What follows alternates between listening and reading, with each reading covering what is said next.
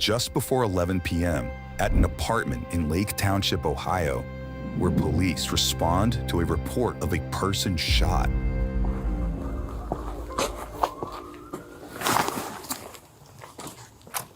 Police. Hi. So, the body is upstairs. Okay, Mom, I'm gonna let you go. Okay. So it's upstairs, and then to the right. Gun's clear, sir. It's on the dresser. Where's it at? It's over there. I cleared it. Oh my God. Nope, no, sir. That's on by my TV. No, sir. Other TV behind you. 10 millimeter. All right. In an upstairs bedroom, officers find 15-year-old Simony Moore suffering from a gunshot wound to the head. As one man performs CPR, an officer collects the weapon allegedly used in the shooting, while a familiar show airs on the television. Any other guns? No, sir.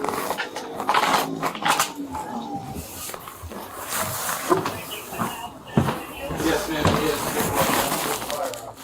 The officer secures the firearm in question, which is later submitted into evidence, before returning to the bedroom.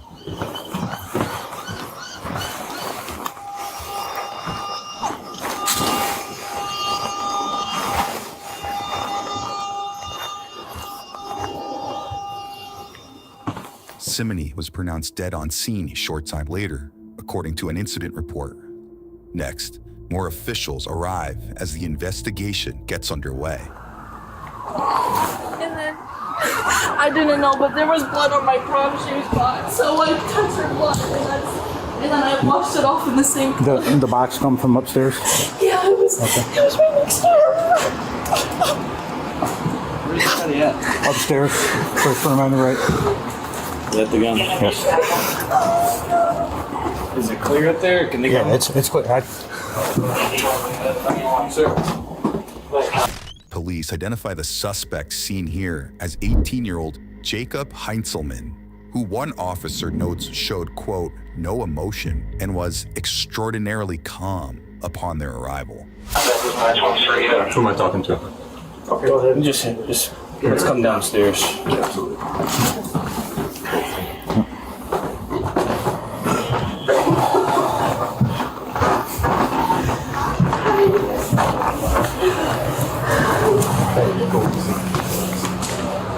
What's up away from the door? Just...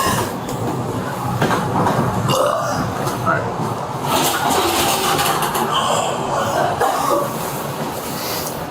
I was cleaning my gun. It was jammed. I couldn't figure out what was wrong with it. I took the mag out. I cleared it. There's nothing there. I was clearing it again. I put the slide off. I put it back on. As I go to reinsert the sock back onto the clip itself, it went off.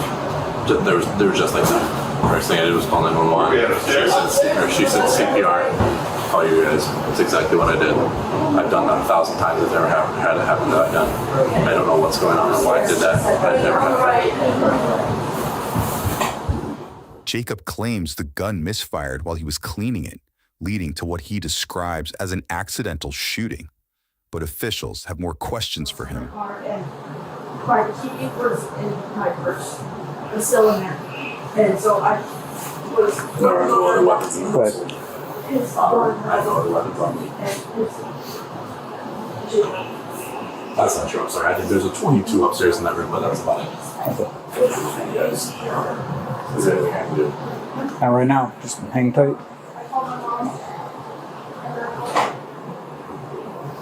Can you hear me? Alright. I don't know how to say this, but the guns went off. Yeah. His friend got hit, and I'm pretty sure she's dead. There was a bowl of gin. In the chamber. I was cleaning it out. There were two that were actually jammed. I cleared the first one out, and when I put the second one back on, the hammer re-engaged and it went off. Everybody in this house has cleared that gun 1,000 times, but it's never happened. What's that? I don't know what I could have done differently. I've done that 1,000 times, but it's never happened. it's jammed before, but it's never launched 2 bullets. Because before you guys got here, before I started CPR, I cleared it just to make sure I was cleared twice. And 2, the 1 round that was still fully intact came out, and I set that next to the gun with the dischambered round, and they were both in the gun. And ever since then, I've been on edge, and I've never had this happen. That's why I sleep with it. I clear it. I put it on safety. I have a lot on it, almost 24/7. I'm not home with it. It's just gun safety, biggest fucking rule. Go off just because of what I saw, but I'm gonna go off and say that she's not. And see what? I'm gonna say that she's not me because of where it hit her. I don't know. I'm not up to, no, I didn't. Well, from what I saw, it looked like it hit her right about here. There was no exit wound, so it wasn't a clean shot. I tried CPR. I tried pushing it 2 or 3 different times. There was no holes. Unfortunately, or fortunately, I should say, I've never had anything happen like this. How does that work about when all of this is done and through about getting my service weapon back? How does that work? Well, it's going to be a while. I figured, because it's going to have But, to go through this. it'll be held as evidence until Until everything's done. Yeah, I figured it would be something along the lines of that. I should come down. Jacob questions when he can expect the firearm to be returned before making a request. May I go hug my girlfriend? Is that what I'm going to do? I can show you. Probably not every time. Well, the only reason I'm asking is because she's never dealt with anything like this. That's why. And let the medics talk with her for a minute. Moments later, another investigator arrives to question the suspect. Howdy. How you doing, man? Well, took me back to my deployment days. What's that? Took me back to my deployment days. Military? 2 years. What branch? Marine Corps. Okay. What's your name? Jacob. Jacob? What's your last name, Jacob? Isaac. What happened tonight? My gun's been having a problem the last few days, been jammed. So the girls were talking. What kind of gun? 10 millimeter. Okay. I can't remember the brand at the moment. But I was sitting on my floor at a point this way. Like I said, I'm having a problem getting jammed the last few days, so I was continuously highways clear twice before I opened it. I took the mag out, everything out of it. As soon as I leave the mag out, I cleared twice. I took everything off. I inspected it. I couldn't find a problem with it. I had never had a problem with it doing it. As soon as I put the slide back on and it engaged the hammer, the pin, there were 2 rounds that were stuck simultaneously like this that I didn't see. And as soon as it did, it pushed the other one off. Hi, who are you? Who are you, officer? His girlfriend? And her friend?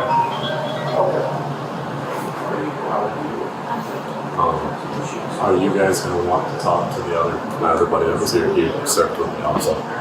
Was he here tonight? Yeah. Was he here when it happened? Yeah. He left. The only reason why he left is because it took him back way too much. So he was like, I just need Yeah, he's going to need to come back. Do you guys want him to meet at the station or back here on scene? The station's probably fine. Jacob sticks to his story, but reveals that 2 other people were allegedly in the room when the shooting occurred. According to an incident report, one of those witnesses later told police that the 4 of them had been drinking before she noticed Jacob, quote, playing with his gun shortly before the fatal shot was fired. Because that doesn't look suspicious or anything. I tried not to, but I was more focused on her because the situation. Next, another investigator arrives with a few questions of his own. Well, as I told the other guy, took me back to my deployment days. Not something I ever wanted to see again. Your deployment days, expound on that. I was in the Corps for 2 years. You were in the Marine Corps for 2 years? Yes, sir. What unit were you with? Like my MLS or? Oh, your unit. You were assigned to a unit after training? Yeah. So I went through my MLS, was my 2336 Delta. I went in for EOD. I've been out for 3.5, 4 months. I'll be honest with you, everything's a little fuzzy right now. Okay. So, Probably didn't take you this. You have shoes? I told him, I said, if I'm assuming you guys are going to take me down, I would have to go upstairs, grab my shoes and socks real quick and switch if I could, but otherwise, yeah, I would have no problems. Is it in that room? Okay, I'll grab that for you. So he just informed me there was somebody here that left prior to our arrival. There was. So there were 3 people here. It was me, her, and then it was my other buddy. He served with me. He left simply because of, we saw the same. He couldn't handle this. We called one of our friends to leave. He's going to meet us. Was he in the room? Yeah, he was sitting right next to us. So I was sitting, my bed was here. I was sitting here. My friend was sitting over here. And then sitting right next to me on this side of the closet. 3 of us were sitting. Okay. Do I need to take a phone charger with me, or can I charge it down there? What kind do you have? C. No, we got C's. The case in the truck, the female should be right next to that other round. And the female upstairs, what's her name? Sim. I don't know. Simony? Sim. How do you know her? Perfect. So she was having problems at her term was tonight. Asked if we could come pick her up. I said, yeah, that's perfectly okay. So she came over here just to hang out. Yeah, I don't know what other episodes. Or possibly already, I think. They were meeting actually shortly. I thought 11 they were going to leave to go that place. Okay. Okay. I just don't understand. I feel like I'm every night at the same time. I wake up and I go to bed, and right before I go to bed, I've never had a problem. You heard that right. Jacob says Simony was allegedly involved in an argument with a family member before he says she asked to come over. Seconds later, the officer reveals the reality of the situation to the suspect. They said she was deceased. And they did.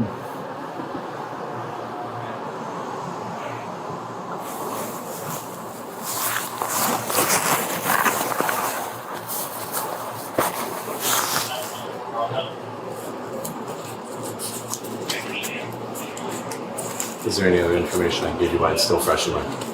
What's that? Is there any other information I can give you while it's still fresh in my head? Thank you, sir. That work? Yes, sir. Okay. Was there a pair of socks in that top dresser? I don't want to mess with top dresser. I'll be honest with you. For that. Yeah, I got you. Whatever works for you guys. Embrace it a little bit. Yeah, not the first time I've had to do it.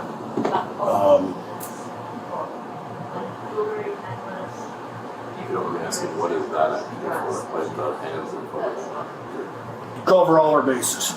I mean, it's just, I mean, something like this happens, obviously we gotta cover, it's everything and anything,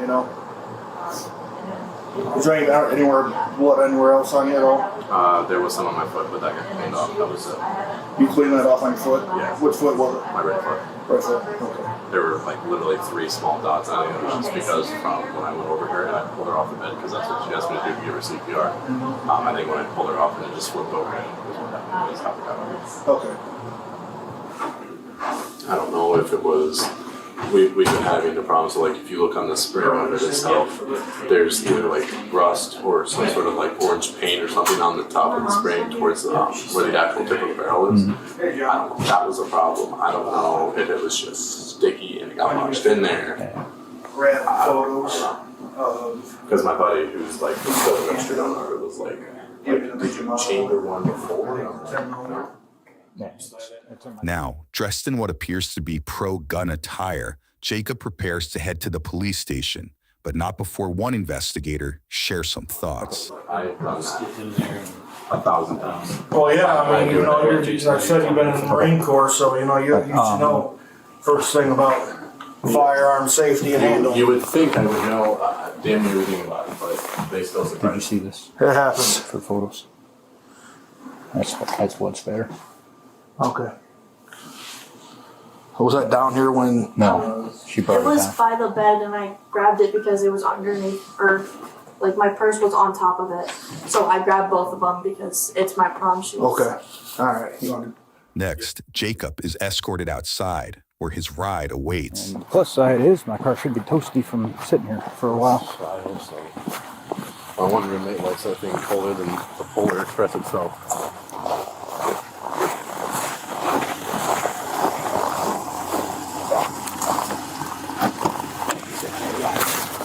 Not a lot of room, so. Like I said, Grandma's cabin used to be in the back. Now seated in an interview room, Jacob chats with an officer while waiting for detectives. So I think that's what it could have been. Because I've never made a mistake with a weapon. I was raised so heavily on gun safety. And what I don't understand is because when I cleared it, I had it on the floor. And as soon as I turned it around, I heard click, boom. It was that simple. Hand wasn't even on the trigger. I had it on the side of the thing. Never put my hand on the trigger. Just in case. So I'm not even, like, I'm still grasping the fact that she got shot, yeah, but I'm grasping the fact of how, because I've never, that's not true, I think I have once or twice, but I've never seen, you know, a pistol like that chambered 2 rounds. You know, between the blood on the floor and my sheets and everything, how's that gonna work? Like, do I get to go back home? Do they clean that out? How does that work? They're probably gonna be processing that, I would imagine, until tomorrow. So, yeah. Well, very likely, I don't know what it would be, but you're gonna catch some kind of charge because somebody died. So, Yeah. Do you know roughly what it would be? Or do I have any idea? I'd have to. I'll tell you what though, the one thing that hurts worse about this case is the fact that she was so young. That's what hurts. Yeah. How was she, 17? 15. But I'm trying to make some sort of light on the situation. The dispatcher was like, "You know how to do CPR?" I was like, "Well, ma'am, I was a lifeguard for 7 years. I would hope so." She was like, "Okay, you need me to count for you?" And I'm like, No, I'm okay. I promise you, I have more than enough extensive training how to do CPR. Yep, I She was came like- in, I saw you, and I was like, I couldn't do anything better than what you're doing, so. Well, that's definitely something I'll think about for a hot minute. So, The fact that I'm in your guys' top 3 worst cases. mine, Always yours. yeah. She was like, "Yeah, just found out the lovely officer that sat in there with me for like 6 hours found out that I was one of his top 3 worst cases. Really something to be proud of. Go Jake. At Lake. LA. Go Jake. I don't know what hurts more, the fact that she was so young and the accident happened, seeing it and reliving it, or the fact of how her parents are going to react. And her best friend made a joke and she was like, "I really don't know how to react. I'm just going to use humor." I said, "Why?" She was like, "Well, because she is sick. Like, she doesn't have to go in for that shift. She didn't want to go to it." I'm just like, that's really too soon. Way too soon. Yeah, that's humor you learned in basic training. See, as much as about the situation that I want to laugh, just because I use laughter to cure that shit. That's just what I do. Like, humor is my way to solve a lot of my problems. But I'm just kind of like, on this situation, I want to, because I know it'll make me feel a little better. But at the same time, I don't, because I'm just like, that's not something I really want to think about. Seconds after stating he doesn't want to think about the incident, Jacob once again rehashes his side of the story. Because it's like one specific part that's continuously replayed. Mm-hmm.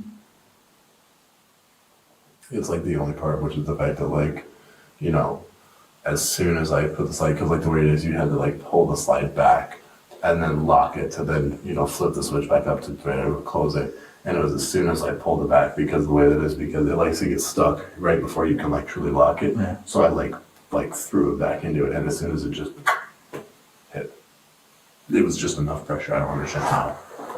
But I was sitting kind of like this, right? And she was laying on my bed. She was kind of laying like, if you were to lay like that way with your head towards me, because she was like laying on the side of my bed watching TV. We all were. Actually, we were watching Pit Chases. And, I'm cleaning my gun on, and I like throw it back into it. And as soon as I did, my hand pushed it up, and as soon as it did, it just was enough to discharge it. And I immediately heard it, and I looked over, because I thought, I put it around in my bed. I was like, okay, scary, terrifying, put it around through the wall, put it around through the bed. Nobody gets hurt. I would rather that happen, an accident, big deal. And then the moment I look over, I'm just like, clear the round, get everybody out, call the cops. That was the first thing I did. And my friend was like, call the cops, call the cops, call the cops. And I'm just like, I gotta find my phone. I have to find my phone to call the cops. Yeah. And my girlfriend, she was just like, I was like, you need to get out.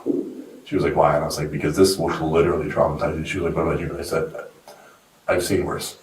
Literally, I promise you I've seen worse. This, as much as it hurts to do, as much as this is going to hurt to do, like to do the CPR, everything to pull it off, I said, I have to do this because he can't, you won't, and I'm not waiting for the paramedics to be here. So it was just, that's the part that's replayed in my head. That's like the only part that has me like continuously shaking my leg because I'm like sitting here like, you know, if I would have held it a little straighter or pointed it at the floor, like, you know, maybe like tried to like pull it down into the floor or something, or, you know, if I would have cleaned it like 30 minutes later or From 30 seconds or yeah, any one of a million. Yeah. like if they would have gotten ready to get up and, you know, nobody was in the room, you know, something like I'm thinking of every little detail that I could have, you know, could have been changed. Yeah.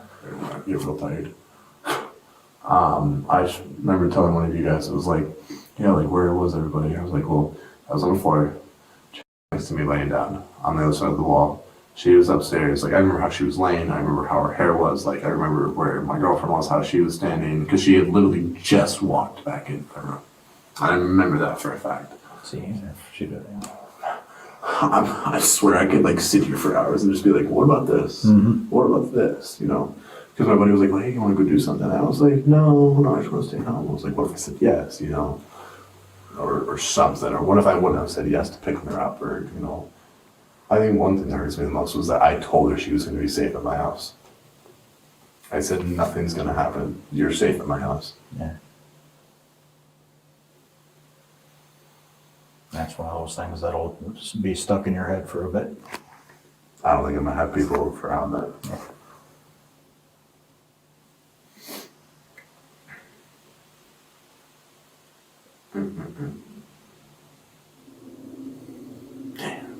I might have to go back to therapy. Very likely. That's probably a good idea. No. I would say I'd go shoot some, you know, targets, but that probably is going to be a minute before I lay my hands on another gun. Yeah, give me a week. Jacob spends the next few hours speaking with detectives, where, according to an incident report, he later dropped his claim that he was cleaning the weapon after detectives noted that they had not observed any cleaning equipment in plain sight where the incident occurred. Instead, Jacob allegedly said the gun simply misfired, while another witness claimed he was, quote, messing around with it by taking it apart and putting it back together. Next, additional officers arrived to escort the suspect to jail. All right. Okay. Face the wall. What's up, man? Put your hands behind your back. Hands behind your back. Put your palms together. Palms together. Can you tell me what's happening, please? Yeah, okay.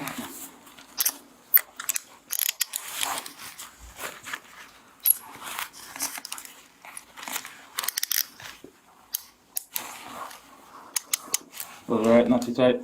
Perfectly fine, sir. You mind telling me what's going on now? Yep, you're being transported to the county jail. For what? That, I'm not sure. You'll find out that I was not privy to the information. I'm just driving. Jacob was booked for reckless homicide and having a weapon while under disability. Go. Okay, it's fast. All right, appreciate you. Am I not allowed a phone call? Am I not allowed a phone This is what we're gonna do. We're gonna take a seat, okay? We're not gonna talk the whole way down, okay? Just take a seat for me. So I'm ready for a phone call. You can get one when you get to the jail. Yes, sir. After further investigation, the 18-year-old was additionally charged with improperly handling firearms in a motor vehicle, carrying a concealed weapon, and failure to comply with underage alcohol laws after prosecutors alleged he had driven with a fully loaded firearm earlier in the day. In an unrelated turn of events, Jacob was also charged with illegal use of a minor in nudity-oriented material after a search of his phone reportedly uncovered illegal material not related to the shooting victim. Sir, I do have one quick question. Yes. The guy said that if anything were to happen, I just have my 2 babes on me. They said they would take it later. Okay. They said that before they took me, I would be able to get at least a few phone numbers from my cell phone so I can call somebody. How does that work? Where's your cell phone at? that gentleman has it in there. Oh, then no. If it's already seized and booked, we can't take it out of booking. No, that's fine. He said that if I left or anything, that I would be able to get a cell phone, like a number out of it. Yeah, I got no way to do that, man. Can you ask him? Because that was the gentleman who I talked to. You can talk to who? That gentleman that just walked out that door right before I walked out. That's the man that I need to talk to real quick. He was the one who said I could. Okay. Let me go ask, but I'm assuming the answer's going to be no, but worth a shot. Thank you, sir. After pleading guilty to the charges, court records show Jacob was sentenced to more than 11 years behind bars and ordered to register as a sex offender upon his release. You need to get that guy's information. I think he just shot somebody. I mean, she pretty much just said that if he wants to kill her, it doesn't matter where she is, he'll do it. I mean, I lost my breath where I'm at. You lost your breath? Just the force. Yeah. But other than that, no. I'm not injured. It's just after 5 p.m. at a gas station in Fishers, Indiana, where police respond to a report of a woman shot multiple times in broad daylight. Where's she at?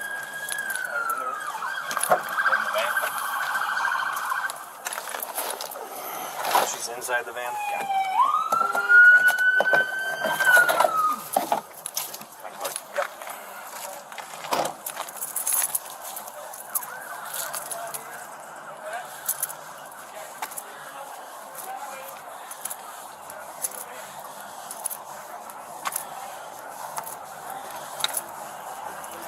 You want me to do it wider than that? I want you to do it around the entire perimeter of the gas station here. Okay. Okay.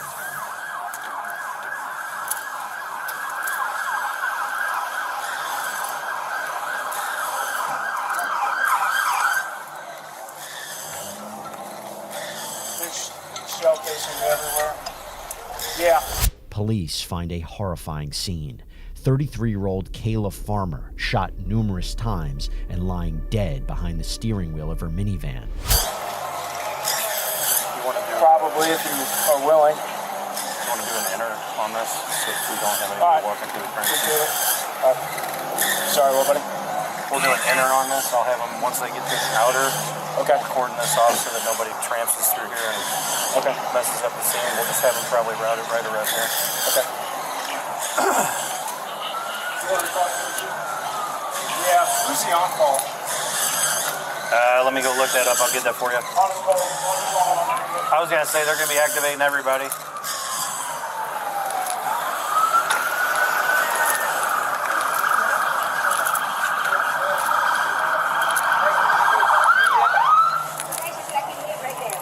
Huh?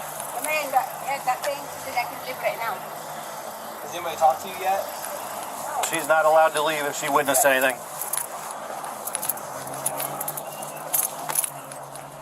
Officers secure the scene that prosecutors would later allege was caused by Kayla's ex-husband, 34-year-old Joshua Farmer, who they say was attempting to keep his wife from testifying in a domestic violence case. Next, one officer checks in with a witness. I got a guy with video and picture information of vehicle, at least this. I know we have a plate, but I have a picture of it and a timestamp. Okay. Where's he at? He's right over here. He's right over here. 5:30. You already got one going? 5:32. They're going this way, pulling into Noble Romans. Okay. And, unknown third party in a black SUV basically said, "Hey, you need to get this plate of that orange Kia." I got his information, social security number, address, where he works, everything. And he said, when you say Noble Romans, like they're there now? No. They were going to Noble Romans. Oh, okay. They came out right here.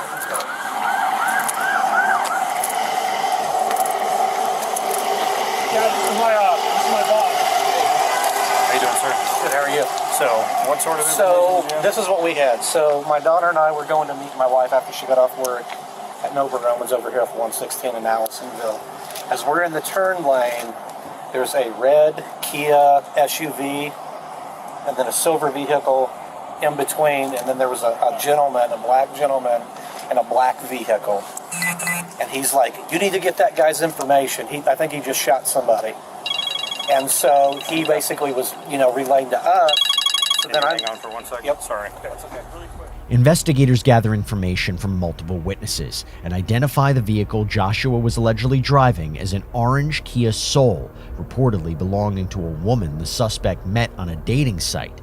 Review of the gas station surveillance cameras would later show the suspect pull in just after the victim, where one witness said he, quote, completely just unloaded into her window, according to a probable cause affidavit. There weren't any kids in there, were there? No. Did you want to find this? Yep.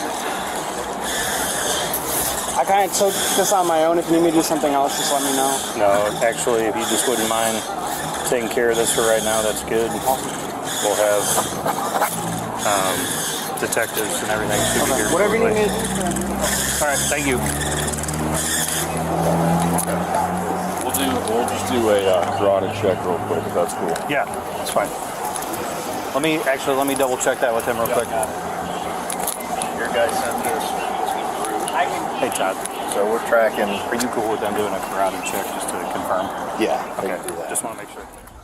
Another witness reported hearing around 30 to 40 shots being fired during the attack. An autopsy later confirmed Kayla had suffered more than 15 gunshot wounds.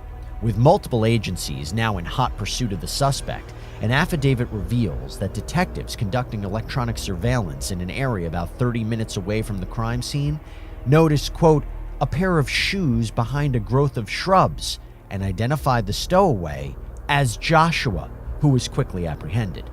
Next, we join one detective as Joshua is handed off to his custody.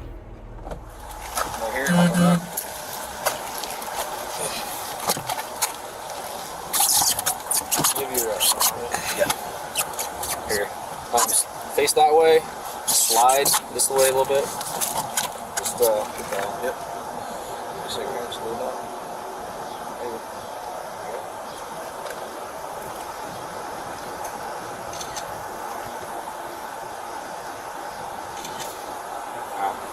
Now you can turn back in the seat just as you normally would.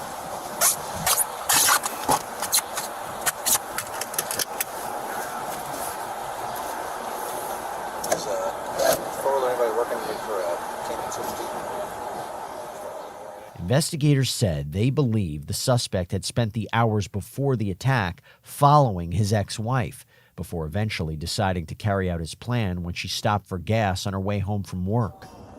Other than the whole situation here, physically, are you any kind of harm right now?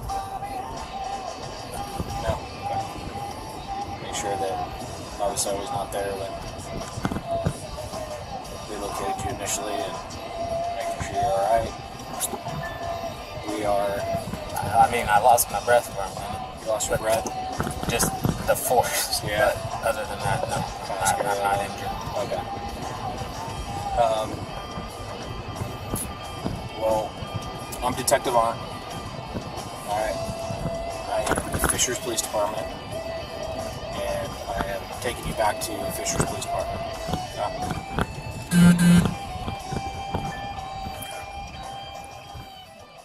23 days before Kayla's murder, Joshua was reportedly arrested and handed 10 felony charges, including confinement, strangulation, domestic battery, intimidation, and pointing a firearm.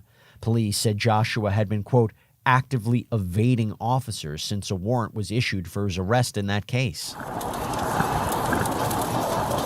You need anything? No. Hungry?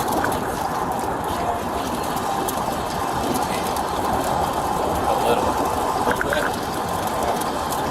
See what I can find.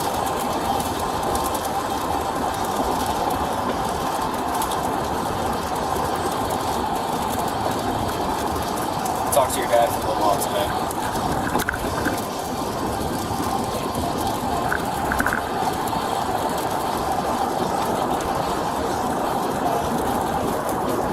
He's worried for you. Dad loves you. Court documents show that the couple's 11-year-old son described disturbing past instances of domestic violence to police, including hearing Joshua choke and punch his mother. Even more alarming, the child described one instance where he said Joshua had sat him and Kayla in chairs facing each other, pointed a firearm at Kayla's head, and asked her to choose between herself or her son. What did you go to school for when I know you didn't graduate, but what did you go to school for initially? Biology. Biology? Oh, so did I.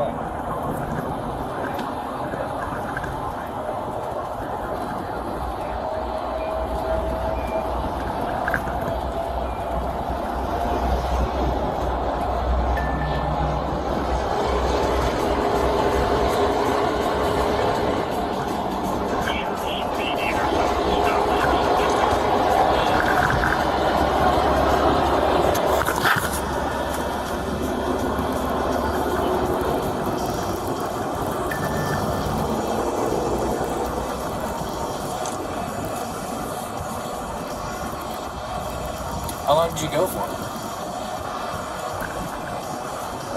To college? Yeah.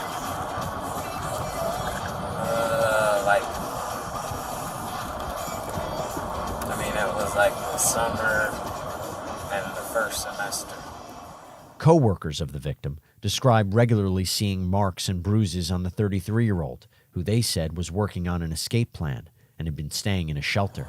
Did you like it there, or you just didn't like the studies and stuff weren't your thing? I liked it. I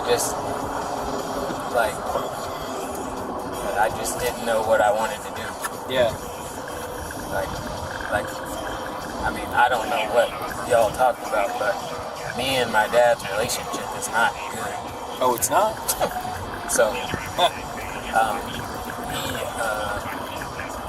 I just didn't know what I wanted to do, really. Yeah. So I was just kind of following what he did. Yeah. And then once I got there, I did a summer program. Because Xavier, that school is basically if you want to be in health. Like, if you want to be, it's number one in the nation for putting African Americans into medical school. Oh, okay. They also have a pharmacy school, so it's like everybody there is pretty much there to be a doctor or a pharmacist. Okay. So I went the summer right after high school to the summer program called the Howard Hughes biomedical summer program or something. So basically you took chemistry, and you took, they call it chemistry lab. You took two chemistry 1, chemistry. Is that what did it? Was chemistry? No. Oh, okay. I hated chemistry. No. It was the shadowing. So part of the program, like I said, everybody there is pretty much there to be a doctor, so we would do the classes, and then outside of class, we would go shadow, we would go to like medical school and talk to like the residents and shadow what they did and stuff. Yeah. And that was when I was like, nah, I'm not doing this. I get it. Because they they had no life. They were all stressed out. You would think, you're trying to appeal, like, oh yeah, you want to do this, but they were just pretty miserable just because they didn't get any sleep and all that. Yeah. So I kind of changed my mind. It's understandable. And then knowing how my dad was, he was never home. Always on call. I'm like, nah, why would I want to do that? Yeah. I didn't want that life. Yeah. So it just kind of changed my mind.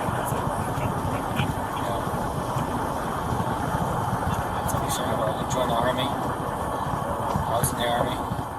Joshua casually chats about his college career before delving into his military aspirations. So I asked your dad what your MOS was, and he wasn't sure what it was. He kind of could explain what it was, what you did, but he wasn't sure the title. What was it? 68 Alpha. 68 Alpha. 68's like Medical, right? I mean, yeah, 68 Alpha. Okay. And what's the title? Biomedical Equipment Technician. BMET. I've never heard of that. What does that look like? So it's like your, how long were you in? Like 3 years. 3 years? No, 2.5, 3 years. But our AIT is like a year long, so that takes up half the time. Okay. It's just, I suppose if like in the real world, it's fixing medical equipment. But, you know, the Army, I mean, I didn't really do my job too much. Yeah. They have like all these jobs. Just parade detail, grass cutters, all that. So, waste of time. Where were you stationed at? Fort Bragg. Okay.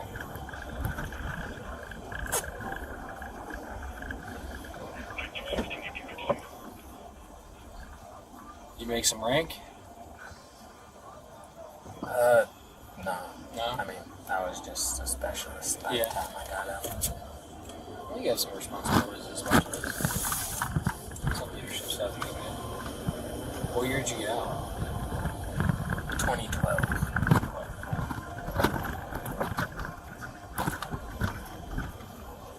So what are you supposed to do with that job? Fix medical equipment. Did you ever fix any medical equipment? Real hospital equipment, I was in a field unit, so all of our equipment was like deployed stuff. It's like in, you know, those Pelican boxes. Yeah. Infusion pumps and all that. So we really weren't allowed to actually fix anything. We were mostly just PM, and anything that needed to be fixed got sent out. Now, when we did like certain rotations at the hospital, then you got to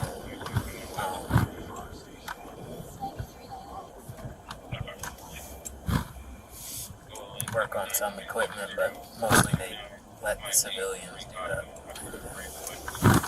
We were just the detail. I mean, I was in a logistics company, so we just were in a big warehouse with like supply and all that. Did you enjoy any of it? Yeah, I enjoyed it a lot. Oh, okay. But I joined it for that job, so not being able to do that job was kind of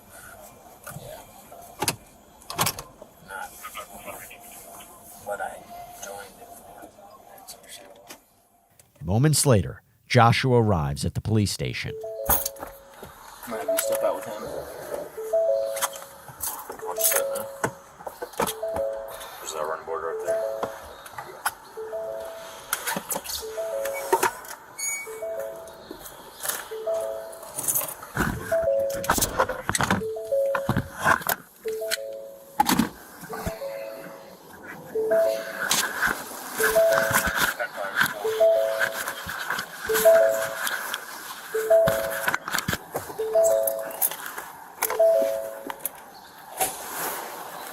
Hold on just a sec.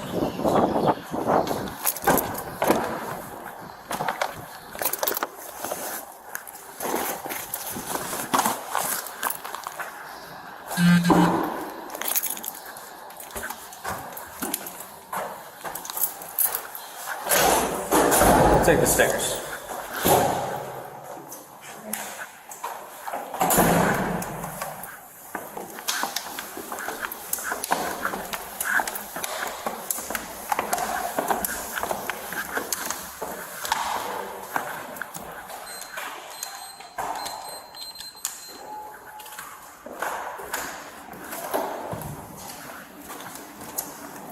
You wanna get this one?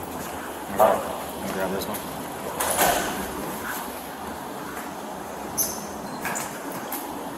Room 2? Yeah.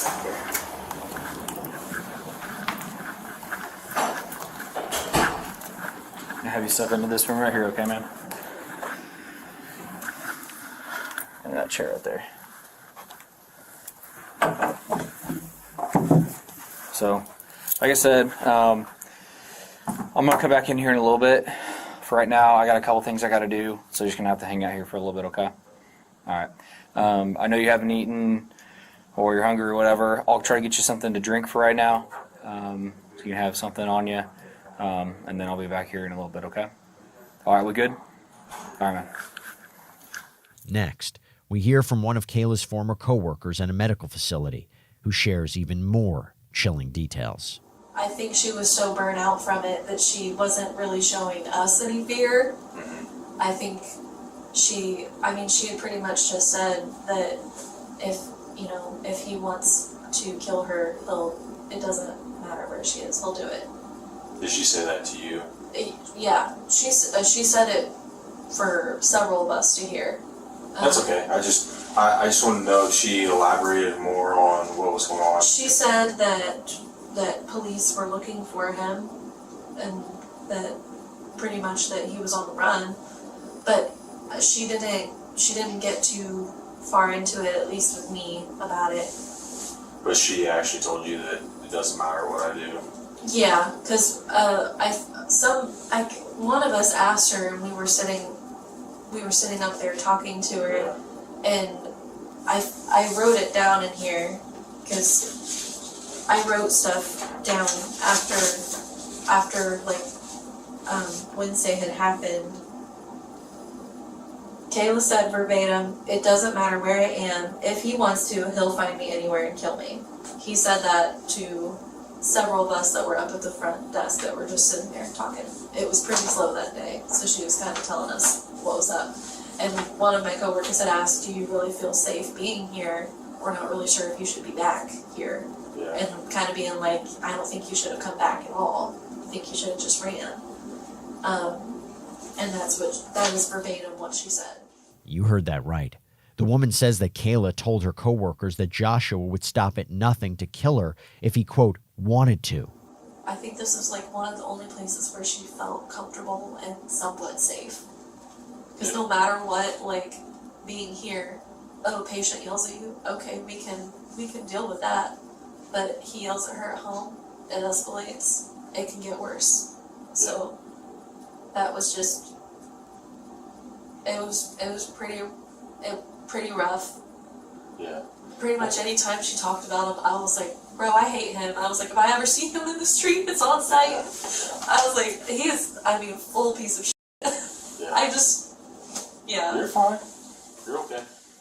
After waiting in an interrogation room, Joshua is transported to jail, where we catch back up with him.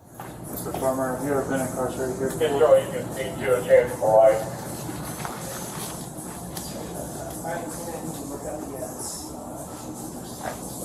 I'll pat you down real quick. After I pat you down, I'll take you in the cuffs, right? Joshua was charged with murder, stalking, criminal recklessness with a deadly weapon, and unlawful carrying of a handgun.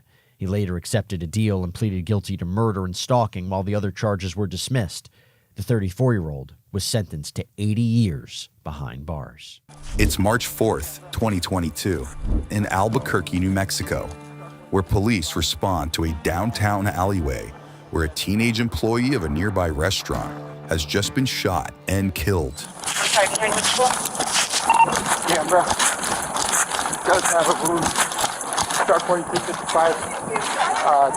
That number extends Okay, this is secure to see.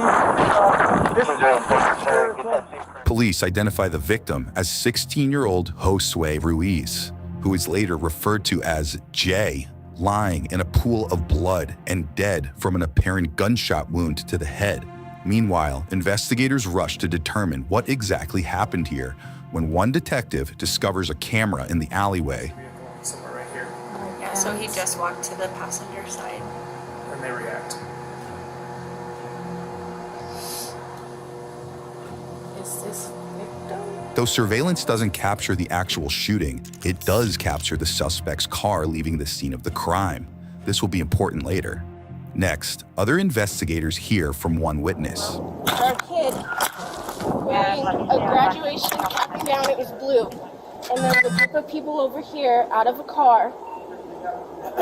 I saw another guy backed in, like I just saw strange cars that aren't usually here. And I was driving in circles because this is a rental car and I can't park it back here. And I'm looking for parking on the street, so I've just been circling and I noticed some weird activity and I just had this gut-wrenching feeling that someone was about to get shot because there were just weird people back here. And I saw this kid, this guy right here who shot, he was over here talking to some girl. And the last minute I saw him over there, I turned the corner, and then all of a sudden I went back this way, and I heard a gunshot when I was on this side of the road, so then I came back over here and parked, and he was down.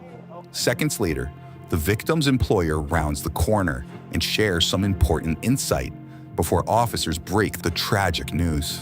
Okay, yeah, that's who we... Did they take him already? No. I don't know. Can you tell her to just get his information? I don't know. You know, supposedly his girlfriend got jumped back here on Saturday. They were both supposed to work, but then I think he had said that there was some kind of altercation between him and the girlfriend's brother, and his knuckles, he said, were all cut up from it. Is he going to be okay, or? No? I don't believe so. Oh my God, that kid is 16 years old. We're going to try and see if we can point it up. Next, detectives catch up with the victim's pregnant 17-year-old girlfriend at a nearby apartment. This morning, him and my brother were supposed to box it out because this has nothing to do with this at all. My brother and him just don't get along. They bump heads very much. But my brother would never do this. He knows how I feel about Jade. He knows how that would crush me. Tell me a little bit about why they were gonna box it out. Because me and Jade were arguing at my mom's, and he didn't like the way Jay was yelling at me. So he got in his face, and yeah, typical brother stuff. Okay. Trying to be protective and stuff. So I'm gonna take these phones because I am conducting an investigation, okay? As soon as I'm done talking with Mom, I will come back and then we'll discuss. Do you guys have more questions? What's your mom's first name? Elizabeth. Elizabeth? Let me just tell her this. Come back in and talk with her and just see her. We need to talk with Mom first. I don't think getting The young woman's mom, identified as 47-year-old Elizabeth Ortiz Chavez, who shares the same first name as her daughter, enters the room here, just steps away from where the victim's mother is standing. Now, detectives step out to again break the tragic news, this time to Jay's mom.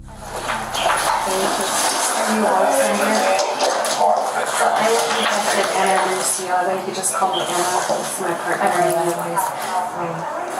I am the primary detective, okay? I was actually going to call you before we came over here, but wanted to gather some information first, so I do apologize that this is going on, okay? Can you tell us what's going on? Yeah, absolutely. First and foremost, I'm so sorry for your loss, okay?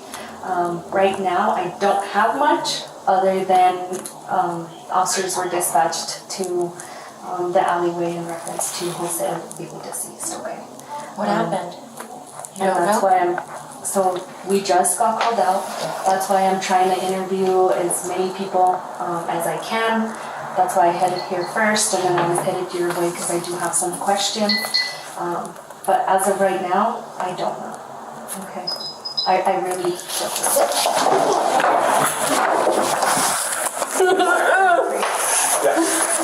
Thank you.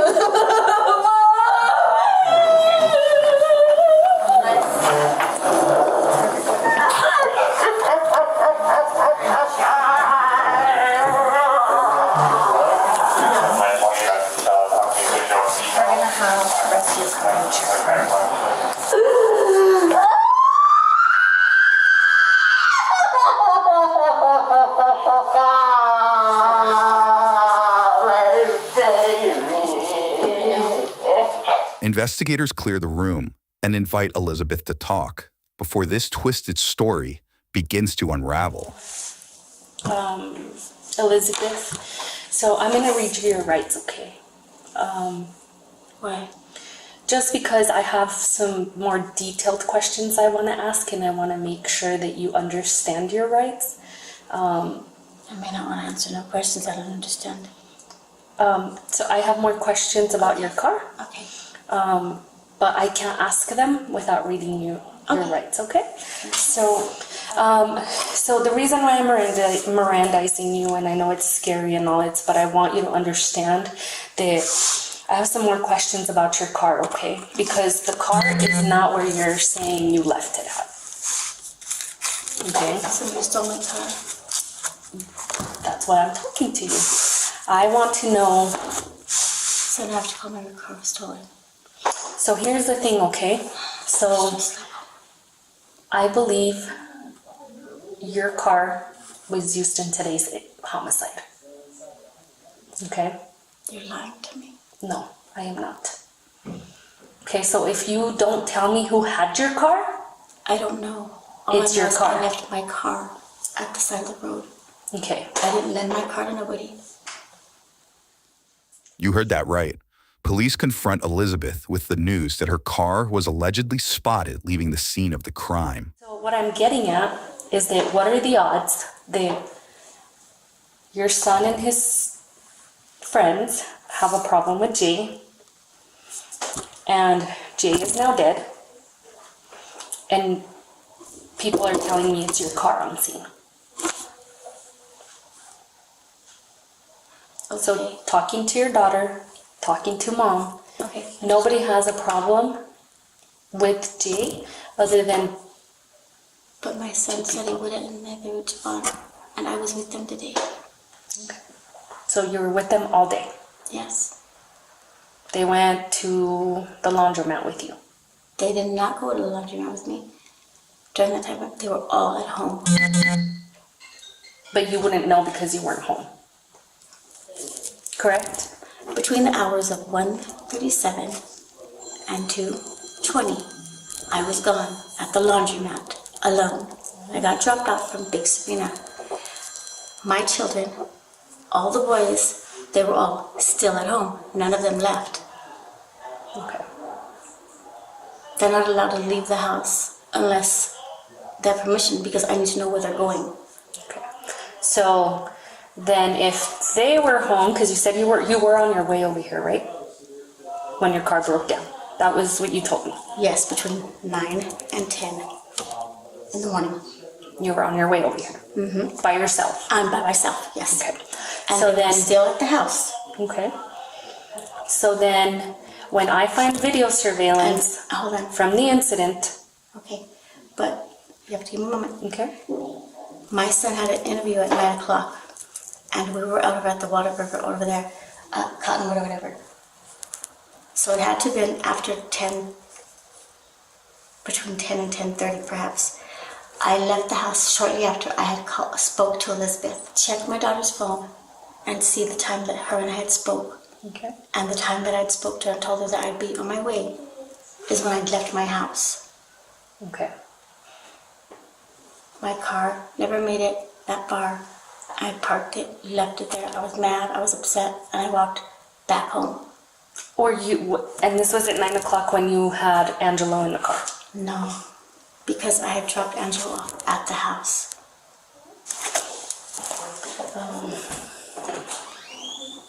You gotta be lying to me about that car. If I didn't believe that there's a huge possibility of your car being involved, I wouldn't have Mirandized you. Hence why I didn't Mirandize you up until now, okay? Because you're saying it broke down, I left my car there. We've been driving up and down. I know, we've been driving up and down trying to find your car. We've called in, checked to see if it was towed. It has not been towed. And again. So then where's my car? That's what I'm trying to tell you. Okay. Okay? So, did you shoot Jay? No, I didn't. No. He's a kid. He's a baby. I know, but somebody did. But no. I have no reason to do anything. Okay, so then you leave your car. I don't know if you know that. I was not there. Okay, but I'm telling you, your car was. That bothers me. And I bet. But I also feel like you know more than you're telling me. But I don't. Okay. So when I go in a while, I'm gonna have to call and make a report. If that's what you need to do, yeah. Well, yeah, it's my car. Now we hear from Elizabeth's son, identified as then 16-year-old Angelo Baldonado, at his place of work, when the whereabouts of the family's car that day suddenly change. So from my understanding, you guys have known each other for a while. You kind of have like a kind of good. It was like we was cool. We was good. Like we argued. It's just like one time he hit my sister. So like, he hit your sister? Yeah, but we just got into like a little dispute, like a fist fight. Yeah. But then we was cool after that. We was just. So we talked to your mom this afternoon, and she said that you guys had her car, the one that she had just bought, the Toyota, that you guys had it this afternoon. Where is that car? I wouldn't give it back to her. You gave it back to her? When did you give it back to her? I went to an interview this morning. Okay. Oh yeah, she said like Waterbury or something like that, right? Yeah, that's why she gave me the car. She said she didn't want to go through to really she wanted to see. So I just went to the Waterbury. It was like at 9 o'clock. The interview was like at 9 o'clock. Yeah. And then I got back to the house because the interview took like 15 minutes. So I got like 7 o'clock. Okay. So was your mom's car still there when you got back? No? Where was it at? Your mom was in it? Where did your mom go this afternoon? She don't tell me anything. No. The only time she told me was she told me something. Last time she told me something was like when I was in 6th grade. So you never talked to your mom or nothing? Yeah, I talked to my mom. But I talked to her like for some reason. Angelo tells detectives he drove himself to an interview that morning, directly contradicting Elizabeth's claim that she drove him to that interview. With no confession and plenty more investigating to do, nearly 20 days pass before the victim's pregnant girlfriend is brought in for another round of questioning. After a search of her phone allegedly revealed she may know more than she initially let on, investigators discovered messages between her and the victim in the days leading up to the murder that indicated turmoil in the pair's relationship and knowledge of the fight. But that's not all. Investigators also found messages between her and her other brother, Gilbert, who writes, quote, "He's going to catch one for sure," just 2 days before the murder, and they request to delete messages on the day of the attack. Now that some time has passed and you've had time to think about it, Elizabeth, I want to hear what happened. Because I think you know more than you told me that day. I don't know anything. I really don't. Why would you guys assume that? Why would I know anything new about that? Because I have your phones, and I've looked through your phones. And so I do believe you know more. What would I know more about? About who killed him? About who did it? No, I don't know. I really don't know who did it. So you brought up that your brother Gilbert had mentioned and said that he was going to send someone up there to take care of But he didn't. Because my brother knows that if he were to do anything, I would never speak to him again or at all. I would have him part of my life at all. So where is your mom's car? I don't know. You're seriously assuming that one of my family members did it? Because the car is missing? She literally filed a report that her car was missing that night. No, she didn't. Yes, she did. She called. I even was there when she called. She filed I don't know what it's called, a missing vehicle report or whatever the heck. So why are you covering for your mom and your brother? I'm not covering for anybody. Are you f***ing serious? You seriously think that they did it? Yes. My mom loved that child too. Okay, maybe not your mom, but what if What if I told you that your mom's car is on video leaving the homicide? What if I told you that? You know how many Toyota Camrys that are gold live in the city? But what are the odds that your brother and Josue were My supposed brother, to meet up? my brother was at home. My brother was at home with his girlfriend. They were literally sleeping until he had to go to work. Which is not true because I talked to Angelo. He gave a statement. I know he wasn't home this whole time. I just think it's interesting, and I'm gonna tell you. Maybe you don't know. Maybe they have kept you in the blue. But I'm gonna tell you right now that your mom said she drove Angelo to his interview. Guess what? Angelo said he borrowed the car from your mom and he drove himself to the interview. He used your mom's car to go to McDonald's and Anthony. So obviously, somebody's lying. You are. You don't have to be upset with me. It's things I'm seeing on You're the phone. making me upset. You're telling me that my family did it when I know they didn't. My mom understood that if anything were to happen to him, I would not talk to any of them ever again. Any of them. If anything, I would have lived with my dad if they did it. And I mean, this isn't like piecing together like this crazy puzzle. No, it's not, because none of my family would have done it. If my brother did it, he would have told me. If either of them did it. If my mom did it, she would have. I would literally block everyone out of my life if they did it. And I kind of understand that you don't want to see. No, what you I'm trying don't. to They tell you. don't. They did Because- not do it. Because you I are don't know what literally I looking would in the do. wrong place. You're just trying to blame somebody just so that you can get someone for the crime when none of them did it. I know they didn't do it because, well, I don't know for sure, but I know they wouldn't have done something like that. They know how much that would crush me, and literally they have seen how much I have died these past 2 weeks. Okay, but Angelo told It me doesn't he mean was going Angelo to was trying to protect my family. He's literally. You guys can think that however you'd like. My family did not do it. Also, I would like my phones back, please. So I really need pictures of him, and I'm done with this.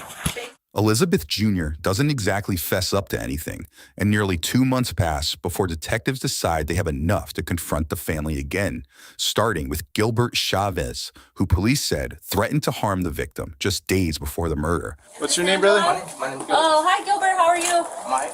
Who else is in the house? Do you mind if I... My little sister. Just your sister? Is Elizabeth here too? Elizabeth. My little sister. You want me to go get her? Yeah, she knows who I am. Can I actually talk to you, Gilbert? About? You know what it's about because, you know, I've already done some research. Get your hand out of your pocket for me, please. Thank you, I appreciate it. You already know what this is about. So I'd like to give you the opportunity to explain why you told Elizabeth that. Talk us to what? Gilbert. I'm not going to talk to you right here in the door. Do you want to come talk to me over here? Hi, Elizabeth. How are you? Good. Good? Okay. Is your mom here? She's showering right now. Showering right now? Okay. Is on here? No. Alright. So, Gilbert, tell me what you know. About? Okay, this is about Elizabeth's boyfriend's death. You know what it's about, so let's not play games today, okay? Come on, look here. I'm very glad you know what's going on. I know you know why I'm here. Yeah, now I do. Now I do. Come on. Okay. Come on. So, tell me what you know. Like I said, I just moved here. Like, Okay, so I'm not gonna play games with you, okay? I know you threatened to take care of Josue. Yeah, but I didn't even. Come on. I wasn't even up here. I couldn't even do nothing. Okay, so obviously you do know why I'm here and why I'm talking to you now. So now that we got that out of the way,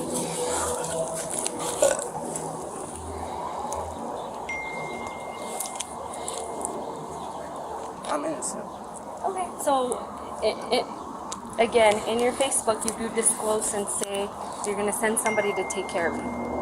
Yeah, but did I send Okay, anybody? so well, who'd you send? I didn't Because send he died. nobody. I didn't send nobody. Do I need to be any clearer? He died. I know he died. You guys just told me that.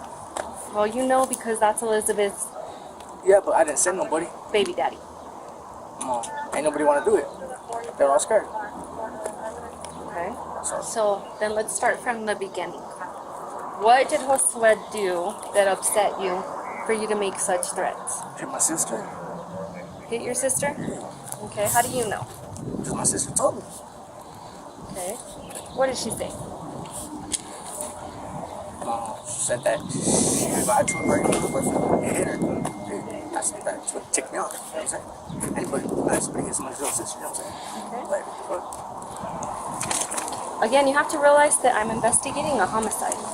Okay, a homicide in which you threatened to kill my victim. So you're gonna take my phone? Yes. I'm gonna take your phone, I'm gonna do a warrant on it. If for all I any gotta reason... say is just don't look at the pictures, you know what I'm saying, unless you want to see something, but it's a whole lot of something. Okay. Moments later, Gilbert's mom, Elizabeth, now a suspect herself, walks outside where detectives have a few questions for her. I love you. I'm going to ATZ. Can I talk to you really fast? I have to catch the bus, so I mean, you got 5 minutes of my time. Okay, and that's it. Thank you, Gilbert. Thank you for speaking with me. Have a good day. Be safe. We'll check in with you before we leave if you want to talk to us again, Gilbert. Hi, Elizabeth. I know you're going to be quick and all, but so. And nobody ever you came by to did. look what's You called. didn't report your car. I did. This is it. Yes, it is. I already know. Okay, you know They what, tried- lady? I'm not trying to mean with you, but this is the confirmation number that I So have received from you. why did you set up a fight between Angelo and Josue? No. Yes, you did. No. The little I boy have called phone. over. He called to the house. He was asking for a fight. I was like, wait a minute. You want to do what? I was like, are you serious? It was either that or they wanted to sit there and do some stupid things. I'm not trying to have stupid things go on between those boys. Those boys need to learn how to get along. Okay. So, like I said, So are you gonna write this I have down? phones. I already know when you called it in. You never fully followed through. I did. I waited for them to get here. Okay, do you have the title to the vehicle? It's in that vehicle. That's what I was trying to tell y'all. Like, I cannot give you any more information because it was in the vehicle. I didn't even get to register the car or anything. You've had the car since before January. Yeah, and I also had to get an alternator for it. You know how much money it takes to just for me to save for just a little bit, a few things? Okay. So again, I've gathered phones, and based off of everybody's phone, not just Josue's phone, you were gonna set up a fight. You said you didn't, and you didn't want to, but the fight was gonna happen. He said, well, come over in the morning. I was like, wait a minute, come over in the morning. And my son, Angelo, told me like this. He goes, Mom, I'm not going to fight him. He goes, I'm not trying to get into a fight. He goes, I have more respect for my sister than that. And that's how that went down. But the little boy, he called. He wanted to make the fight. Right. And I was asking myself, like, what are you just going to do? I'm not saying Josue didn't set the fight, but you let them know and you set up the fight because they were going to fight that morning. I let them know because they had to know. I'd be like, this is what's going on when your sister's life. What do you guys think about this? Yeah, I let them know because they needed to know. Because that's not right. How does it sit there and tell them, the boy's going to come over here and act all weird for what reason? There was no reason for them to fight to begin with. But there was, and they wasn't had no reason already for them to fought. fight. They had already fought before that fight was going to happen. They didn't ever fight before, honey. Yes, they did. No, they didn't. Even your daughter admitted to them verbally and physically fighting. Physically? I don't know about no physical fight. Okay. I don't know anything about no physical fight. So I'm going to tell you something, okay? Yeah, my 5 minutes and I'm done. Thank you. According to the district attorney's office, Elizabeth later pointed blame at her 16-year-old son, Angelo, believing he'd receive a lesser sentence due to his age. But witnesses and months of investigating would lead prosecutors to believe that Elizabeth was the one who pulled the trigger. Well, I'm going to tell you something, okay? When I charge someone, you're going to be charged along because I know you're hiding the truth and I know you're listening to me, and it would suck for and Elizabeth's baby to not be present, for you not to be present, because I will charge you because I do know you were going to set up that fight that day. The end. Young lady, I did not set no fight up. You're wrong. And I promise to God from heaven, I got it off your daughter's phone. Goodbye.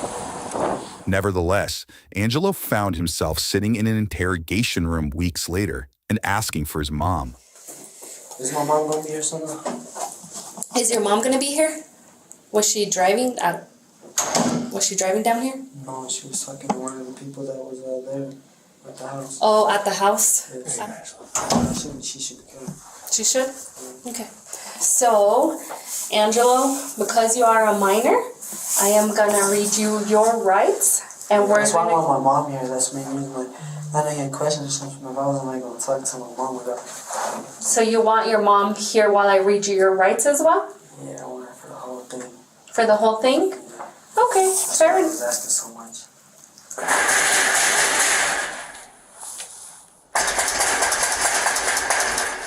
Police Department, Elizabeth, this is Connor with APD.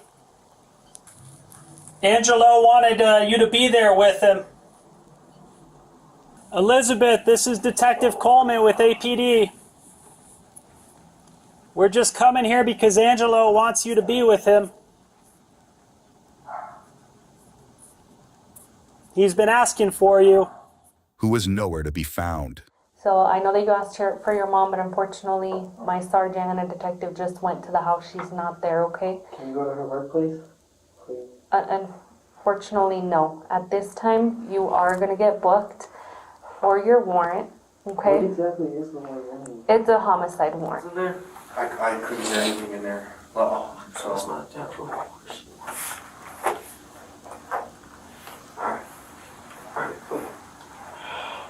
All right. Yeah, can I make a phone call whenever? Oh yeah, you can send when I get that. Appreciate you being so respectful with us today. You're welcome, sir. Angelo was later arrested and charged with first-degree murder, but according to a series of jail phone calls between Angelo and various family members, including his sister and mother, he denies killing Josue. In one instance, during a conversation about Gilbert, Elizabeth admits in so many words to some wrongdoing. But a Facebook conversation between Angelo's brother, Gilbert, and a woman only identified as Alexandra would break the case wide open. When the woman asks, "So your mom did it and let your brother go down?" And Gilbert responds with a simple, "Yup," after detailing the crime. Angelo reportedly later confessed to detectives that his mother had set him up to take the fall for the deadly crime. The 16-year-old ultimately pleaded guilty to the lesser charge of conspiracy to commit murder and felony assault. He's being held at a youth detention center until he's 21. As for his mother, Elizabeth Ortiz Chavez was taken into custody and later pleaded guilty to second-degree murder. She was sentenced to 18 years behind bars. But the story doesn't end there. Elizabeth, now 49, made headlines again after police said 23 inappropriate images of children were found on her tablet. She was additionally charged with possession of visual medium of sexual exploitation of a child. Online records show she later pleaded no contest to that charge and was ordered to register as a convicted sex offender. It's 5 p.m. in a parking lot outside of a Spirit Halloween store, where police are called after a security guard allegedly used deadly force to thwart a suspected shoplifter.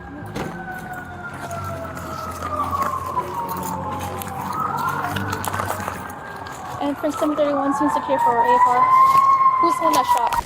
On the ground, first responders find 41-year-old Chase Beltramo suffering from 2 gunshot wounds. He was declared dead a short time later. You're the one that shot? Steps away, police identify the security guard, seen here, as 25-year-old Josiah Armillo, who allegedly carried out the fatal shooting after Chase allegedly tried to take off with less than $90 worth of merchandise, according to a criminal complaint. Okay. Just go sit up here. Take a breath.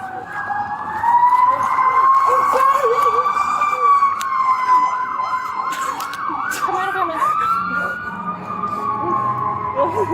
Just take a breath, take a breath.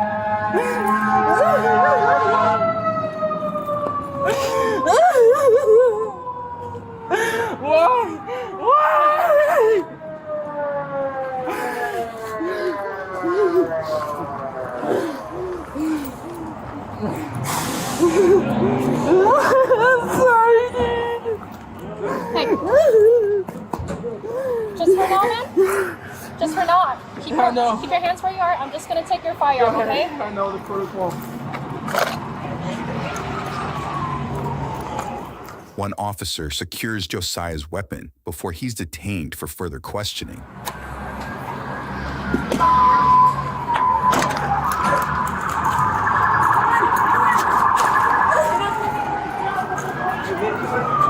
I don't know. Take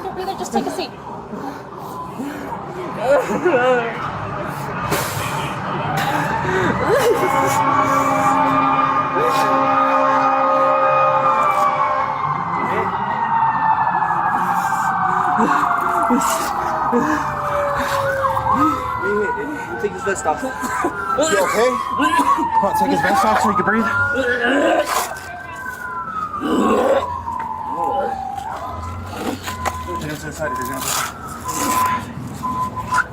Keep this rolling. I'm just waiting for 55 to come and then I'll, yeah. I took his firearm already. So let's put him in cuffs for now, or just put him in the back of your car because he doesn't need to be talking with anybody, okay? Don't stand up for me, okay?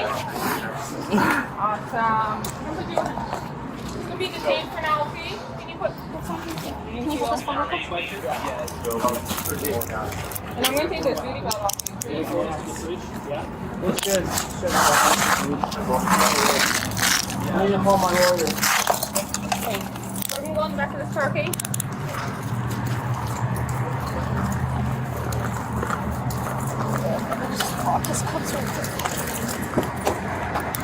Hold on real quick. Do you have any other weapons on your head? That should be all my vest. Okay. That's down. Wallet.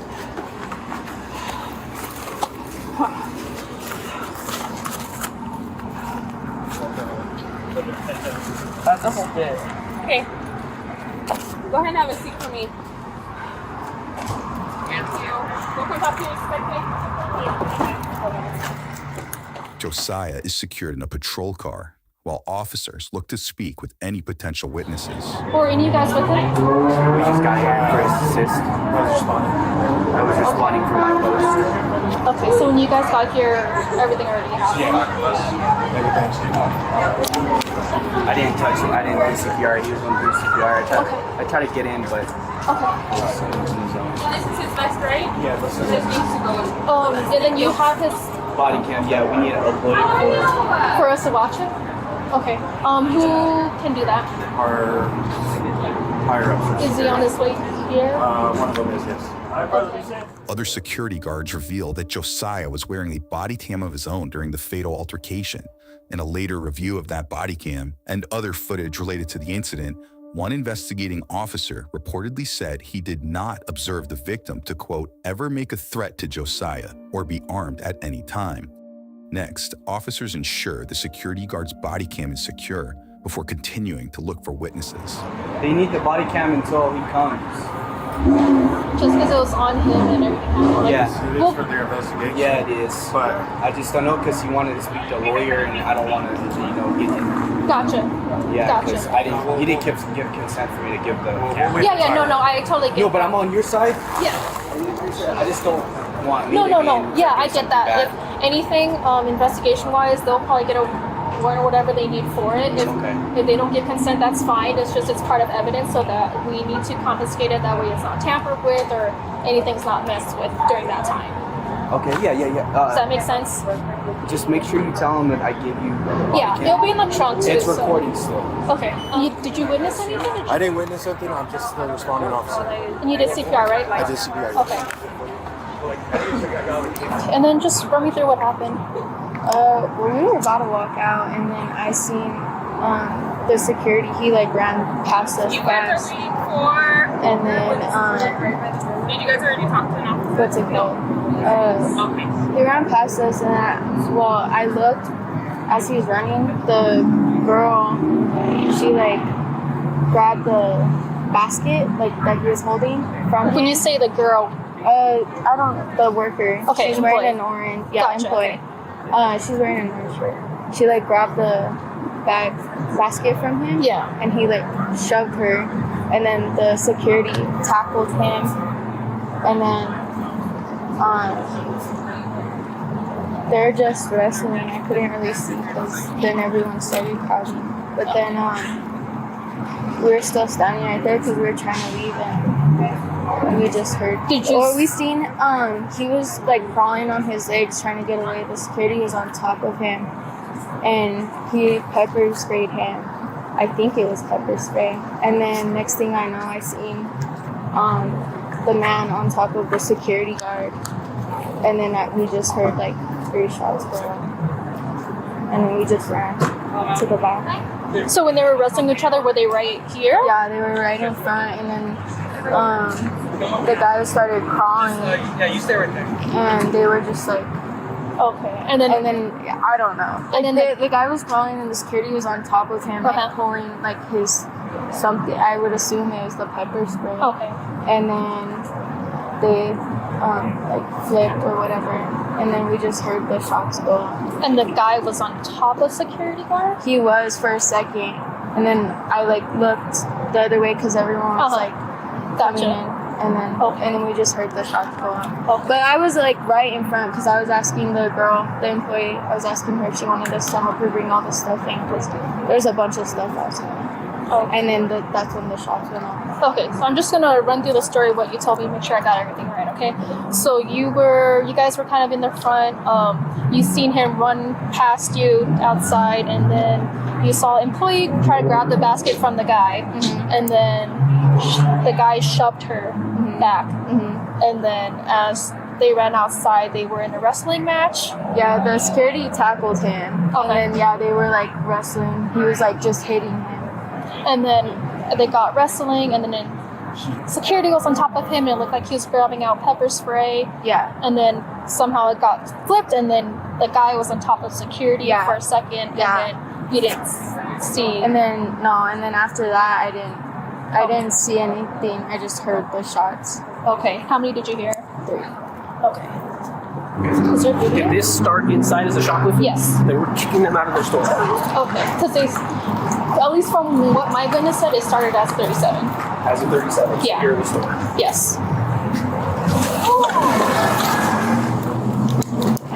Hi. So if I understand, it started as a shoplifting inside the store? So that makes this a crime scene. So we're going to ask everybody. Makes sense. To exit the store. Now that you said that makes sense. Yeah. Let me get the team together, and then we'll start to get them headed, okay? Thank you. Hey, team. Yeah, he just swept. While officials work to clear and secure the store, one officer checks on Josiah. You good? Yeah. Okay. I'm quiet. I'm just. Huh? I'm just. Were you letting him have water? Huh? Were you letting him have water? I mean, yeah, I don't see. See if it blows off the water.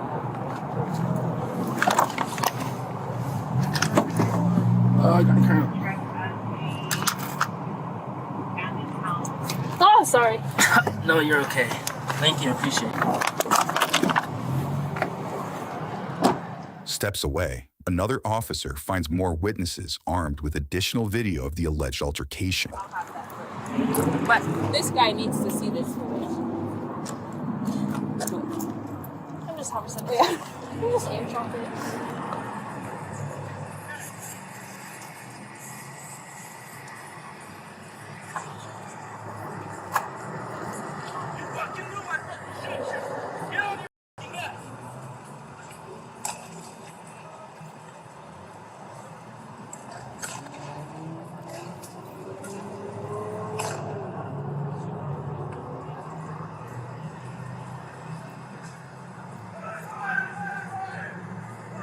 Could you airdrop that to me? Do you know how airdrop works? Yeah. Did they have footage? Yeah, that's okay. So he actually pulls out his gun while he's on top of him. So Well, because when I looked at the video, he was like already crawling away. He pulled out his gun like this. So I was like, if you traffic, I don't know. If you something, I'll shoot you. He's like walking like this. yeah, Yeah. and then they both fall down. Because and he you trips him over his legs. Yeah, so you can hear him, or you see him fall down, and you hear the gun fall. Because on this one, he was like wearing a mic for the camera. Whoa. But you hear the gun fall, and then and like it's a little bit like a scuffle, and it's just a little bit more, and then he shoots. According to a criminal complaint, police allege that Josiah pursued the shoplifting suspect out of the store before taking him down and striking him with his fists. That's before police said they observed Josiah point his firearm directly in Chase's face, threatening to shoot him. Next, police said Josiah holstered his gun and deployed his pepper spray within inches of the shoplifting suspect's face before again retrieving his gun and pointing it at Chase. As the tussle continued on the ground, police said Chase managed to get on top of the security guard briefly. That's when multiple shots rang out, leaving the victim with gunshot wounds in the left upper area of his torso and left buttock, according to police. Next, one officer checks on Josiah multiple times after the shooting suspect makes repeated complaints over his comfort level. Okay. And just face the car. Hey, fine.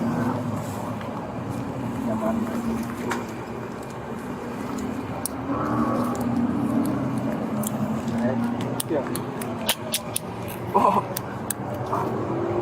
Sorry.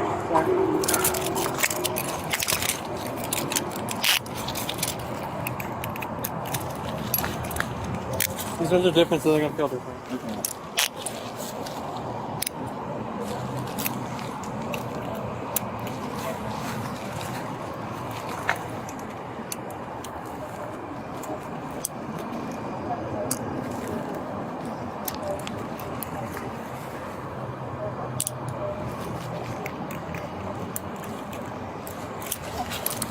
Okay. Thank you guys. Yeah.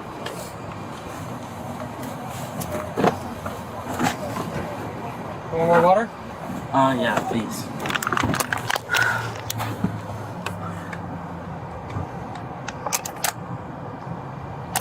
Thank you. You can sit, turn to the side, or whatever you want. Lay down, whatever you do. Want to do to feel comfortable, okay? Just watch your knees real quick. Thank you, guys. Yeah. Is that okay? Yeah. Sorry. No, you're good. It's tight. I did 4 years in the Corps. I got bad body. And they don't give you much space back there either. No, and you're a very tall guy. Yeah.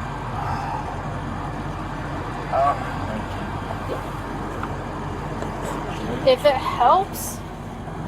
I don't know how to lay down because this thing pokes my butt. And there's like the middle. Yeah. I just need a fresh air too. Let me take the seatbelt on the other side off and see if you could scoot back that way, and then you could lean your back on that. back. Yeah, does that make sense? Yeah.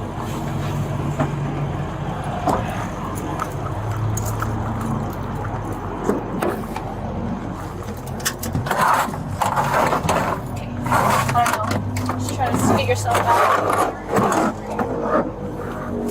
I'm gonna close this door. Is that better? Okay. What's that? Say I can't use the bathroom, huh? Not right now. Maybe after when they talk to you, I might be able to let you to, but not at the moment. Do you know what's gonna happen? I don't know. That's up to the detectives. I wish I had more answers. No, usually this is how it goes. We're just here, and then we hold it until the detectives get here and they do their investigation. Yeah, actually, this is pretty quick. Like, No, you guys' response time was good. yeah, but even everybody showing up right now. Are the detectives here? Yeah, they've been Oh, here. Yeah, that's what I'm saying. Just Like my it's language. they're like quick. Like I've never seen them come out this quick. So they're trying to get it moved on. But yeah, they're just interviewing my partner right now, and then afterwards they'll do what they have to. Okay, and then. Can I get a lawyer over here? Yeah, they'll definitely give you that opportunity because they can. I'll answer the questions, but I want them to be present. Yeah. So when they pull you in, and they'll read you your rights, of course, and then at that time you just let them know. Okay. Thank you. Yeah. Yeah. Didn't mean to scare you. It's okay.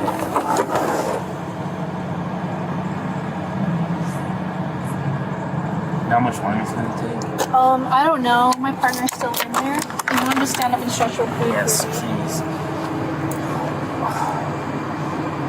You gotta talk to him too? I don't know if they'll ask me to talk with him. He's just because he's the primary officer, they have to talk with him. How long have you been on force? About almost 4 years. You liking it? Sometimes, sometimes not. Not having to deal with this stuff?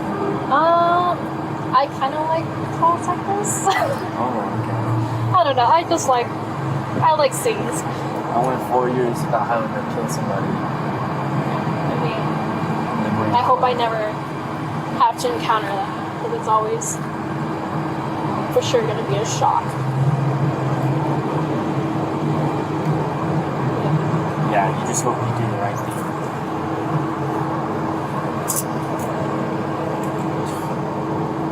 But yeah, I'm not too sure how much longer. Maybe after their briefing they walk through the scene. Oh, the detectives have to walk through it too? I think so. I can't smoke my bit.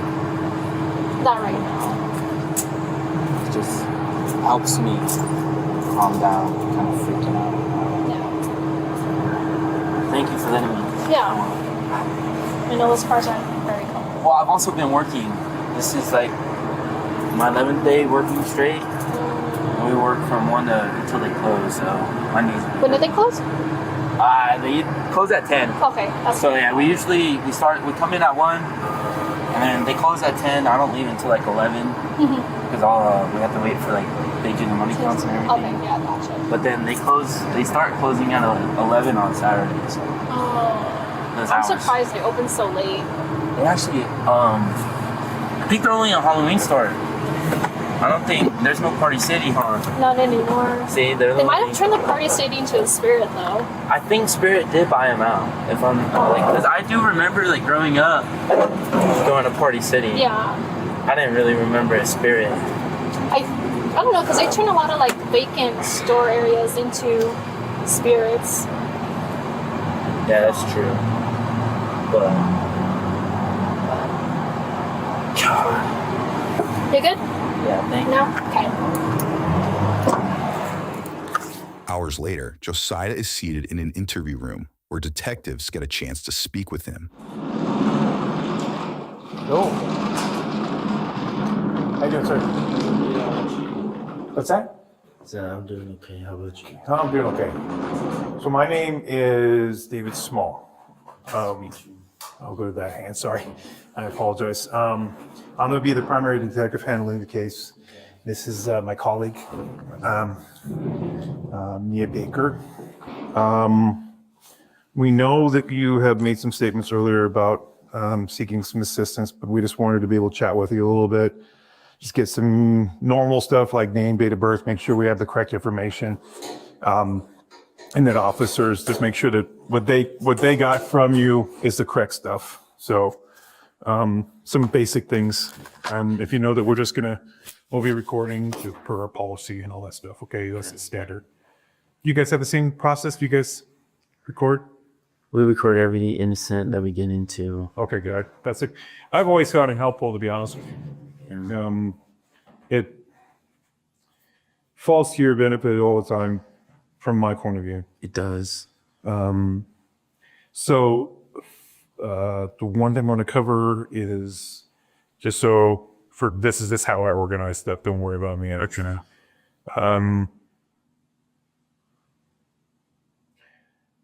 Josiah, Josiah. Yes, correct? Yes. As in your last name? Alpha Romero Mike India Juliet Oscar. That's how you spelled it. Okay. Armijo. Armijo? Yes, sir. Okay. Next, the detective reads Josiah his Miranda rights before any further questioning. You understand the rights that is read to you? Yes. Okay. Would you like to talk to us about the evening, at that time? I will, but I have an attorney because we have right to bear. Okay. So, but I don't know their number. So anytime they said if we get in a shooting to call them and they'll help us through the process. Okay. Like I'm willing to answer your questions, but I will like one of them present, but I don't know how long it's gonna be. So if they don't answer right away, I'll just move forward and answer your questions. Okay, but so I want to try to right to bear? Right to bear, yeah. That's what the insurance is called. Right to bear, okay. Let me do some Googling then. Okay. Yeah, because I know they took my phone, so I was like, darn it. 'Cause Okay. it's-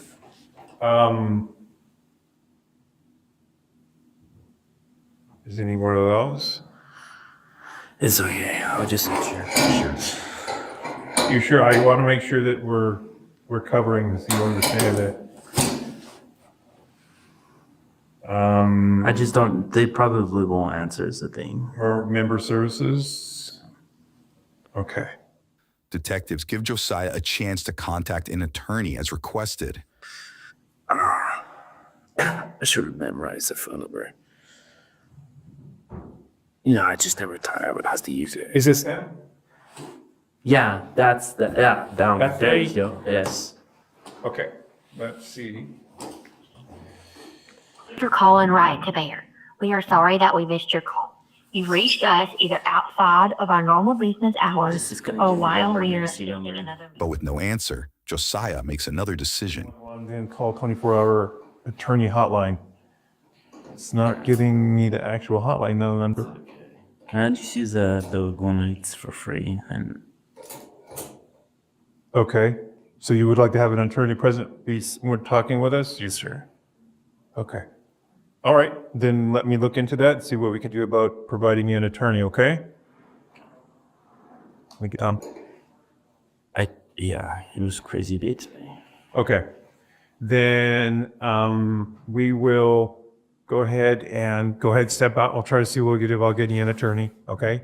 The 25-year-old requests a public defender and ends the interview before realizing he may have other options. We'll provide an attorney for you. So we have to look into how we're going to... If I can call my mom, that's a possibility. Already have, like, she can give me an alert because she works for the DA's office. She does? Yeah. But I just don't, she changed her number, so I don't have it memorized. But, yeah, if I can call her, she already has the number? She has a guy that will help me. Okay. Because I'm under technically I'm still under her insurance.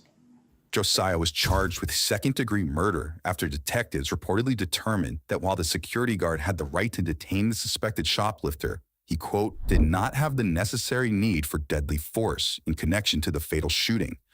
Online records show a civil wrongful death lawsuit has also been filed against him. At last check, Josiah pleaded not guilty to the charge and is expected back in court this fall. Yo, I shot my son. Jesus Christ. I dropped the gun, that's what. Okay. And what's the charges again? Oh, Jesus Christ. It's 2 p.m. in Columbus, Ohio, where, get this, a mother has just allegedly attacked her son with a knife and a gun over an argument about a car. Okay. Hear all that? All right, go ahead and step out. Okay. You got gloves? What is it? I'll get you guys on the radio. Thank you, sir. What's going on? Your hand? I can't do it. Okay, give us a second. Let's put some gloves on here, and then we'll help you down the stairs here. Do you know anything about him? We're literally Just not even showed on up. this precinct. Just showed up. We showed up from somewhere else in the city just to do a search on you. Oh, That's all. oh my God. Because there's no other females here. Here, let me help you down. Stand up. Watch your head. Yep. 641 Channel 2. Okay. On the north side, just now east of Nothing on your Santo or anything? No. Iowa, trailer tag, Frank Paul, 1143.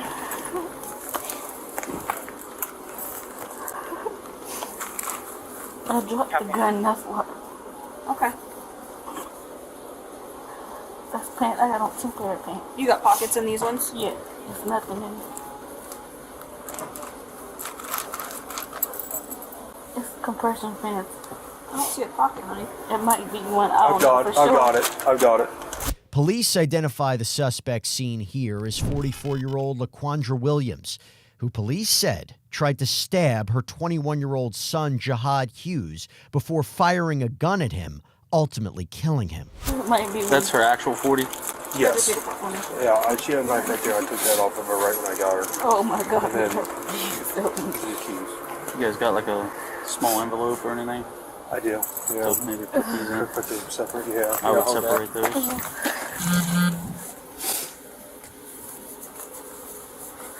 There might be some glue or something. Spread your feet apart. LaQuandra is seated in a police van out of sight of cameras, but she can be heard on the vehicle's dash cam trying to explain her side of the story. Let's listen in. I came home from work. I own a business. And my son drove my car today. I asked him how, where did he take my car to? Because I got my car fixed this weekend. And he wouldn't answer me. And I said, I said, I'm talking to you. He wouldn't answer me. And he don't like my boyfriend. I'm going to kill you and boyfriend. We were fighting in my living room. He never did that to me. And then I have a gun. He has a gun of mine too. Like we always get into it. Like I don't believe this is happening. Like I can't even cry. Like that's my child. Like you don't know. God mercy, man. What in the world is happening? What in the world is happening? Oh God.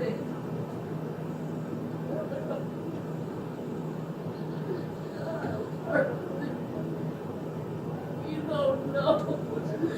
Oh, that's might be my king. And they look good. You don't have me. No. What in the world, man? What? God.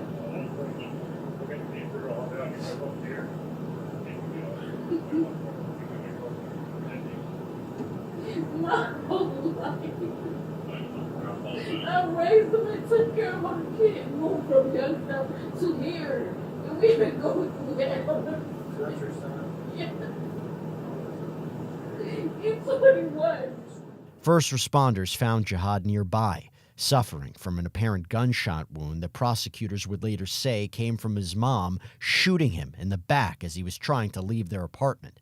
Next, LaQuandra is ushered into an interview room where detectives have plenty of questions for her. Now, I know there was some argument that went on today that somehow led up to all this. Can you tell me what happened? So I came home early in between my two clients, and Jai used my car, and I asked him where he took my car at, because he took my car to like the shop and left it there. And I said, well, how long did you leave it there, and what did they do? My car's not riding away, I just got my car fixed. So he wouldn't answer me. So I walked back to the room and I went back into the living room where he was at, and he got up to like grab his stuff, and I said, I'm talking to you, answer me. And so I threw a glass, but it went over to his head like a candle, but it went over his head, it didn't touch him. And then he grabbed me up and threw me in the living room, which was something he never ever done. And we have had arguments, but he never ever put his hands on me ever. And I was trying to get him off of me. I was getting a knife because I know, like, he's stronger than I am, way stronger than I know. And out of impulse, like, I shouldn't have, a lot. It was a tussle in the kitchen. I went outside because he carried one of my other guns. I went outside and got a gun because I didn't want him to hurt me. But yeah, I'll take responsibility. That's my child. I don't want nothing to happen to any of my kids. Well, how did things go down outside? He started walking up to me. I didn't know if he had a gun on him or not. You know, like, that's the gun that I gave to him. So, cause where he worked at, but like, I didn't know. He kept walking up, and that's when I pointed it at him. But y'all, that's my son. I ain't never. LaQuandra tells detectives the two were in a heated argument before she says her son attacked her. But detectives aren't exactly buying her story. He never ever had done that to me. You see in my house, like, threw me around, squeezing me up like, I'm gonna kill you and your boyfriend. I don't even know why he was saying that he would kill me and my boyfriend. Like, that's not even my boyfriend. That's just somebody that comes over my house. Like, he never say that to me. Did you see a gun on him today? But I don't know. Did he threaten you with a gun? Did he say he was going to get his gun? I didn't see it at all. I just. But did he never mentioned it? Never. You just assumed because you gave him one a while back that he had it with him. He carried it with him everywhere you go. He leave it up. That's. We shouldn't have went this far, y'all. But you didn't see it today. He never made mention of it today. I think he was. Okay. I don't have nothing to say. That's my child. I don't want nothing to happen to. Next, detectives reveal they might know more than they're letting on. So, we interviewed your other daughters there too. What at the scene. Yeah, they were there. Okay. And they said that the fight was over. You were upset because of the keys, or the car wasn't working right, or something like that, right? They were in their room when it first started. Right, they did say that. You can check our text messages. I had already you could text his text message. I had already texted him about the car already, and he said, "I'm not gonna do this with you." What did he say? If you be on drama, I'm gonna leave. I just was asking him like, why did you take my car over there and leave it there? Cause like he repo cars for somebody. So he took your car and left it there to get fixed? No, he took my car over to the place where him and his friend, him and the pastor's son, he owned a car lot and they was repoing the car early this morning. I don't have nothing to hide. I ain't lying. No, that's fine. So, when he came back out of the house, how long were you sitting outside? I don't know, maybe like 4 minutes or something like that. When he came out? Yeah, because I kept trying to tell them to throw my phone out and the keys so I can leave. But they're like, no, we're calling the police. We're calling the police. And I knew he was going to leave before the police got there because I was going to press charges on him. Because like, he never done that to me before. So why wouldn't they let you back in the house if they were calling the police? Because they knew my gun is outside. Okay. Yeah. Did you tell them you were going out to get it? They already knew I was going outside. Yeah. But did they know you were going to get the gun? No, I didn't say that. Yeah. I don't think so. But it was, I don't know. I don't But I guess what I'm asking is if he was the aggressor, why did the girls lock you out and not let you back in? Because they know to separate us. They know to separate. Do you guys fight regularly? Yeah, You But do? he never put his hands on me before. But we get into it a whole lot. Verbally or physically? It's always verbally. It's never been physical. And this is the first physical time. So, when you came out and you saw him walking out, did he have his bags with him? Did that make you mad or not? That he was leaving? I didn't even think. I didn't know.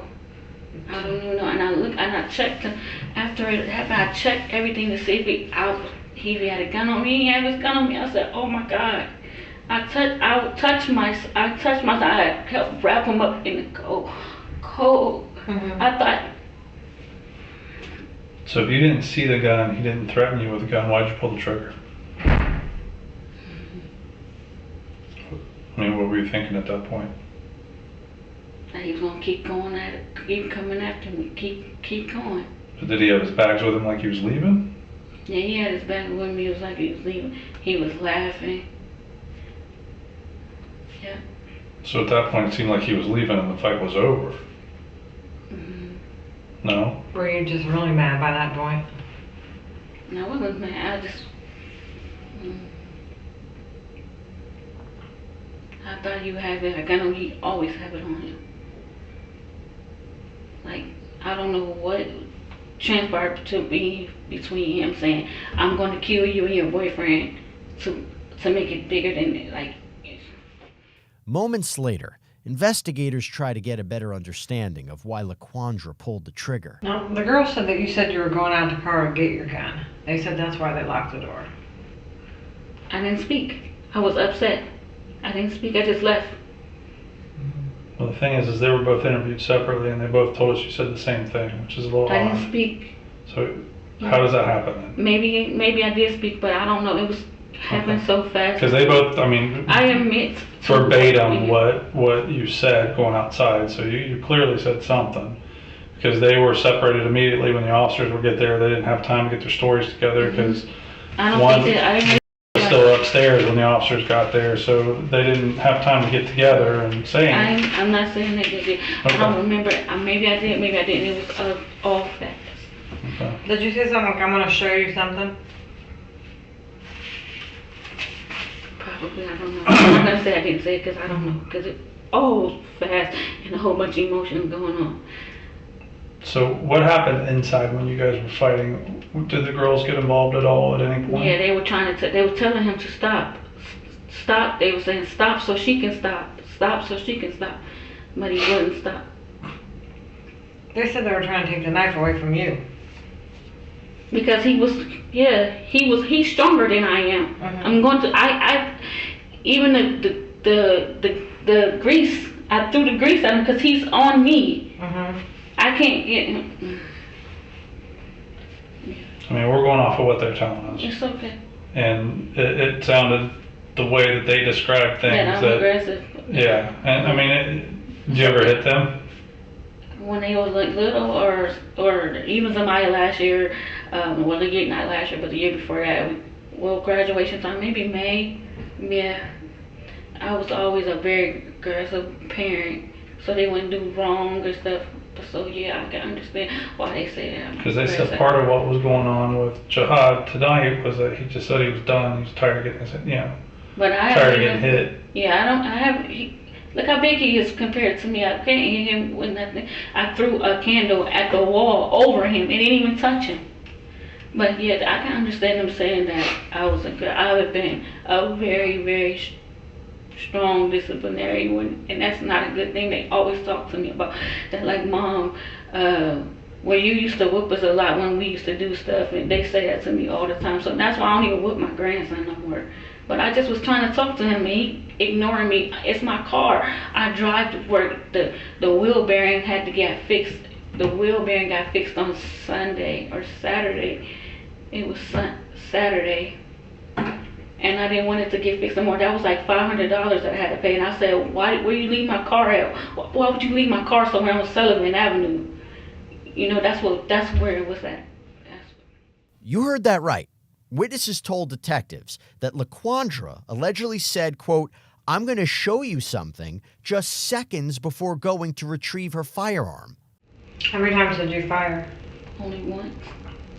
How close do you think you were? I don't know how close I was. Probably in between me and you. So fairly close. Not from like across the parking lot or. And what did you say he was doing when you shot him? He was walking towards me. He was like, what did he say? He was walking towards me. He said something to me. I want to say he said, you're not gonna do anything. And then. Were you pointing the gun at him at that point? Did you have it out? I had it in my hand. So he could see it? Yeah. But I didn't know what he had in his hand. I didn't even look. Because I didn't how many bags? I didn't have my glasses on. How many bags was he carrying? I know he had a book bag on his back. And he had a white bag, because that was on the ground when that happened. But like how did he have two hands on it, one hand on it? When he was walking towards you? Did he have anything else in his hands? Keys? Phone? Yeah, keys, phone. He had them in his hands? The reason why I said keys and phone because that was on the floor ground when he moved. What did he say to you after you shot him? He said, oh my, you shot me. And I said, oh my God, Jihad. And then I turned him. I took the book bag off his back. I put pressure on it. I took the clothes and started trying to wrap him into it. And then he started vomiting. And my daughter was screaming. We was holding the thing. Yo, I shot my son. Jesus Christ.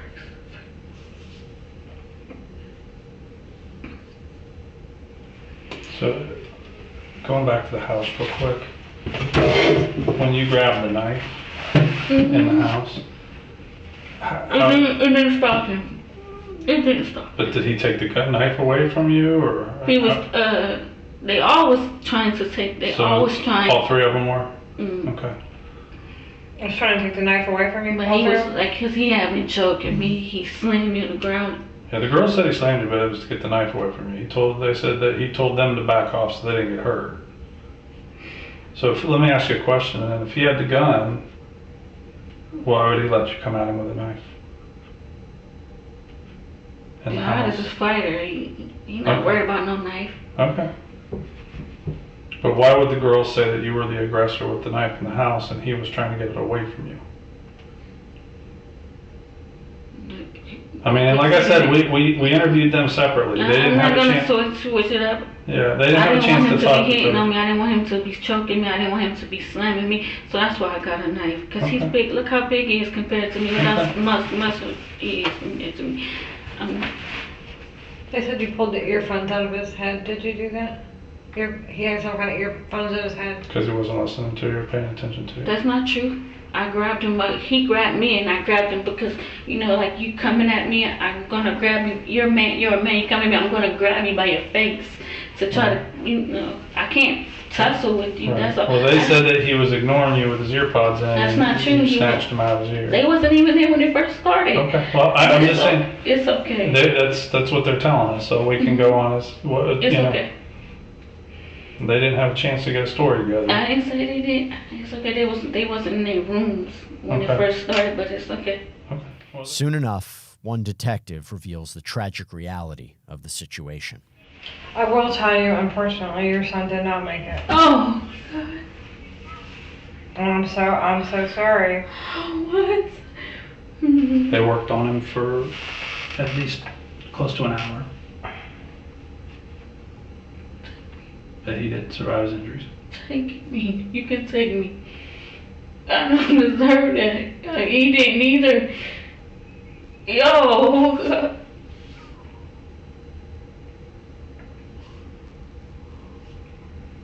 Well, I think you need to do his name justice, and I know that that's not true that he was attacking you. Yes, he did. Yes, he did. Both But it's your okay. It's okay. No, It's I want you to alright. tell the truth. I only want the truth. I don't want you to say something just because it's not true. But I don't both have your to girls- lie. both your I don't girls have to said that. lie.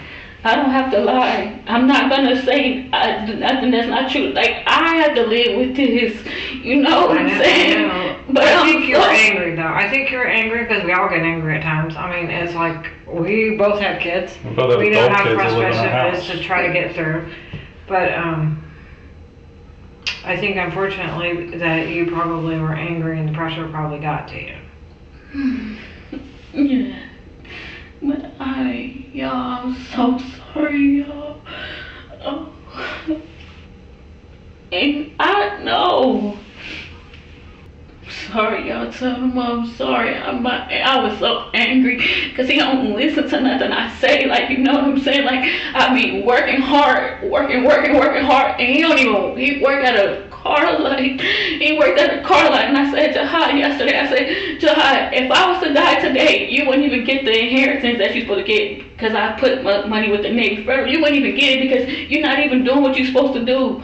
You know, everybody else, like, I was just so angry with him, but like, y'all, I didn't mean to do that. Like, I'm serious. And no, like, I was supposed to be buying a house. It's a lot of pressure. You're doing a business. You're trying to raise kids. By myself. Like, I've been doing this since I came here from Youngstown in 2012. And I have no support, y'all. None. I go through stuff with them all the time. Like, yo, I'm so sorry, yo. No. Yeah, I know the pressures, and I feel like that's what happened to me. I feel like you just snapped because you just got so angry. And everything, like, no, y'all. What? Y'all said he gone for real. No, I killed my son. Oh no.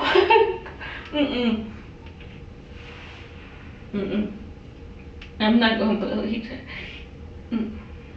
And I kind of figured something was going on because when nobody talked to me while I was out there, I'm like, tell me what's going on. You know, are you sure that he passed away? Yeah, I'm sorry.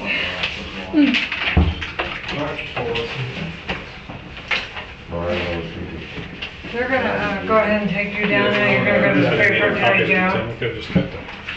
Or they gotta go to ID. You're gonna go through ID unit and then you'll go down to the Fairfield For County ID, Jail. and I don't think they'll need that one. Okay? And what's the charges again? Murder. Oh, Jesus Christ.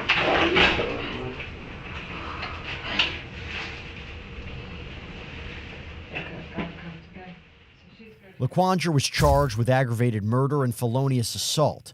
Court records show she later accepted a deal and pleaded guilty to the charges. The 44-year-old was sentenced to 18 years to life behind bars. It's just after midnight in Winter Springs, Florida, where police respond to a 911 call after a woman allegedly shot her child's father over an argument sparked by a dirty diaper. All right. Hold on, buddy.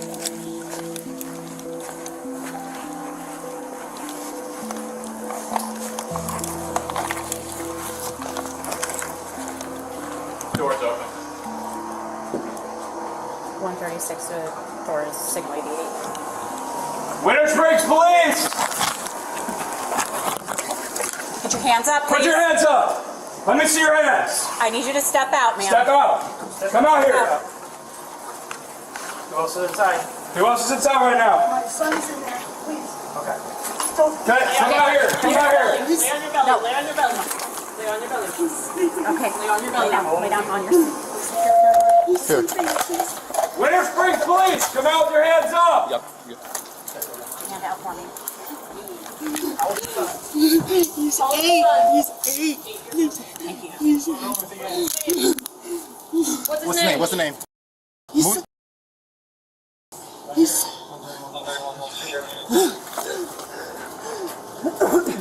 sleeping.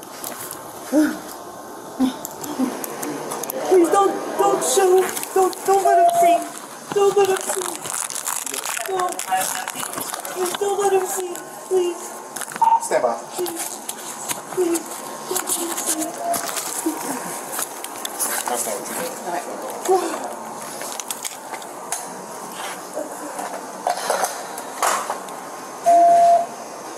Please don't let him see. Don't show my son. His eyes.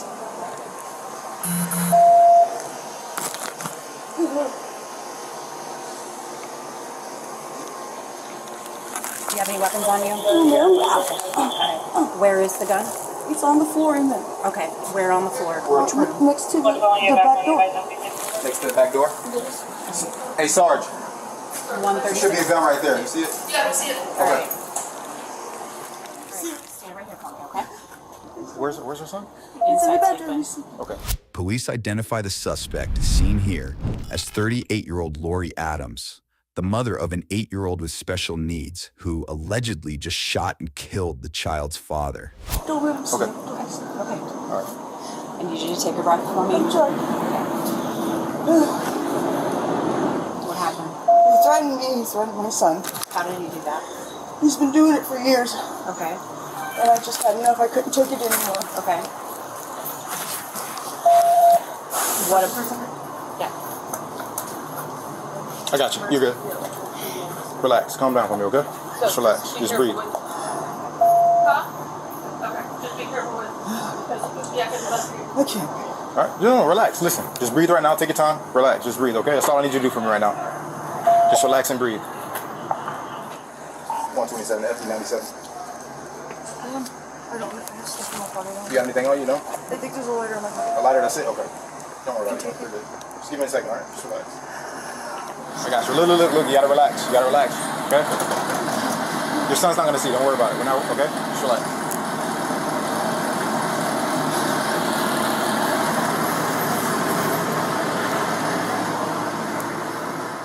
First responders find 51-year-old Adele Tawfiq unconscious and suffering from a single gunshot wound to the head in the balcony area.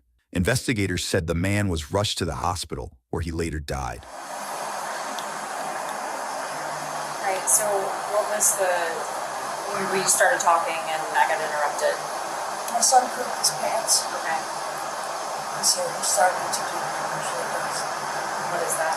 Threatened to hurt him. Threatened to leave. Threatened to throw me out. threatened to beat me, call me names over and over and over, and let my son hear it and watch it, and not.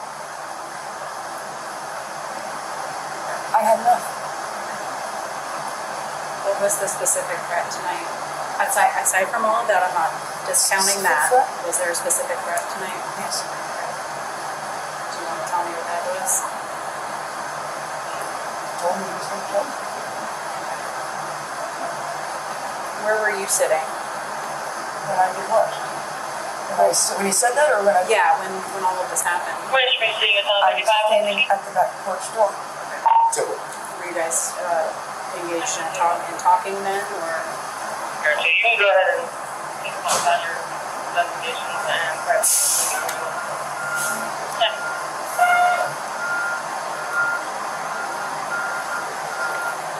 He's been treating me this way since my son was born. Is he a husband or a boyfriend? Father? Okay. You guys remain together for the family? See where I was sleeping. Yeah, I do. That's how he treats me. I was like a dog. Okay. He kept making me want to die. Adams on the spelling. So I get going to the hospital every time I called you guys. So, have you begged her? Every time that I was coming here, I was the crazy one. And I didn't have anywhere else to go. And I even I called you guys every time, and they always put me in the hospital because you told them I was crazy. And I am, because I just did it. I don't know what else. I don't with you, I'm gonna freak out. Okay. I got tired of it. I couldn't take it anymore. I don't even know who he really is. And it's stupid because I have a kid back here. It wasn't nice. Okay. He wasn't nice. He wasn't. I don't.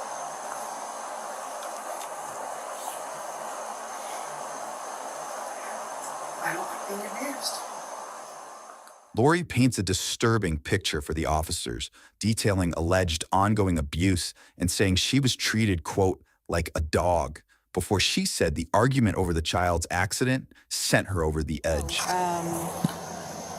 just kept talking, so I was right now. What did she say in regards to what happened tonight? Okay, so they got into a 22. Okay. During that 22, he had threatened to kill her. Okay. He threatened to kick her out. I guess it started because their shared son defecated, and he got upset by that. Okay. Without prying too many questions, it sounds like there was a time gap between when the argument happened and when the actual shooting occurred. She was standing in the sliding glass doorway, so she wasn't on the porch. So she was on or in the doorway when she shot him. So I think it's finally starting to hit her. Like it was like through this way though. It was from what I saw. Okay. So basically, what we're trying to figure out is just off the rip, like to get it before we get into the nitty gritty. Mm-hmm. Is there a chance that it was self-defense? Based on what I'm looking at, I don't. The evidence doesn't, at least from looking at there's no mess, there's no indications of a physical altercation. Where he was found, he was sitting in a chair. Right. No word of where she got the gun right yet? No, not yet. Their relationship is only co-parenting, cohabitating. They are not a couple, they just have the child in common, obviously still DV, but she got tired of it. Her bed is in the laundry room. That was my next question. She says that he treated her like a dog, and she got tired of it. All right. So is it chest pains? What is it? You having trouble breathing? I'm panicking. You panicking? 127 Winter Springs. Can we have FD51 reference to a female having trouble breathing? It's my anxiety. Anxiety. Okay. Yeah, we'll get him out here. Just relax. I'll get him out here. I just called him for you. Okay. Just open the door. And then what happened after that? Once he opened the door and got on the balcony. I went into the bedroom, went to the closet. Okay. At the top of the closet was his gun. It was his. Okay. And I loaded it. Okay. It was already loaded, or you had to take the I bullets had and to. put it in I yourself? put the clip in there. What kind of gun was it? I don't know. You don't know? Okay. Go ahead. And then what happened? I turned the safety off. Okay. Walked up to the back porch. Okay. I opened the door, and I closed the trigger. Okay. Was there an argument before that made you go inside that bedroom prior to that? Was there an argument? Is that what you're saying? Or? No? There was an argument, but No, it's what I'm saying. I'm asking. it Was this like for from me, something? it wasn't an argument anymore. Okay. It was the same thing over and over. Did something happen before that incident which you just told me about? Did something happen before that, like right before that? And he got angry because my son pooped himself. And then that's when he went out to the balcony, grabbed a No, beer. after he got done yelling at me and yelling at my child. I'm sorry. Yelling at my child. And he probably has a stomach ache or something. Yeah. He was yelling at him in a way that he yells at me. So that was my question. So the part what you told me about the balcony, he went out there to grab a beer, he sat. He sat down. Okay, did this happen right before that with the pooping situation, or was it earlier in the day? It was right before. Right before that? Okay, that's what I was asking. Okay. It was right before. Okay. And then as soon as I did it, I put the gun on the floor and I called you. You called us. Okay.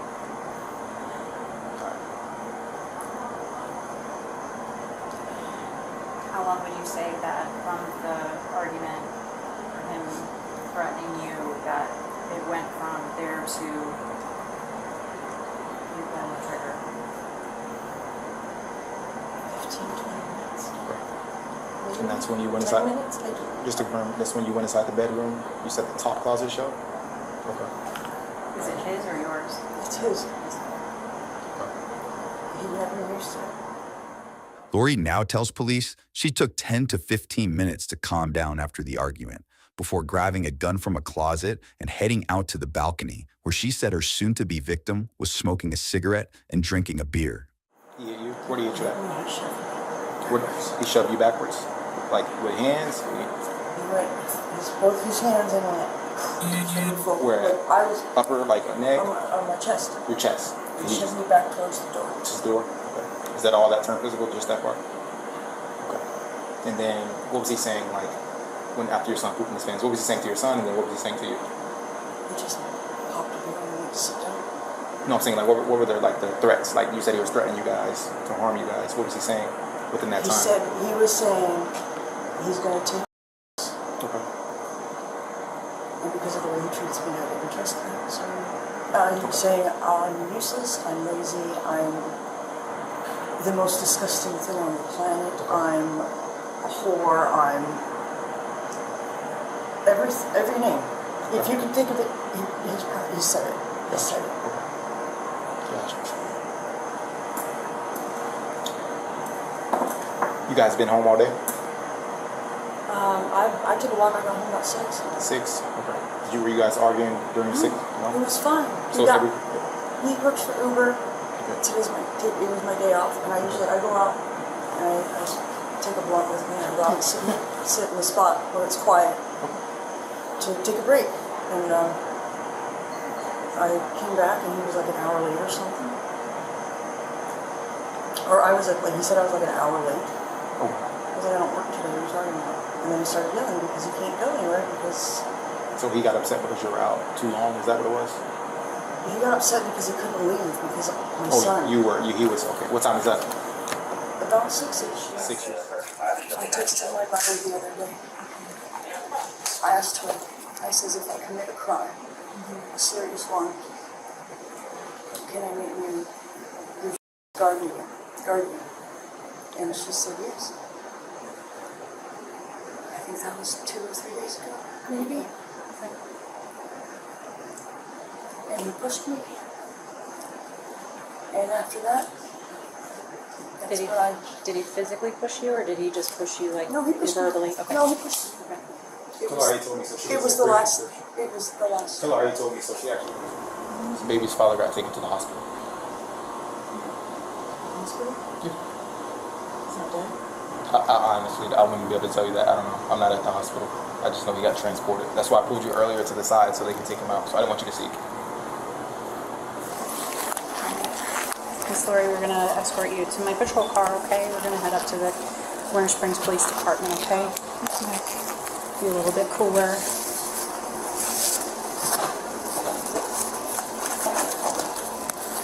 You feeling a little bit better? Feeling a little bit more calm?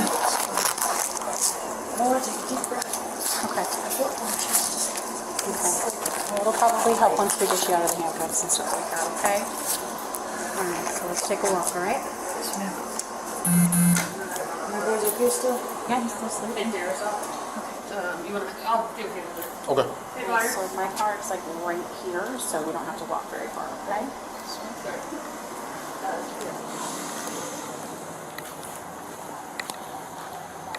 19, right?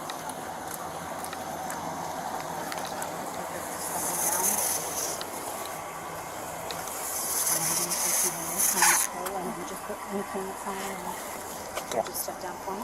Step down. You step down. You don't have your nothing you probably brought on. Yeah, that's supposed to be anything in there on it. You don't have any weapons or anything taken anywhere. No, okay? Alright. Switch.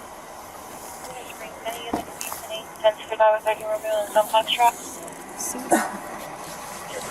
Can you do it down here or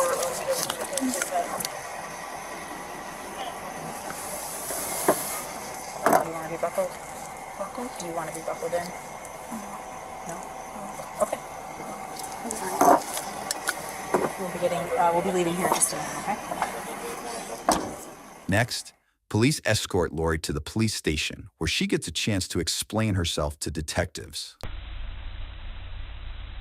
Okay, so tonight he came home at 11:30. About what time? Okay. He was upset, came in, checked on your son, realized your son had... Yes, I figured he must have had something. Right. They do that.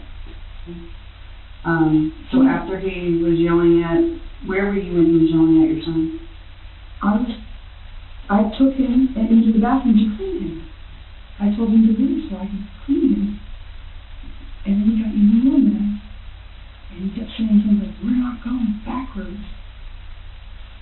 Okay, so you're in the bathroom cleaning your son up? I cleaned him up and I gave him a bath, wiped his butt, put some new drawers on, and put him in his bed and he fell asleep. And then Adele, because he was so angry about it, he started yelling about, you've done nothing. I have put up with you for long enough. You need to leave my house right now. You need to get out of my apartment. You need to, you piece of shit. And then he just kept going on. And I had to sit there like a child and listen. You just sat there and listened to him yelling. What did Adele do next? He grabbed the beer and then he got porch and smoked a cigarette.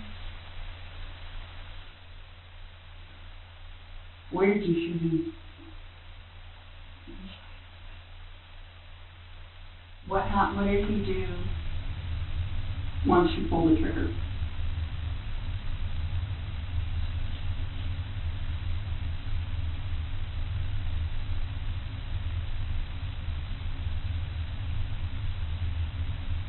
What did you do after you pulled the trigger? I shut the conference door, took the cell phone and called my mom. It didn't stop. And I just snapped. I couldn't take it anymore. He said something that triggered me. It was bad. And I called him a name and told him to get out of my face. And then he said something. I can't remember what he said. I snapped. You don't remember what he said to you? It was, I guess it's the same thing he's always been saying to me. He said, I hope you die, I will kill you, or go f*** yourself, or get your ass out of my house, and I don't ever want to see you or trash you like that. I don't know, he just went off. So what was different tonight's argument about any other argument? He threatened to take my child away. Have you ever done that before? No. So that was the first time he's ever told you that? Well, he's always told me, you know, we don't need you to get out. We don't need you to get out. Oh, you can't do it by yourself. You can't even survive by yourself. How are you going to take care of your son? And then when I leave, he's like, oh, you're not even here with your child. You're a horrible mother. What did you do? I shot him in the head. Lori admits several times to pulling a trigger that ultimately killed her child's father, months before she would learn her fate.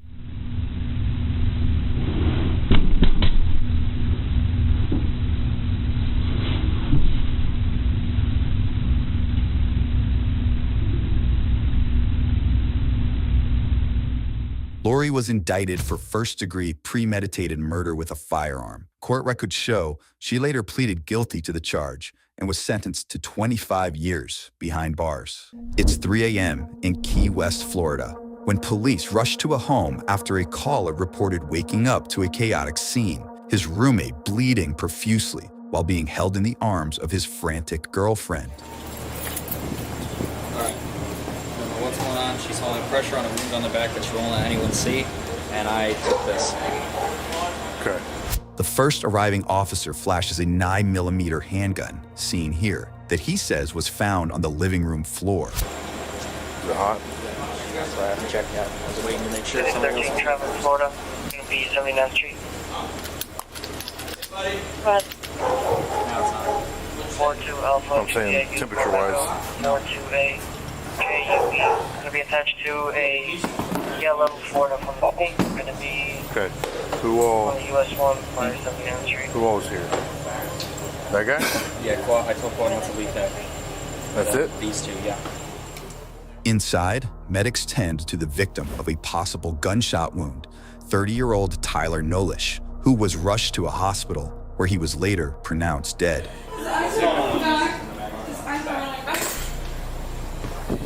Here. Buddy. Can I move back? Can I move back easily? Let's get. It was misfired. Huh? It was misfired. What were you guys doing? Just drinking? Put it back. Yeah, I went to sleep. Get her outside now. Hey, ma'am, come on outside. Ma'am, let's go outside. 4116 Traffic, Florida. Winsman. You don't know? I went to sleep. I don't know. 37 Why don't you take a seat over there? Police identify the suspect, seen here, as 33-year-old Brittany Holbrook, the victim's girlfriend of just 9 months. Mike Papa. 37B MMP. It's going to be on a black Jeep. Winsman. Did you hear a gunshot? No. Huh? No. I went to sleep.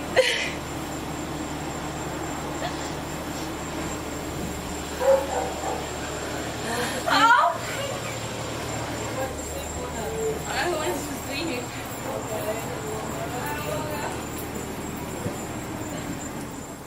Downstairs, other officers detained the pair's roommate, who called 911. Let's see what he has to say.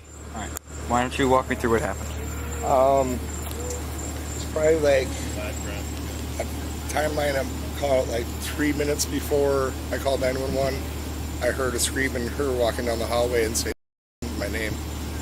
And they got up out of bed. I'd been asleep maybe 2 hours, but knew something was wrong. I came out in the living room and saw Tyler was incoherent, bleeding from somewhere in his back. Okay. I don't know from what or whatnot, but I know if it was John, I would have heard it. Like, I don't know what exactly how it happened.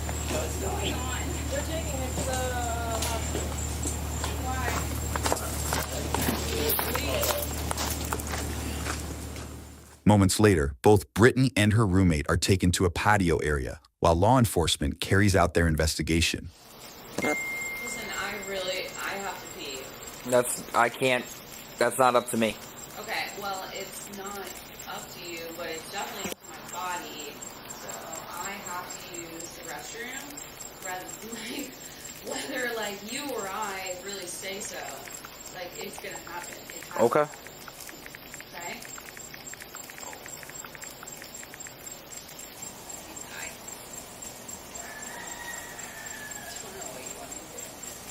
Hold it. I cannot hold it. It's literally about to come out.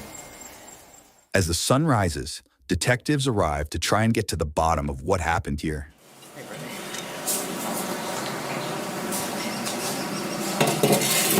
Detective Costa, I work for the Sheriff's Office. Detective McNally. Here. We're just here trying to gather some information about what happened this morning. Okay? Sorry to have to tell you this, but Talia passed away.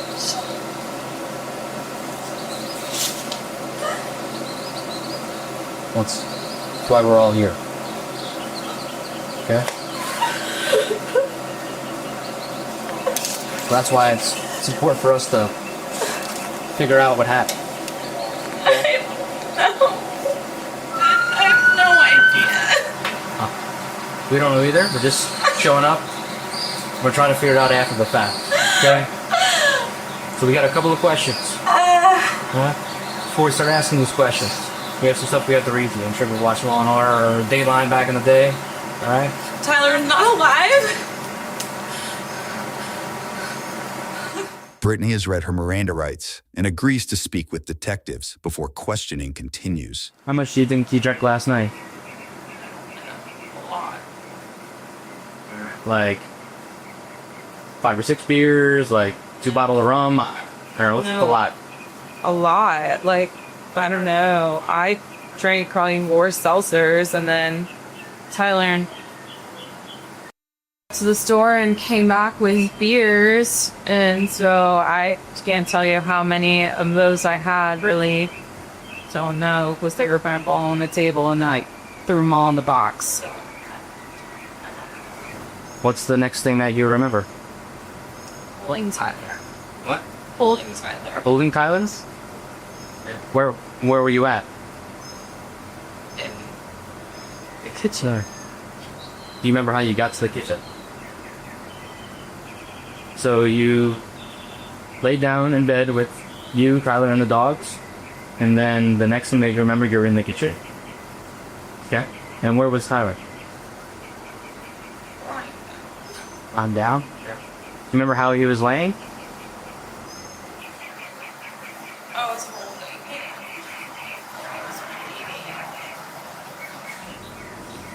Hi, baby. Huh? Can't make any statements to anybody? Okay. Did you walk away from Tyler at any point before the police showed up? Or you were holding out the whole time? Hi. Okay. Do you remember Tyler getting out of bed at any point last night? Huh? So you don't know how he got from bed to the living room? Huh? No. No. Ever been any history of domestic violence between you guys? Because you had our like fights. Right. Fights like arguing, yelling, and screaming back and forth? Maybe that's the extent. Were any punches, pushes? No? Have been physical? You don't remember what made you get up and leave the bed last night?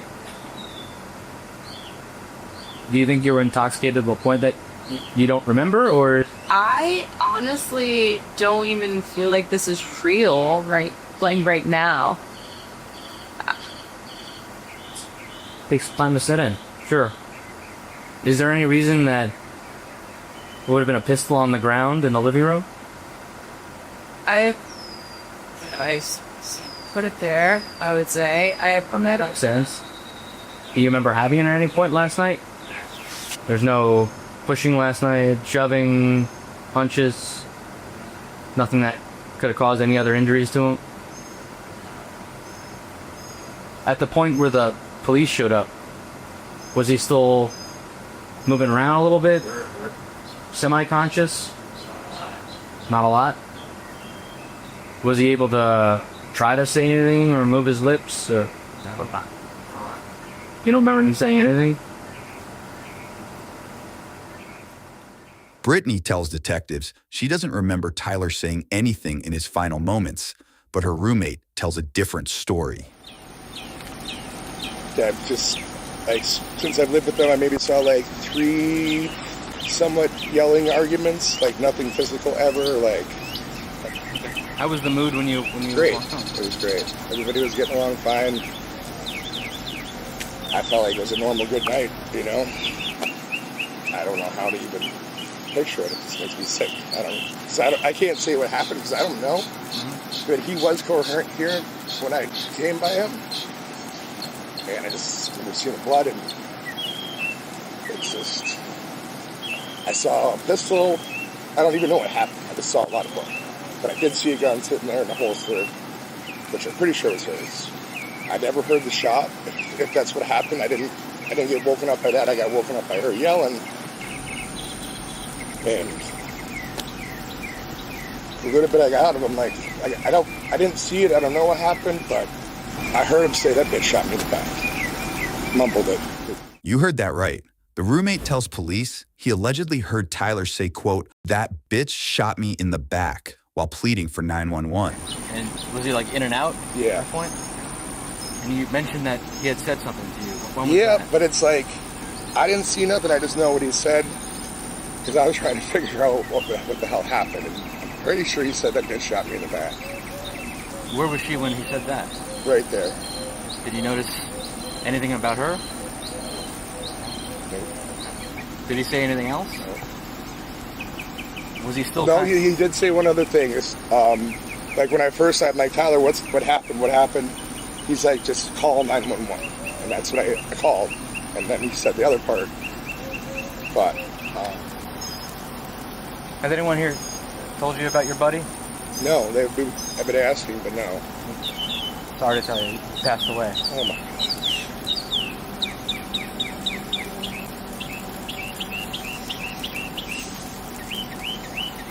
I had a feeling that's why they weren't saying nothing. Saying that he remembers I lived on the ground, you were behind him, and Tyler made the statement, call 911, he should just shot me. Do you remember that?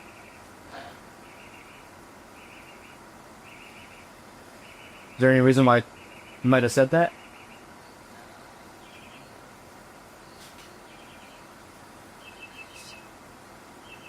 You thought something was possible?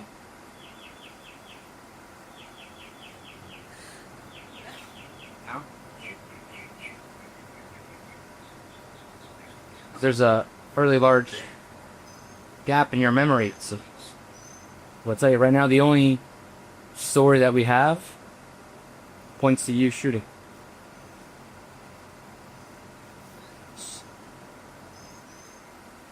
One thing that's going to help us try to figure out what happened was you let us take swabs of your hands. That's something you would be consenting to let us do?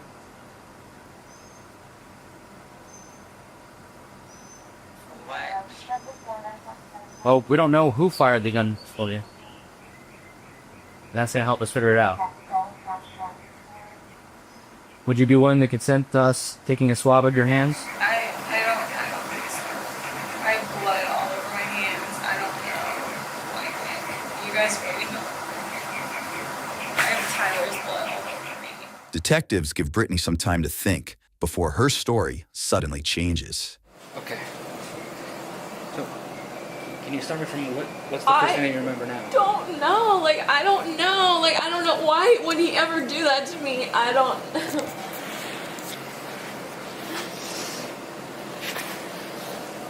So you guys are in bed. I don't know. I don't know what started. I don't know. Okay. Well, what do you remember? Him strangling me. He was trying to kill me.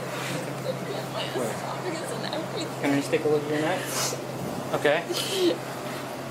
Brittany now claims to have been strangled by the victim in what she describes as an unprovoked, heated altercation.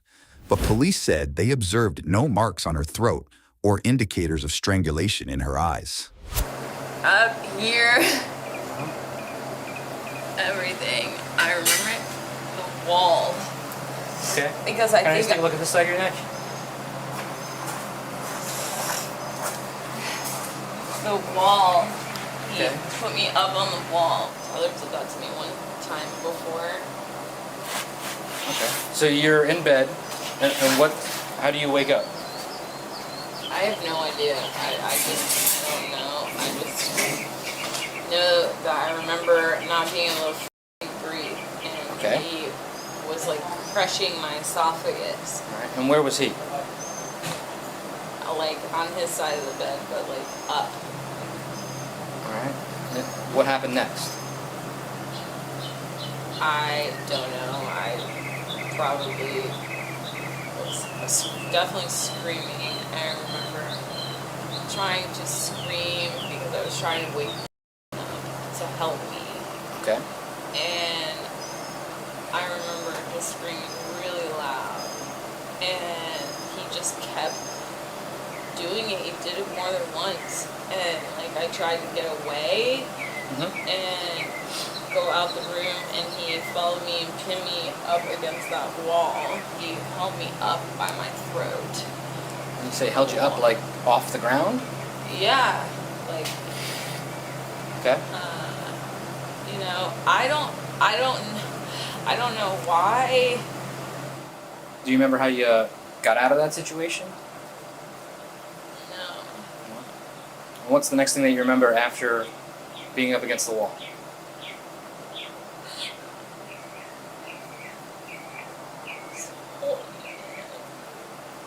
It makes sense. It seems like you're describing a relatively violent encounter there. Yeah.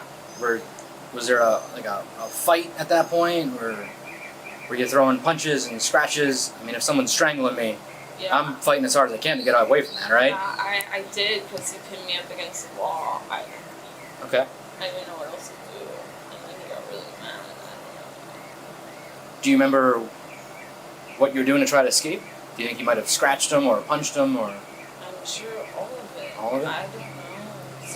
Okay.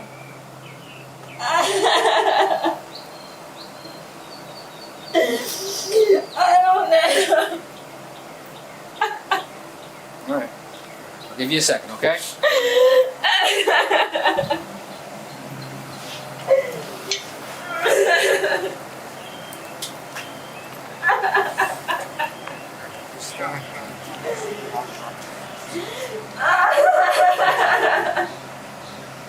Hang out. I'm gonna see if I remember anything else. Detectives give Brittany a moment to compose herself before again continuing questioning when the suspect remembers even more details. Did you reach over to the nightstand and grab the gun to scare him? I don't know. I would never want to hurt him, ever. I don't know. Like, I don't know if I did. I don't remember. I remember holding him and kissing him. And he was bleeding out. This is a lot.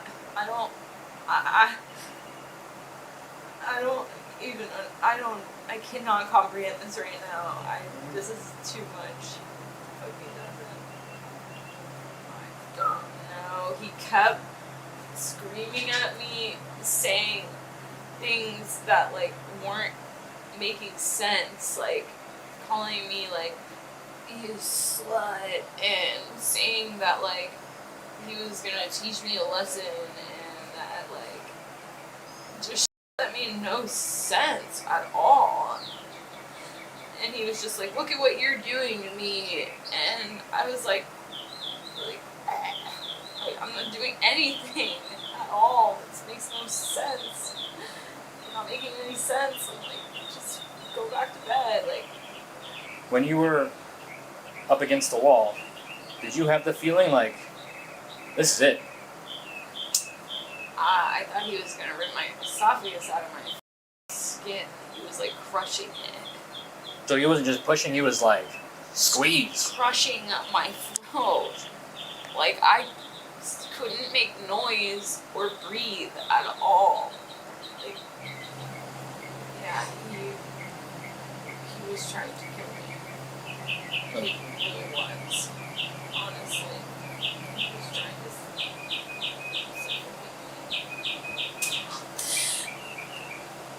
And he almost did.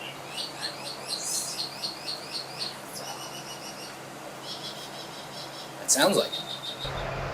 Yeah, but then what, like, do you spend your life in prison for surviving? Or do you, what happens to people? I don't know what happened. I could, like, make up a story that I feel like I would do. I would go out of the room to get away from him. What happened after that? I don't know. I don't even remember leaving the room. Really. We don't want you to make up anything. But what happens to me? Like, do I go on trial, or do I, what happens? I really don't know what happens. Then what? How does this end regardless? Like, do I go and sit in jail? Well, we have to do our investigation and find out who did this to him. Yeah. But I'm going to be 100% honest with you. At this point, it looks like you did. Yeah. Well, I think we all got that part. Yeah. Well, that's just me being honest with you. So then what? Like, I sit in jail awaiting a trial for murder. Well, if you can tell us. Online records show Brittany was convicted of second-degree murder by a jury in June 2023 and later sentenced to 40 years behind bars. It's 8 p.m. at an apartment complex in Waukesha, Wisconsin, where police respond after one teen's alleged outburst over a denied sleepover is about to take a deadly turn. Ariana sauce. Let me try to knock you out. How's it behind you?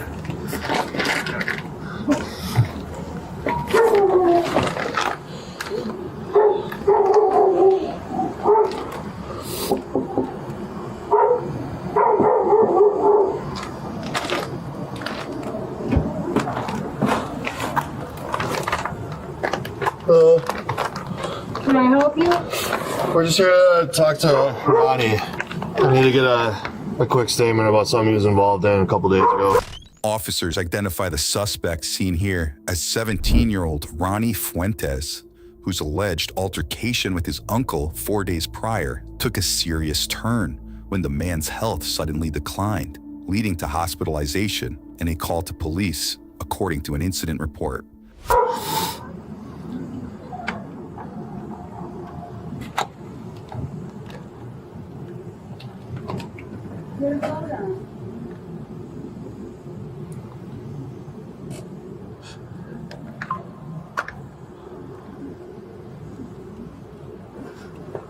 Can I just sign this open? Can I just burst this open and go, you know?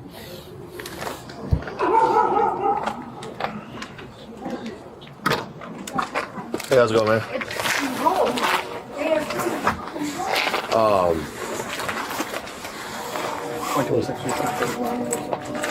No weapons in your coat or anything, dude? Okay, can I check? No, you can keep it on. You can keep it on. Just make sure there's like no knives in here, anything crazy like that. Appreciate you.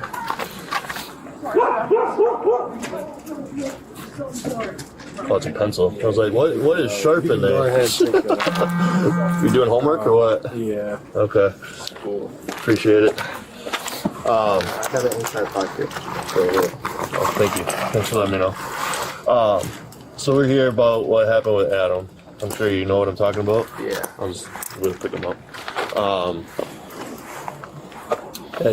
mean, I just talked to him. He's hurting, but he'll be alright. That's good. What's going on with that? We just got into like an argument, and and then like we got mad at each other, and then like And then and then we just like started fighting. It wasn't like too long. It was like 30 seconds, but like that was it. Okay. Sounds like this was over whether or not someone could stay here. Yeah. Who was that? It was one of my friends. What's their name? What? I don't know. You don't know his last name? Took 3 years? What's that? Said it took 3 years? They're riding together. Oh. And it's just 2, really. You don't know his last name? Did he go to school with you? At what, North? North. Okay. No, not Butler. Okay. Who else stays here? It's just me, Mom, Adam, and then her. And your name is? Yeah. I thought that would have been somewhere already in there.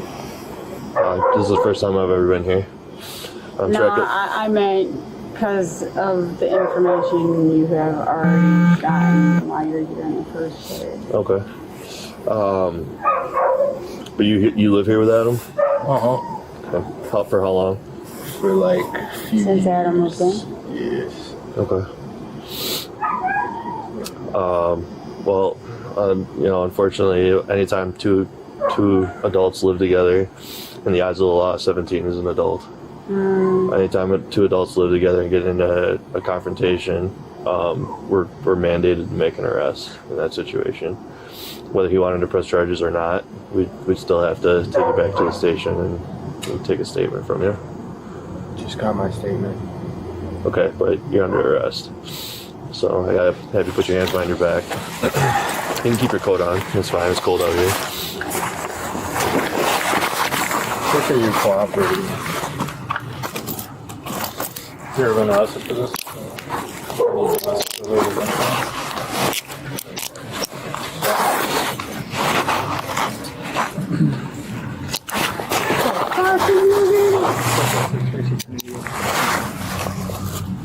Not even uncooperative. This is ridiculous. Where is your phone?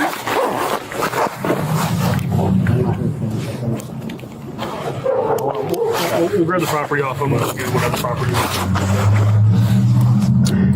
I'm sorry, I missed that. You got to bring something with you? Huh? Is there something you want to bring with you or what? Like what? Like wallet? Phone, wallet, keys, anything? You want the phone to stay with me or go with you? Go with me, because, like, Then where's your phone? it should be inside, I think. You just said Well, I give thought her it was the in my phone. I mean, my pocket. She'll grab it for you. Yeah, but you just said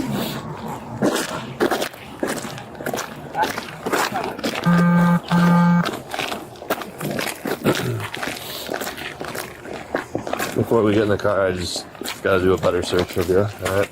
Spread your feet. Appreciate the cooperation, I do. It does go a long way. That's right. I can put it. You got left. Pardon me. You got stuff. Yeah. There's phone.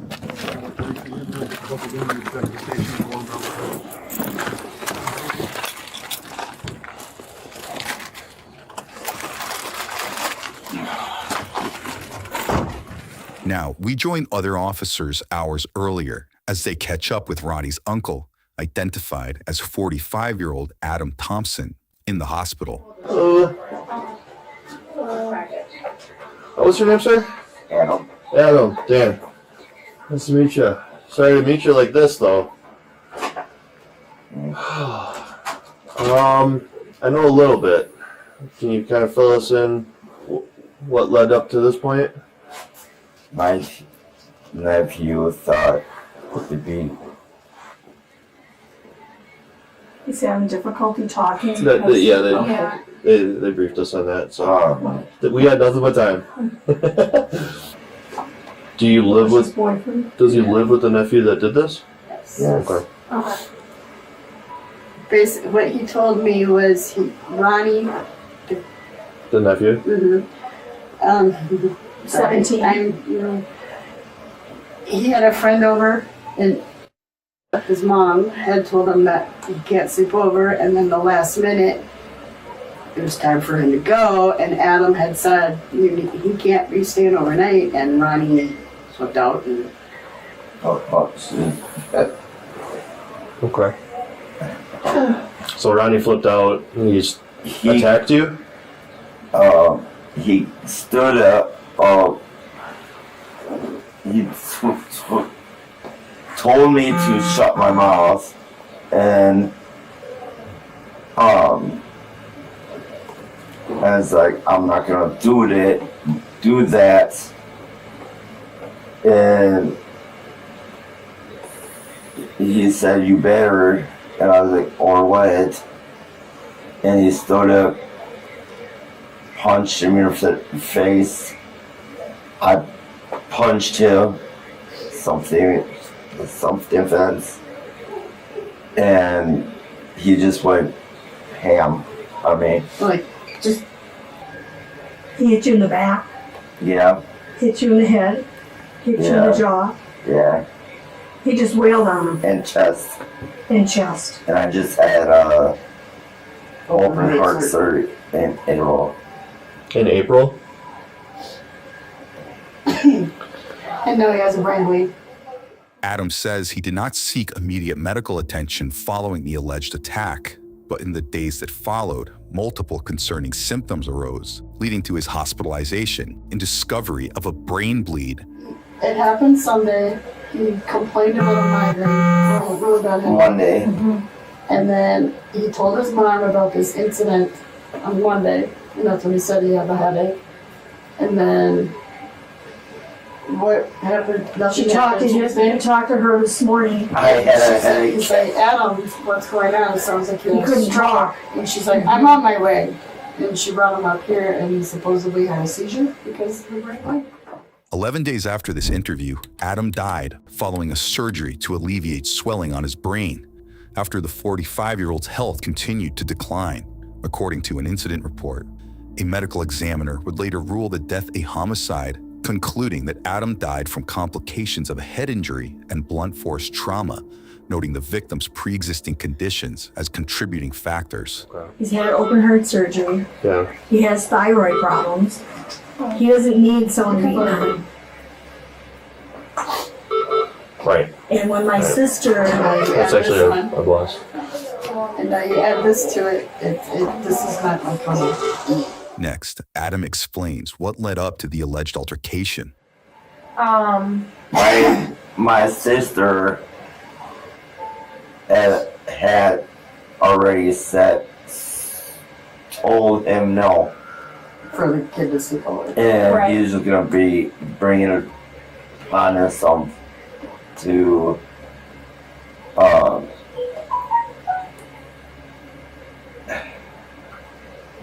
just have him do it anyway. Yes, and man, what bring me to say is that, and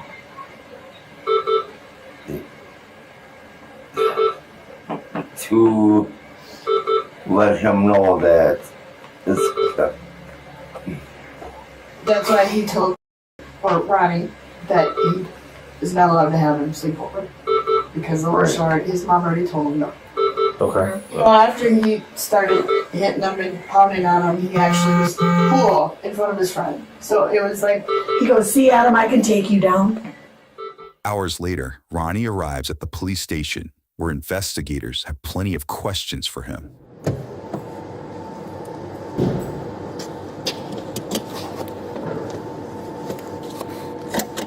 You can step up.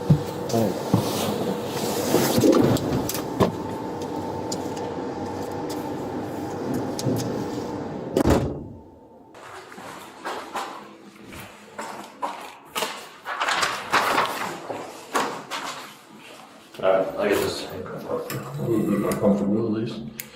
Yeah.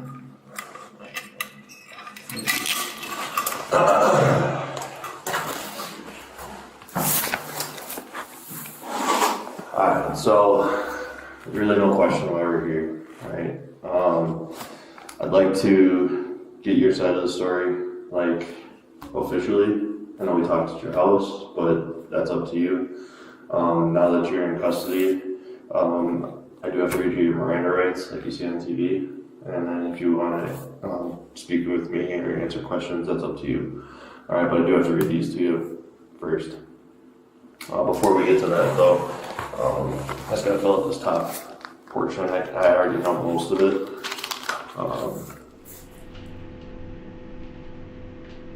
Are you working right now? No. You're a student though, right? Yeah. And you got no kids? No. Are you a junior or a senior? I'm a junior. Excuse me. So, you do have the right to remain silent. If you decide to give up that right, anything you say may be used against you in court. You have the right to consult with an attorney and have an attorney present during any questioning. If you cannot afford an attorney, one will be provided to you by the court. Understanding those above rights, you're willing to speak with me right now? No?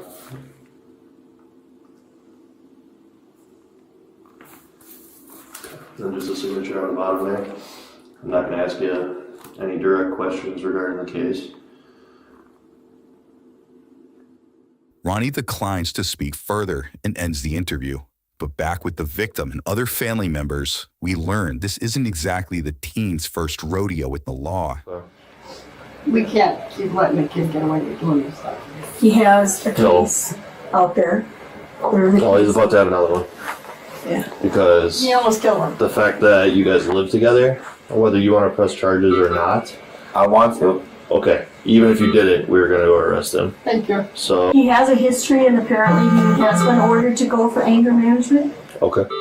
In September 2024, court records show Ronnie was charged with criminal property damage in a case that was pending at the time of the alleged attack against his uncle. That charge has since been dismissed. I have to read this whole form to you verbatim. So just, again, bear with me. This is going to talk about like domestic violence and stuff like that. The short version of this that I can tell you is that there's a 3-day restraining order that comes with this between you and your uncle, right? So we have to like be a part. Correct. So and that includes electronic communications and everything. You can't call him, text him. Go to I don't know when he's getting released from the hospital, but if he goes home, you can't be there. You gotta find someplace else for 3 days. All right. After the 3 days is up, then this goes away. But for the next 72 hours from whenever you got taken into custody, it's no contact with Adam. All right. All right. So you just sign this on the bottom, press hard because it's got to go through all these copies. All right. Oh, top line, sorry. Oh, my bad. You're fine. Do you have any questions for me? Rich. All right. Oh, so this is just like so I can like go. I just make sure I don't go in contact with him in 2 hours. So you do have to see a judge on this one. You're under arrest for aggravated battery because of the level of his injuries. So his battery, like causing pain to somebody else is battery. So yeah, I do have to take you to jail tonight. You're gonna see a judge right away tomorrow though, and then it's literally up to the judge if you get like a bail or if he just lets you out, or it doesn't sound like you have huge history, right? So it'll be the judge's decision on like a signature bond where you just sign a thing and you get let go, or if you or somebody else has to post money. But from here, we are heading over to the county jail, and then right away tomorrow you see that judge. So you more or less just gotta sleep there tonight. So, but yeah, that decision is up to them. That has nothing to do with us. All right. So, but this is your copy saying that you're not going to do this in the next 3 days. All right. So, I'll be right here, just filling out another piece of paperwork you can show.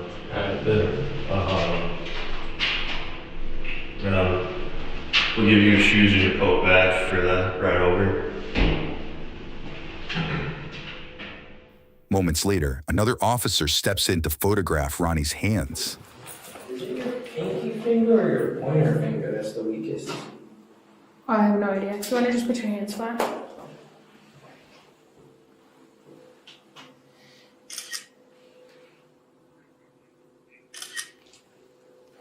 Do you want to like it together? Sure. Flip them over. There you go. And then we'll do it with palms. Okay, thank you. While Ronnie continues the booking process, let's return to the hospital where family members speak further with police. Police. His sister told him That he was in the hospital. that he's, Ideally, you know, what you did to Adam. He's in the hospital. Yeah, so does fine. You're not diabetic. So he's aware of He's possible. aware. That's fine. He knows now that he's up here. Does he? And he got he got really surprised apparently, and said, "Why is he in the hospital?" Don't let him fool you. Because he's Doesn't matter. having I a mean, massive brain bleed from when you beat him. Okay, you can't have cherry just because. And he's you're gonna denying do that scan. He's tomorrow, going to so you wanna deny Italian ice? beating him Okay. to that. He's probably going to deny it. Okay. Do you want? But I guess he feels bad. And my niece said, you hit him in the heart. He just had heart surgery. The chicken beef or And I guess he started crying. He said, I forgot all about that. Well, of course, when you're in a rage, you We'll don't do the think, chicken. oh, should I hit him or not? Because Oh, you just kind of do your own thing? Yeah. Beat up the bag? I don't have a bag. I wish.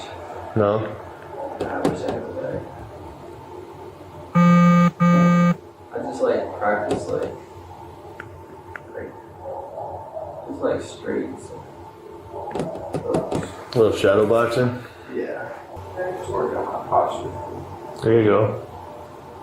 So, have you ever been here before? Once. Once? Okay, so you know that they come out and they take the handcuffs off.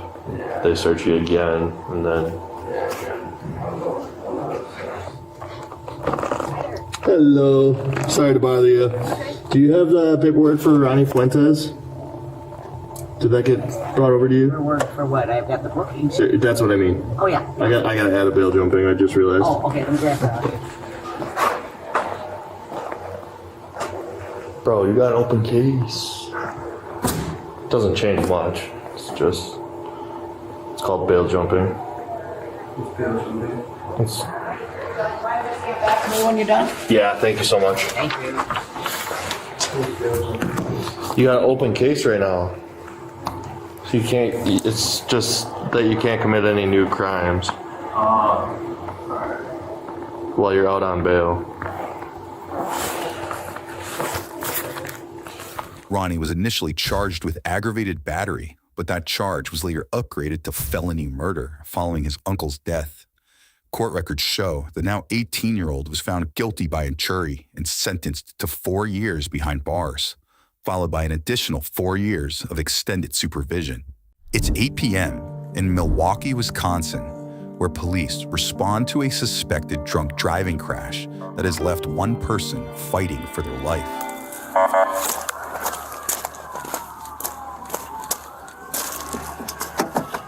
Hey, is anybody in here?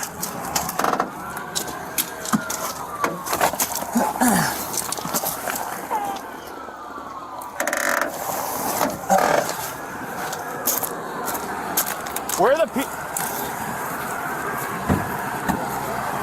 There's nobody in that car.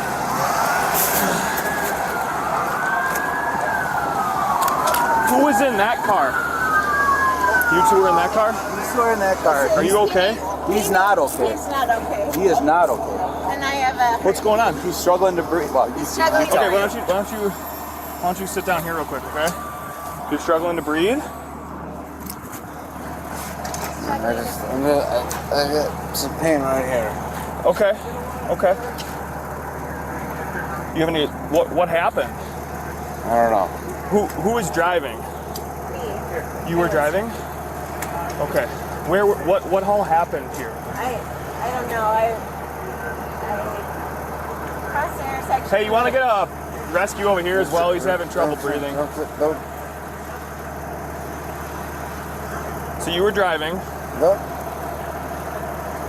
I was driving. Don't say anything more than that. I was driving. Yeah, you're driving. Okay. I have some pain right here on the I ribs. need to make sure this guy's okay. You don't. You need to stay over here. Police identify the suspect seen here as 51-year-old Rebecca Solomon. a now former elementary school associate principal, and her husband, who says he was her passenger at the time of the crash. They're taking care of him. What's going on? Just stay here. I get it. Right here. Okay. Yep. I will help you find your phone. Don't say. I don't know what. Let's just get your husband taken care I of. just want you to be okay, and I want him to be okay. Well, you can't do anything about that. He's in really good hands right now.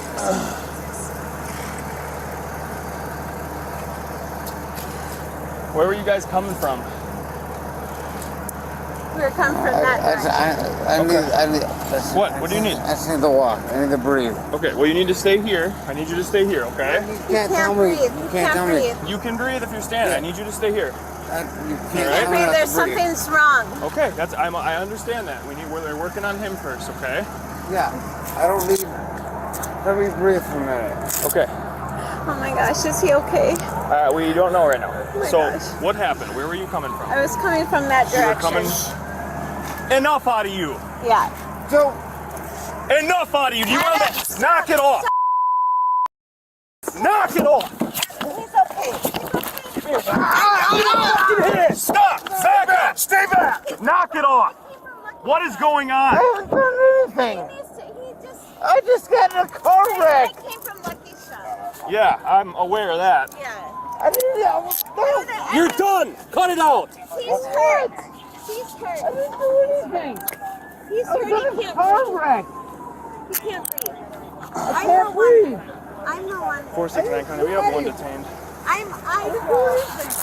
drove. Come back here. Why are you guys? Why? I'm gonna get Stay right here. out of here. Okay. What's going on? I came through that from that direction. Okay. From Lucky Did you stop at the stop sign? I did stop at the stop sign. And So then what I happened? Came through, and the car ran into me. And that's the thing. So he was going. So you were. He was coming this way. I was coming this way. Okay. I stopped at the stop sign. He came this way. And So where? And that's my car. Okay. But How much have you had to drink today? I had a few drinks at Lucky Shots. Okay. And you were driving? Yeah, I was driving. Okay. I want to make sure that guy is okay. We don't know if he's okay. I know, and that's my biggest concern. Okay. My husband also can't breathe. Okay. Yeah, they're going to be checking. They're going to be checking him out in a minute. I just want to keep him. Were you? When did you get here? Right after it happened. Who was in the driver's seat of that car? Don't know. They were both there. I went to that car first. I did not see them get out of that car. I understand your question, but I saw that guy slouched over, and I was there first. I'm trying to figure out what happened with this investigation, and you were starting to square up on me. That's what's going on. I need to know what happened so we can figure out what's going on here tonight. I don't need you squaring up on me when I'm doing a crash investigation. Do you understand? That's all I'm going to say to you right now. Investigators said Rebecca allegedly failed to yield at an intersection, causing the crash that left the other driver, identified as Dave Cornea, hospitalized for 5 days before he reportedly passed away.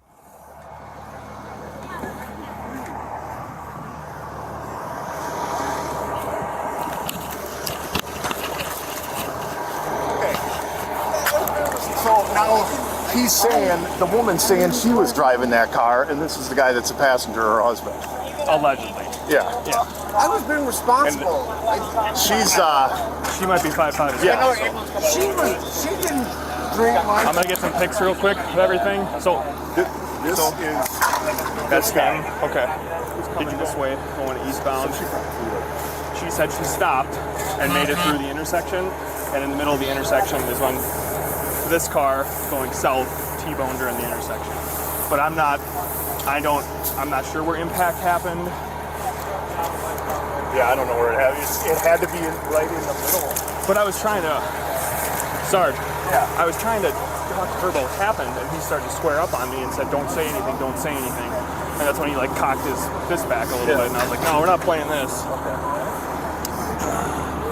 I don't understand why I'm arrested. He had a 32 on? Yes. Yeah. Finley pulled it off him. Okay. said he's got a CCW, but he's moving too. Yeah. Yeah, it's right here, but... So she's the one driving it. Yeah.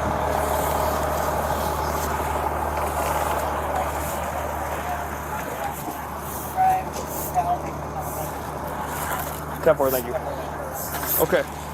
So you said you were coming from Lucky Shots. Yeah. Okay. You were coming eastbound on Rusco here. I'm sorry, I don't know if it's eastbound. Yep, That, that way eastbound. Yeah. Okay. Did you stop at the intersection? I did. Okay. But yeah. Okay. Stop at the intersection. You started going through. Yeah.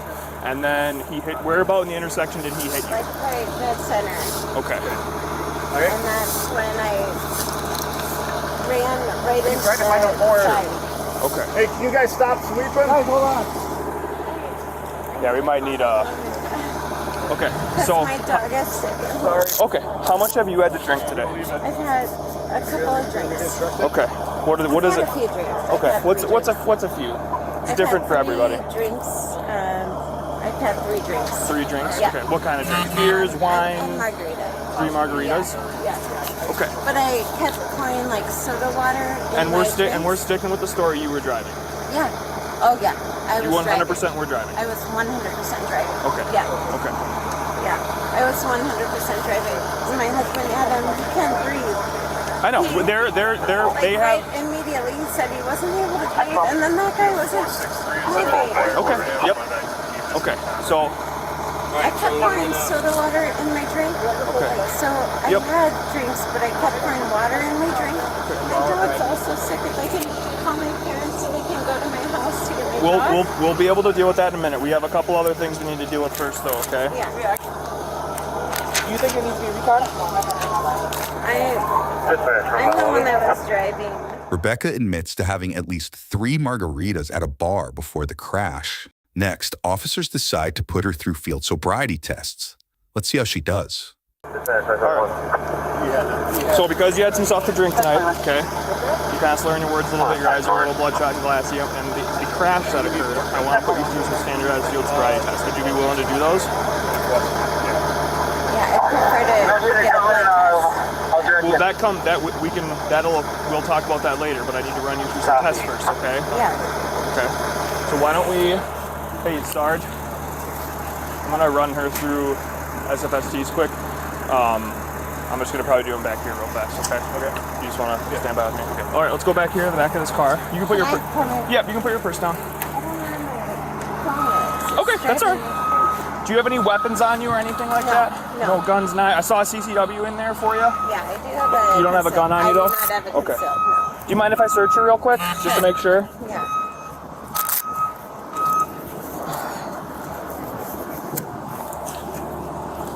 So you said you had 3 margaritas, right? Yeah.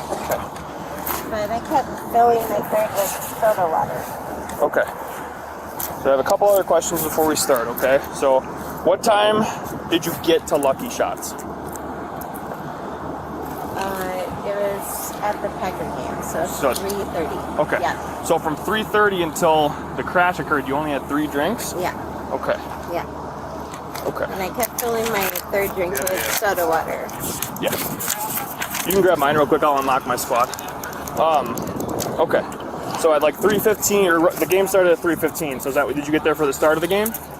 We got there right at the start of the Okay, game. so you got to Lucky Shots at like 3:15. Yeah. Or I mean, yeah, 3:15. Sure. Okay. And then what time did you leave Lucky Shots? I mean, we just left, so. So roughly shortly before, like to get over, it's not that far away, right? So Yeah, like- do you have an estimated time when you left at all? It was a little after the game ended. Okay. It was a little after. A little after the game ended? Yeah. I mean, we stayed and talked a little bit, and then we left. But we Okay. knew we had to get home because of my dog. And he's antibiotics. I got you. And we'll figure that, and I promise you we'll be able to make phone calls and figure out that, okay? First test I'm going to have you do, it's going to be a test of your eyes, okay? So all I need you to do, see what color this pen is? Red. Red? Okay. So I need you to do is follow this pen with your eyes and your eyes only, okay? Don't move your head. Okay. Do you understand? Yeah. Okay, so what I need you to stand with your feet together with your arms down at your sides. Just get your toes together. I know it seems kind of tedious, but we have to run them a specific way. And just stand like that and then follow the pen with your eyes and your eyes only, okay? 469 County, I'll be on field.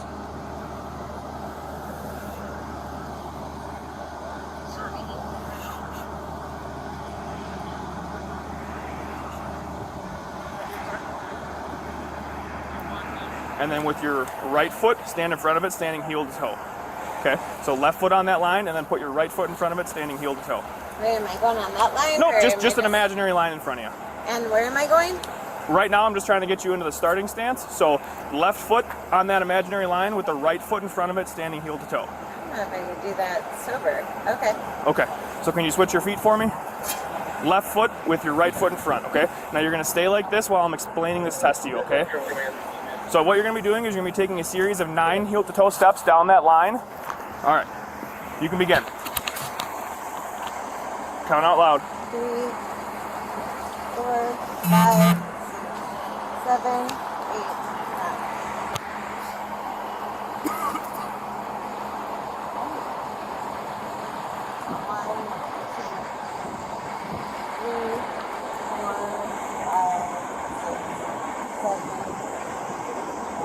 Okay, all right, you can turn and face me again. Okay. All right, next test is gonna be a test of, it's a balancing test, okay? 1, 2, Look at your lead foot. 3, 4, 5, 6, 7, 8, 9, 10, 11, 12, 13, 14, 15.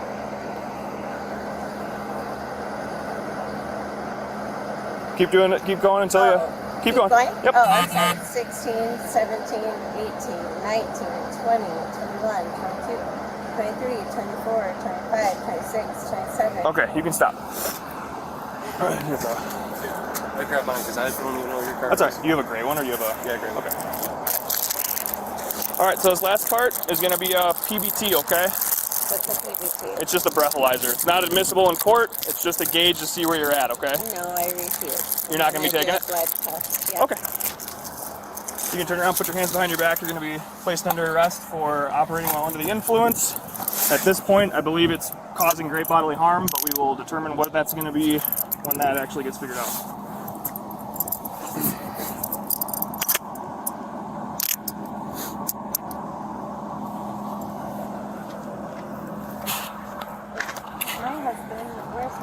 I don't know. All right, what we're gonna do now? We're gonna go back to my squad car, and then I have a form I'm gonna read to you. Okay, sir? Do you need anything from her? Yep. I'm sorry, I didn't hear you, sir. I was just marking you guys as Okay. All right. Let's. Such as what? Like, I feel like I'm missing my phone and missing my driver's license and missing... I have your driver's license. Is your phone in your purse? No, it's not in Okay. my purse. Do you mind if we... I'll look for it. Yep, we'll look for it. Rebecca initially refuses a portable breathalyzer test and is placed under arrest for OWI days before the accident turns deadly. On their way to Milwaukee. Can you tell me, is this... So what is this'll this be- guy doing? He's currently on his way to Milwaukee, Maine, because it's not looking good. One partial witness right now. Peter's getting a statement from him. Okay. Not even really a good one, but The only... Okay. All right, we're just gonna go around to my passenger side. I know I already searched you once, but now that you're under arrest, I'm gonna put you in my car. I'm just gonna make sure you still don't have any weapons on you, anything like that. No. Okay. 6 of 6, many in walk and turn, many in one leg stand. So what we normally do in these situations is after I read you a form, we're gonna have we would like a drug recognition expert to come out, and he's gonna run some more tests with you. Is that, you don't have to do these, but it would be is it something you'd be willing to do? I guess I would like my lawyer, I guess. Well, right now we're not really getting into the lawyer part. This is purely up to you. You don't have to do them. This is one of our DREs here. He runs them. It's literally just this test for the state. It doesn't hurt process. It's just another test that we like to run. If you would be willing to do one, we'll have one there with us. If you don't want to do one, we don't need one. So it's up to you.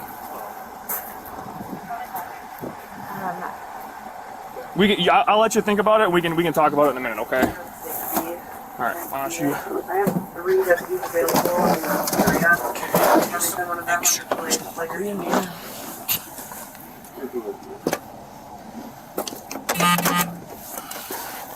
Right.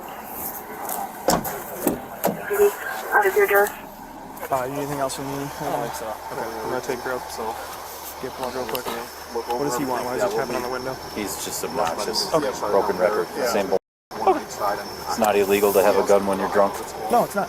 Since when is this in America, right? Yeah, America. Next, Rebecca's taken to a hospital for further testing. We'll figure it out later, okay? We'll make sure someone gets over to your house, okay? Is it just your dogs at your house? Or do you have any kids at home? It is, I know. I know it sounds silly. It's not silly. It's not anything compared to what that guy is going through in Milwaukee.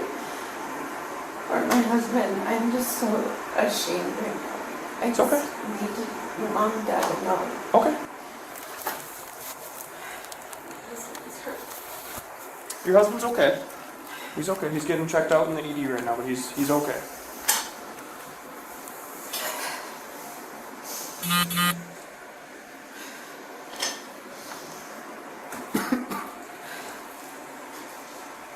Okay, miss, so my name's Deputy Kid, I'm from the Sheriff's Office, okay? But I was not there. I don't know what happened exactly. I'm not investigating the crash or anything like that. But I'm a drug recognition expert, so I'm just here to rule out any sort of drug impairment or anything like that. So what I'm going to have you do is go into this PBT, okay? And then when it beeps, that's all I need you to do, okay? Keep going, keep going, keep going, keep going, keep going, keep going, keep going, keep going, keep going, keep going, keep going, keep going, keep going. All right, thank you.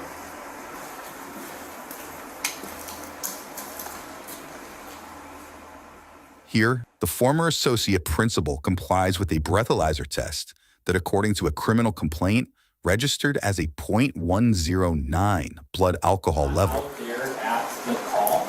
So I do this thing, it's called a drug recognition expert. It's fancy, I just do evaluations to see if you're under the influence of drugs. Okay, so is that something you'd be willing to do? It's about 45 minutes, it's consensual, and yeah, it's about 45 minutes.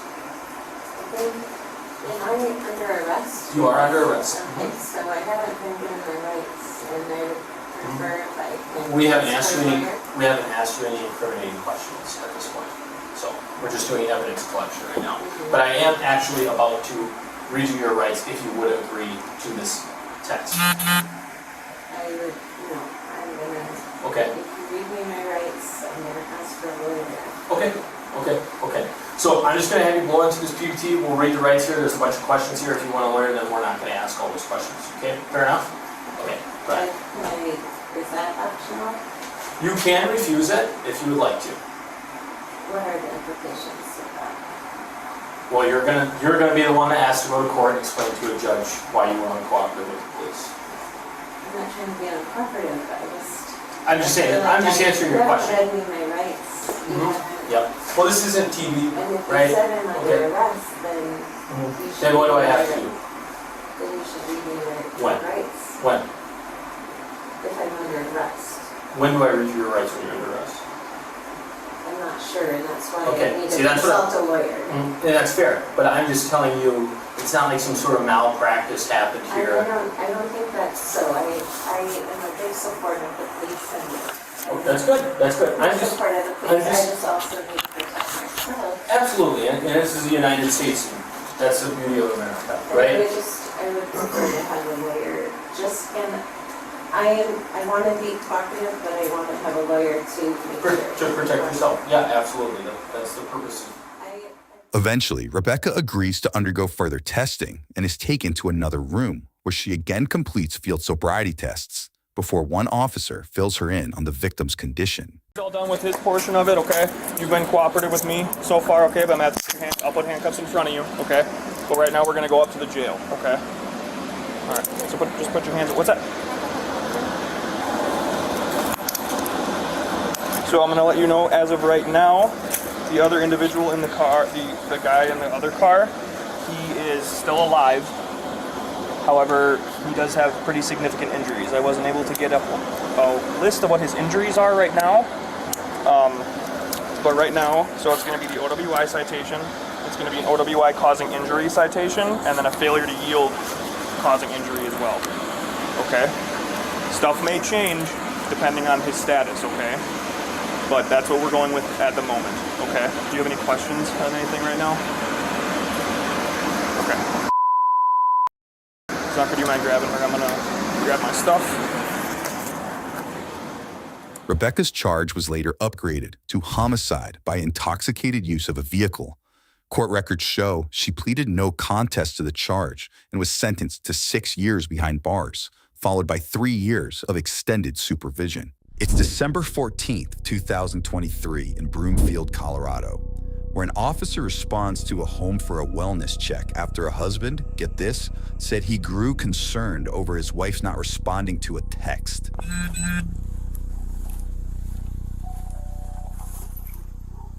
Hello. Oh, I was just, I'm their neighbor, and they called and they're like, can you go see if she'll answer the Oh, yeah, he sent us as well, so. Yeah, I'm like, I live in the house right in front of- Just next door? Okay. All right, well, you got this. All righty, man. Appreciate it.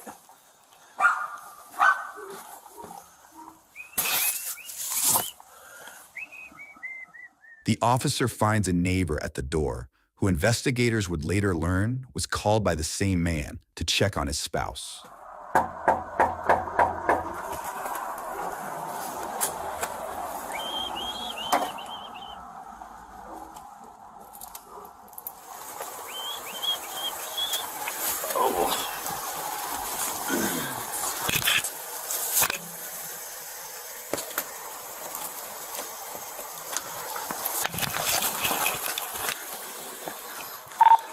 $151, send medical, and 110. I need a 4th entry. I got a female down in the garage. You heard that right. The officer spots a woman unresponsive on the ground in the garage and takes action. Once inside, investigators find the caller's wife, Christelle Krug, beaten and stabbed to death. Next, we catch up with that concerned husband as he arrives at the scene.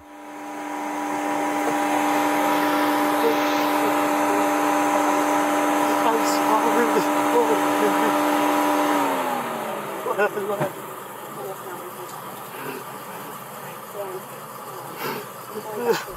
Police identify the man seen here as 44-year-old Daniel Krug, the victim's spouse of over 20 years.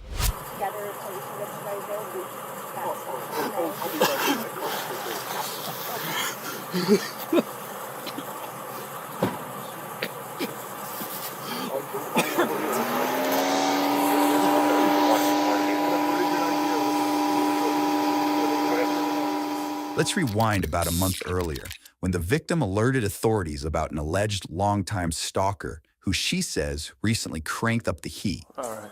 When did he pop back up? So, first text message was back in October. Okay. Just threats.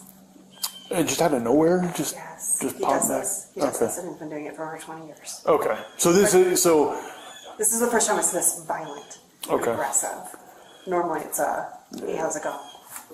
Okay. Nope.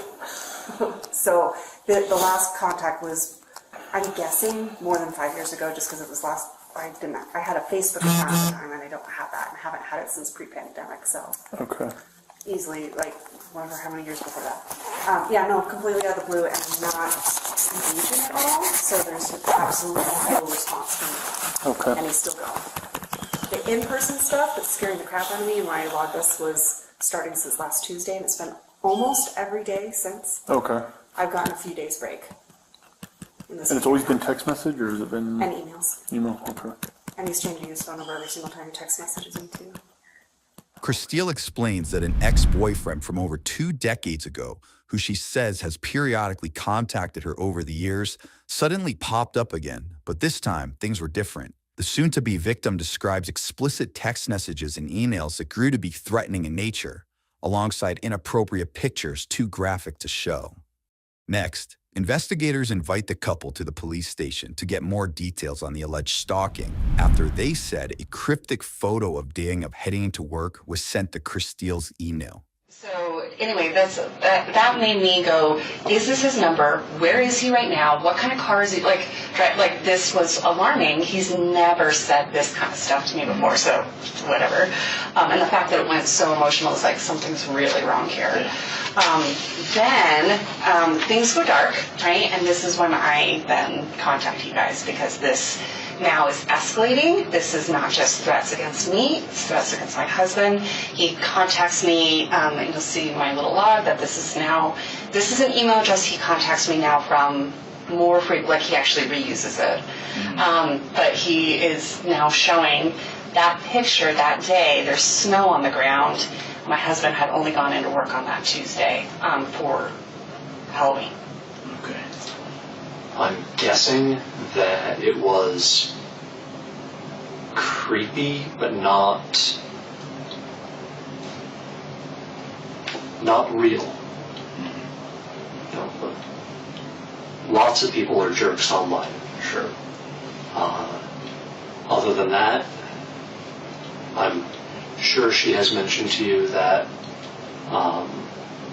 she and I go through a rough patch, kind of on the rocks. So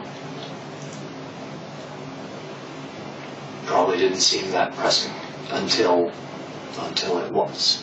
Daniel made some disturbing comments, calling the alleged stalking, quote, creepy and not real, before revealing his marriage was, quote, on the rocks. Fortunately, even though my husband has a camera in his car, he did not see anybody. Sure. And then unfortunately lost all the video because he didn't save it. So. Yeah. She didn't want me to panic, so she didn't share all of the details of the log. And so, as I got all of the details, my panic level has gone considerably higher. Not now, because I'm in a police station. Sure. And honestly, this is the safest I've felt since Monday at lunch. So anyway, just a lot of like very sexually explicit, very graphic, very just like poke the bear kind of thing. And then trying to prove to me that he can follow us. Yeah. I went to the grocery store briefly on Tuesday, and someone behind me dropped a can, and I panicked. My husband did see these, definitely this message, so he very much still remembers that if you ever need someone to corroborate that they saw it, but I don't know how credible of a witness someone that my husband would be, but... Yes and no, but... Yeah.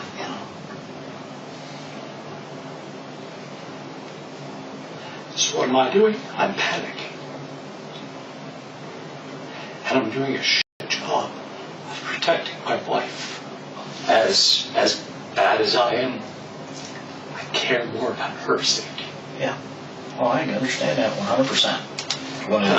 I'm sorry for this.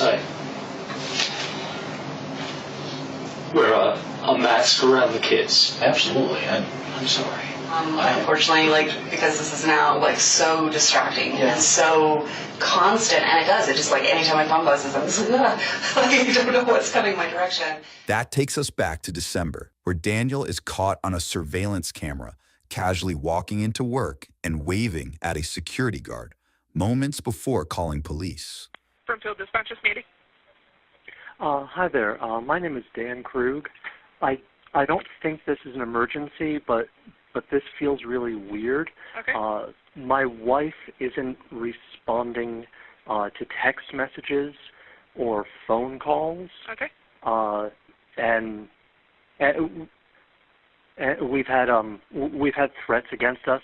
We have both been targeted by a stalker. Okay. Threats have been made against my life. Okay. And threatening to kidnap her, which is why I'm nervous that she's not answering me. Yeah, I didn't protect her. I was the person who attacked her. She had a gun.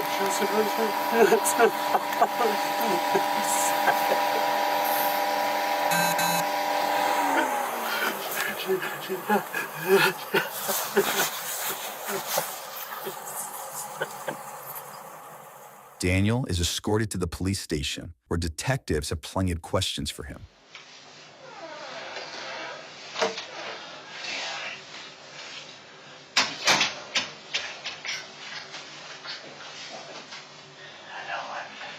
Did what you said.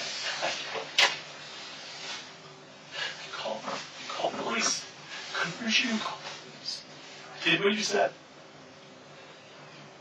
I didn't protect her. It's not your fault. I was to protect her. She was rushing me out the door.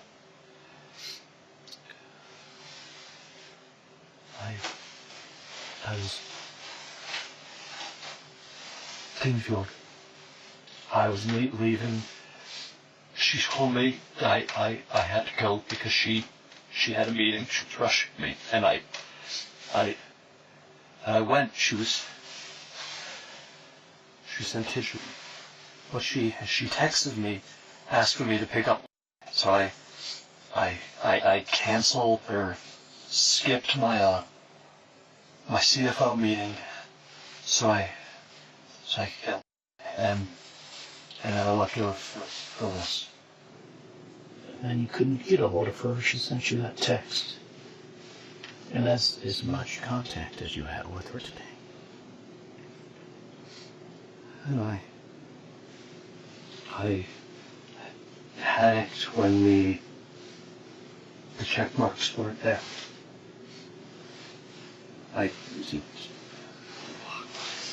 What do the check marks mean?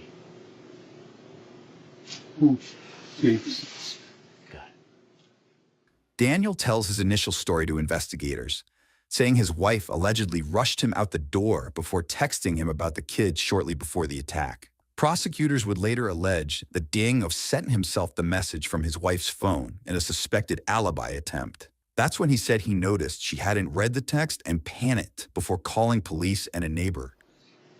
Well, you mentioned earlier that she didn't tell you about something kicks. Which one was that? Kickman.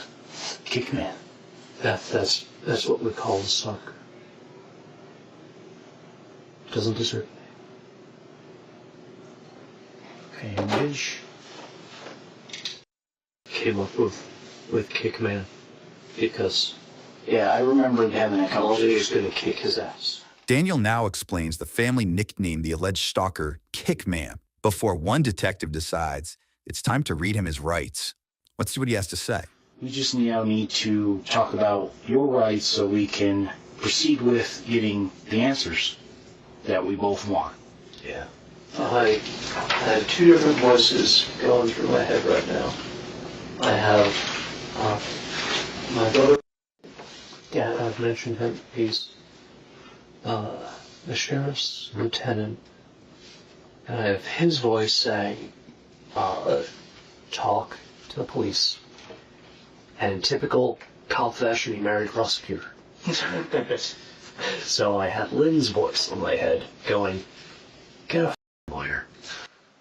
Daniel ultimately agrees to talk, for now, but one detective digs in for further details. I just want to...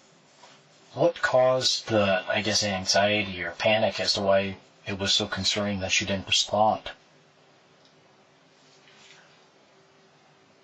It was a really specific question about a time impacting the kids. That's something she will always respond right away on. And then, other than that, that was enough for me. That felt weird. It hurt me that she didn't tell me about the stalker when it started, but she brought me in right away once he sent her a picture of me. And at that point, she brought me fully up to speed, and I saw the horrible messages. I saw the ad, all that crap. And that's when she and I started working on game plans. Again, what do we do to protect family, to protect the kids, define your threat level. She had a gun, she was armed. I don't want lethal items. We didn't let each other kind of be alone anywhere. I had to take dogs for dog for walks. We would do that together. So it almost sounds like all this kind of maybe even brought you guys closer, not maybe emotionally closer, but you guys were physically sort of working on things besides your kids. There was a mutual... Yeah, there was... Over the course of November, there was a better team feel. Okay. We respond to crisis. Right. And I told her at that point, I told her I didn't want to die for someone who didn't care about me anymore. That's really hard. And I told her I wanted a divorce. And how did she take that? Angry. Obviously. Mostly anger that I said it now, with everything else going on. So she said she didn't want to talk about it until all of this was done. And then he got quiet, and we just kind of sat in that. I want a divorce. Okay. I have loved you for 20 years. Mm-hmm.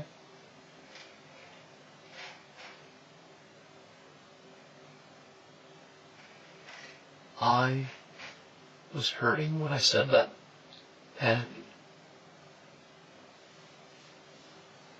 what I wanted was her to say she cared about me. She did. What's his name? The other detective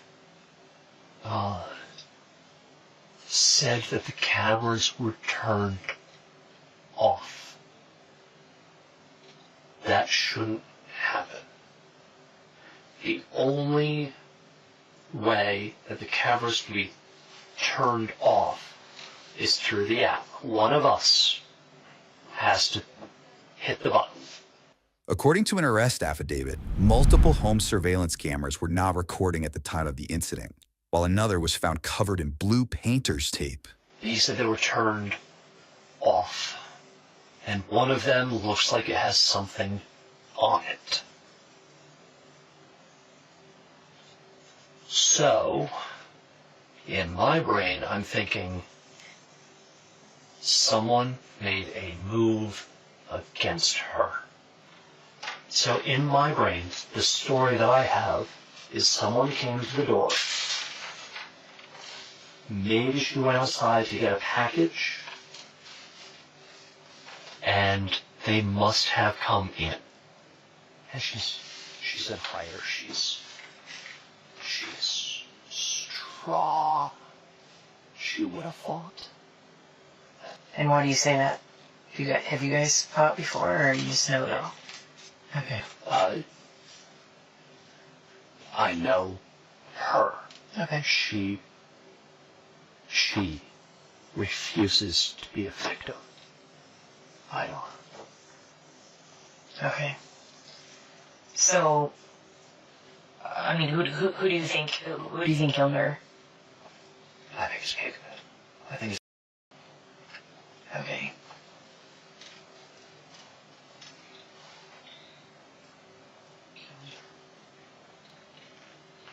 I'm sorry, that's the first time I really said that. I'm sorry well, that's what happened, and that's why we're taking this so seriously. Now, Daniel again points the finger at the alleged stalker when investigators reveal some conflicting information. What if I told you that we had already spoken with him? There's no way that he was in town today.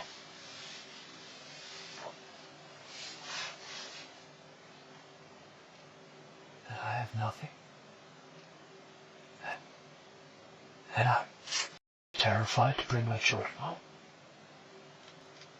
The Gmail account, the Kickman account that you guys initially received with the photo of you in it, and the phone number, those originated through their IP addresses at your office. Doesn't make any sense. Well, he took the photo of me at my office. Right. But both of those accounts originated from IP addresses that was back to your office. I don't know what to do with that. There are Wi-Fi access throughout the facility for employees, and there's public Wi-Fi access throughout the entire facility. And we literally post the passwords in every single meeting room. Okay.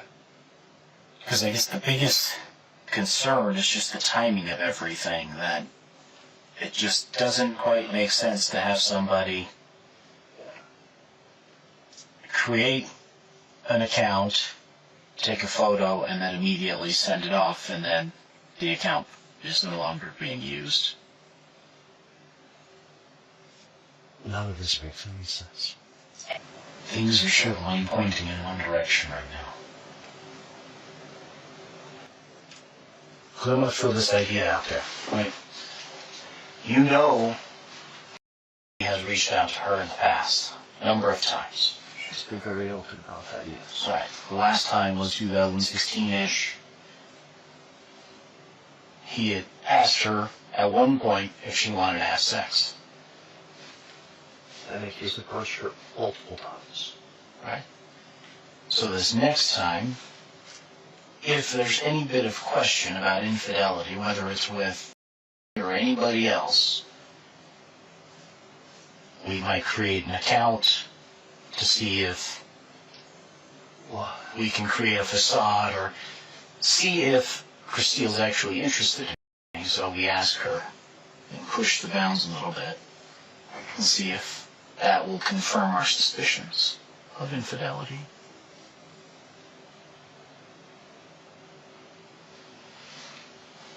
You don't get the response and the openness you once did for about 28 days, from October 2nd to October 31st. So you amp it up a little bit. Send a photo of yourself to her on an account you create.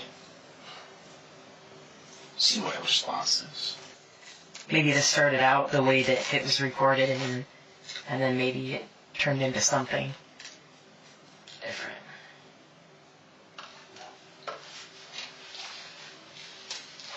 Is that would suggest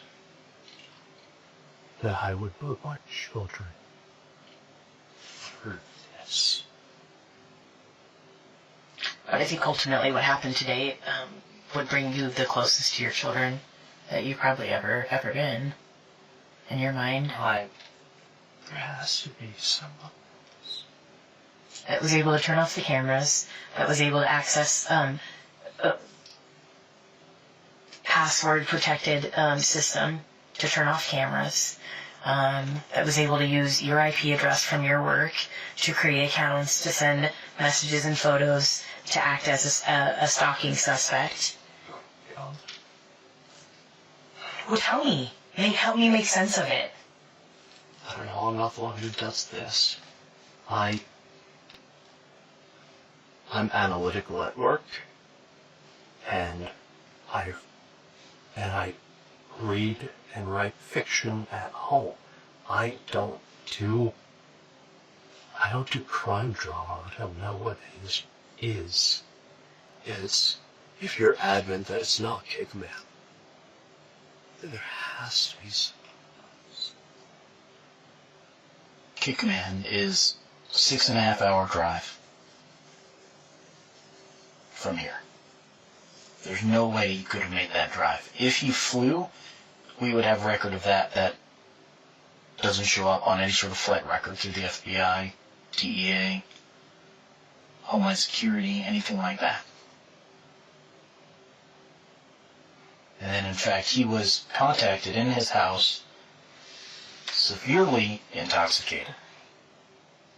Let's join officers more than 8 hours away in Eagle Mountain, Utah, where they catch up with the man who Daniel claimed to be responsible for the crime. I'm going to ask you a couple of names to see if you recognize any names. Okay.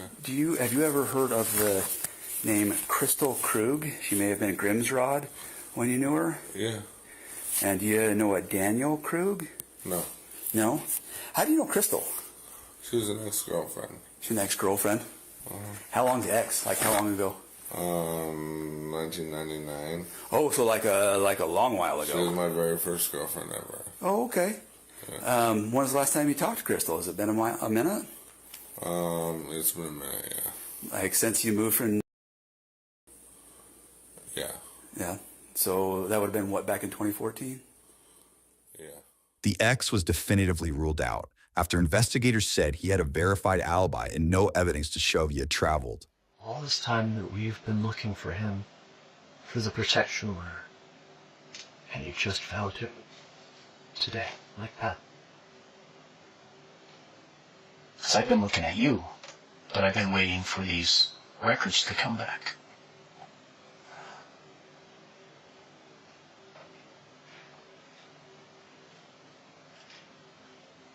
We've been chasing the wrong dog.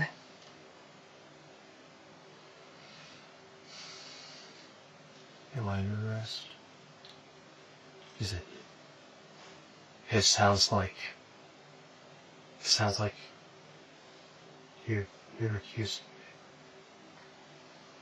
me. We have a lot of information that points your direction, and we were hoping that you could provide a legitimate explanation other than it wasn't me. We have publicly available internet. Say if we told you that other people you talked to that are close to your wife had expressed that she had maybe told them that she suspected you of having... She said that right to my face. That she wanted to know if it was me. And I told her no.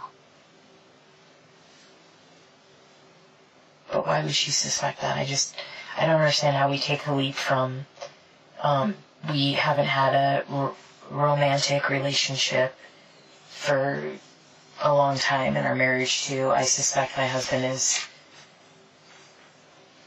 pretending to be my stalker. How does that happen? There's a missing explanation in there. There's a missing piece to that. I'd like to know what happened this morning. I'd like to know me too. What caused you to get so upset to hurt your wife? Because I believe that's what happened.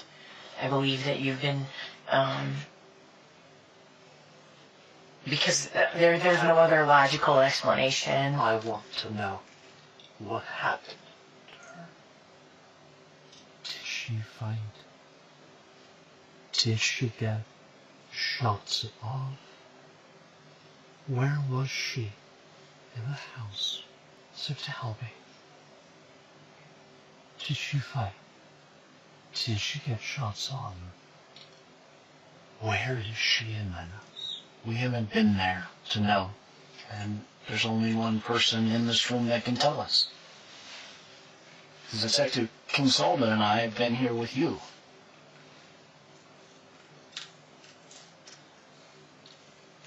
I think you know the answer to all those questions. I think you got confirmation or found out that she had a boyfriend this morning or something happened that pissed you off and you did something that you regret now because you can't go back. And you can't go back to, stalking her secretly or pretending to be her stalker or making plans, having cooperation with one another, although it's not romantic, having cooperation with one another to fight together against Kickman. You have your theory. It is wrong. Please find the Bible. Is this the point where whatever that checklist is, I say, I'll have an attorney here? Yeah, that's fine. Daniel asks for an attorney and ends the interview, but it's not long until we hear from him again. I want you to find who did this.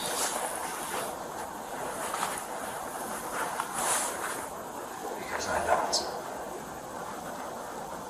You don't believe that? Fine.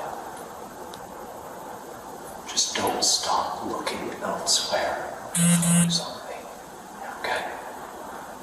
Find who did this. Are you married? With kids? Divorced? Right behind you. I don't care if you capture him. I just motherfucker pay. He took my children's mother for Christmas. According to the Broomfield District Attorney, Daniel was accused of freeing Chris Steele's ex and carrying out an elaborate plan to cover up his crime. A jury later convicted Daniel of first-degree murder, stalking, and criminal impersonation. He was sentenced to life in prison. Don't just assume it's me. Keep looking. Thank you. You got some blood drops on your shoes. Yeah.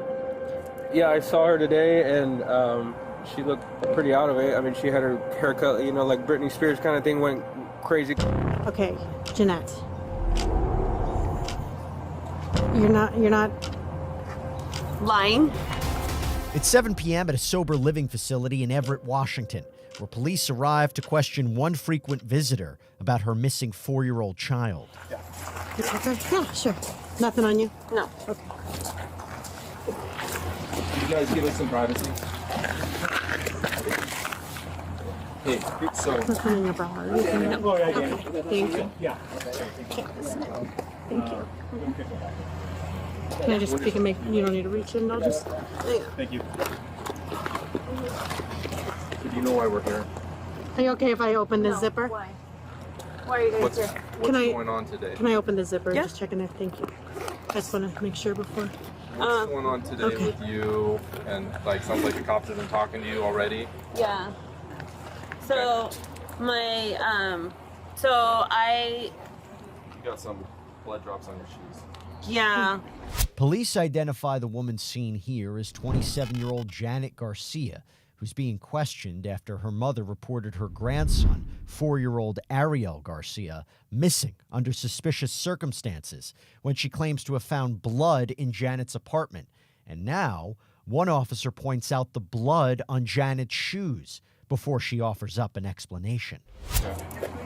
So my son fell this morning earlier. Oh no. Yeah, so, but I was able to take him to the doctors and everything was okay. I took him with another lady so she can watch him for me because I wasn't staying at home. I had problems going on with my parents and they didn't let me in the house. So I was staying with another lady. She was super sweet. That's where my son fell.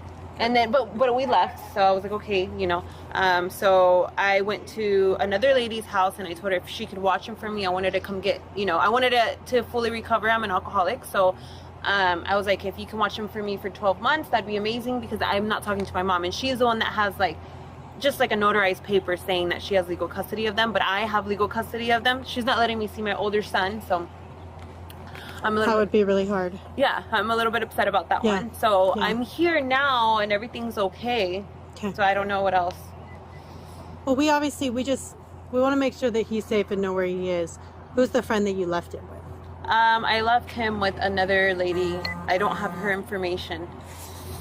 Oh, well, that's not going to cut it. We got to figure out where he's at. Where can you, like, tell me the location where somebody could go and check on him and make sure he's okay? In like SeaTac area. Okay. Seattle. More specific? I don't Do you have an address. Nothing. Who's the friend? How do you know the person how did you pick the person? She's a longtime friend that I know. Okay, what's her name? Alika. That's all I know. Alika Bone. Alika Bone? Mm-hmm. Okay. And you've known her? Number or anything?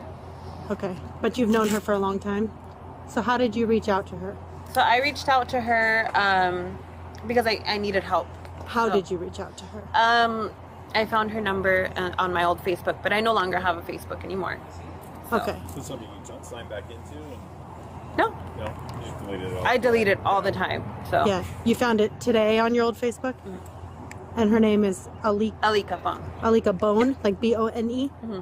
Okay. And she lives in the SeaTac area. So you drove him from the first house you were at to her house? Or the doctor first? Mm-hmm. What doctor did you take him to? Swedish, and that's it. Swedish where? Or I think it's Providence, actually. Providence in Everett. In Everett? Providence? Okay. You understand we just need to make sure that he's okay, and then... Yeah. We can just do that, and then we can leave you be, you know? Yeah. Okay. Sure. So how do we find Alika? I don't know. Can you describe to me how you got there from Providence? So I just drove from there to Seattle, and then that's it. You drove from Providence to Seattle to Alika's house? Yes. Okay. Did you drive on the freeway or? Mm-hmm. Okay. How long did it take you to get there? Like 2 hours. 2 hours. And what car were you driving? My car. So just like 1 hour or so. And what kind of car do you have? I have a Nissan. Okay. Where's that car now? I don't have it with me. Okay. So. Where's it at? I left it at her house, and then I came over here on the bus. Okay. You left it at SeaTac? Mm-hmm. Okay, what, do you remember what exit you took? I don't know. FBI investigators reportedly found Ariel's body the next day, wrapped in a Christmas blanket on the side of the highway, by tracking Janet's movements through her cell phone. An autopsy would later reveal he was stabbed up to 41 times before dying of, quote, homicidal violence. Ariel's grandmother also reportedly filed for guardianship of the 4-year-old just 2 days before he went missing. Let's rewind to hours earlier, when Janet is allegedly caught on a surveillance camera abandoning her car after allegedly dumping her son's body. Here, Janet's vehicle appears, and the driver pulls into the parking spot. Minutes pass, and the 27-year-old is caught exiting the vehicle and walking away toward the group home where police eventually caught up with her. Back with Janet, she continues trying to play it cool with police. So just to clarify, you go from Everett to the hospital in Everett, you get him checked out, you drive to your friend in SeaTac, you leave the car there, you leave him there, and you take a bus from SeaTac down here. Okay. And that all happened today? Yeah. So pretty expensive ticket. Get a C-Tram bus to come down here? No, actually, it was only like $30. Oh, really? Yeah. Okay. What's your first name again? Jeanette. Jeanette. Okay, Jeanette. You're not lying. You have a longtime friend that you reach out to leave your son with, who you obviously care about very much. I love him with all my heart. Yes, and you're expressing how upset you are about what's going on between you and your mom and the custody of him and your older son. Like, that's horrible. So I know that you're not going to go leave your son with somebody and you don't know where he is. Yeah, no. So you do know where he is? No, I know where he is. I know where he's at. Tell me where he's at. I don't have the address for him. Okay, how can we find the address for him? I don't know. Did you put it in your phone? No. To get there? Okay, Alika, you know where your son is because you're a mom who loves her son very much, and you didn't. I'm not Alika. I'm Jeanette. I'm sorry, Jeanette. Yeah. Alika, you took him somewhere, and you're going to go back to him, and you know where he is. So tell me where he's at, so we can make sure that he's okay or what's going on. So he's not. I mean, he's there. He's with her, but tell he's me not how with to me. go check on him. I can give you an address. Okay, what's the address? I don't know. You have to write it down. Okay, I can do that. Thank you. Do you have a phone number for her too? I don't. Okay. I don't have a phone number for her, but When he fell, where'd he get hurt? just he on his head, but he fell on the ground and he hurt himself. Heads are the worst, dude. Yeah. I'm just trying to find. I don't even. How old's your son? He is 5. Janet offers up an address, but police aren't exactly buying her story. Second Avenue, Seattle, Washington.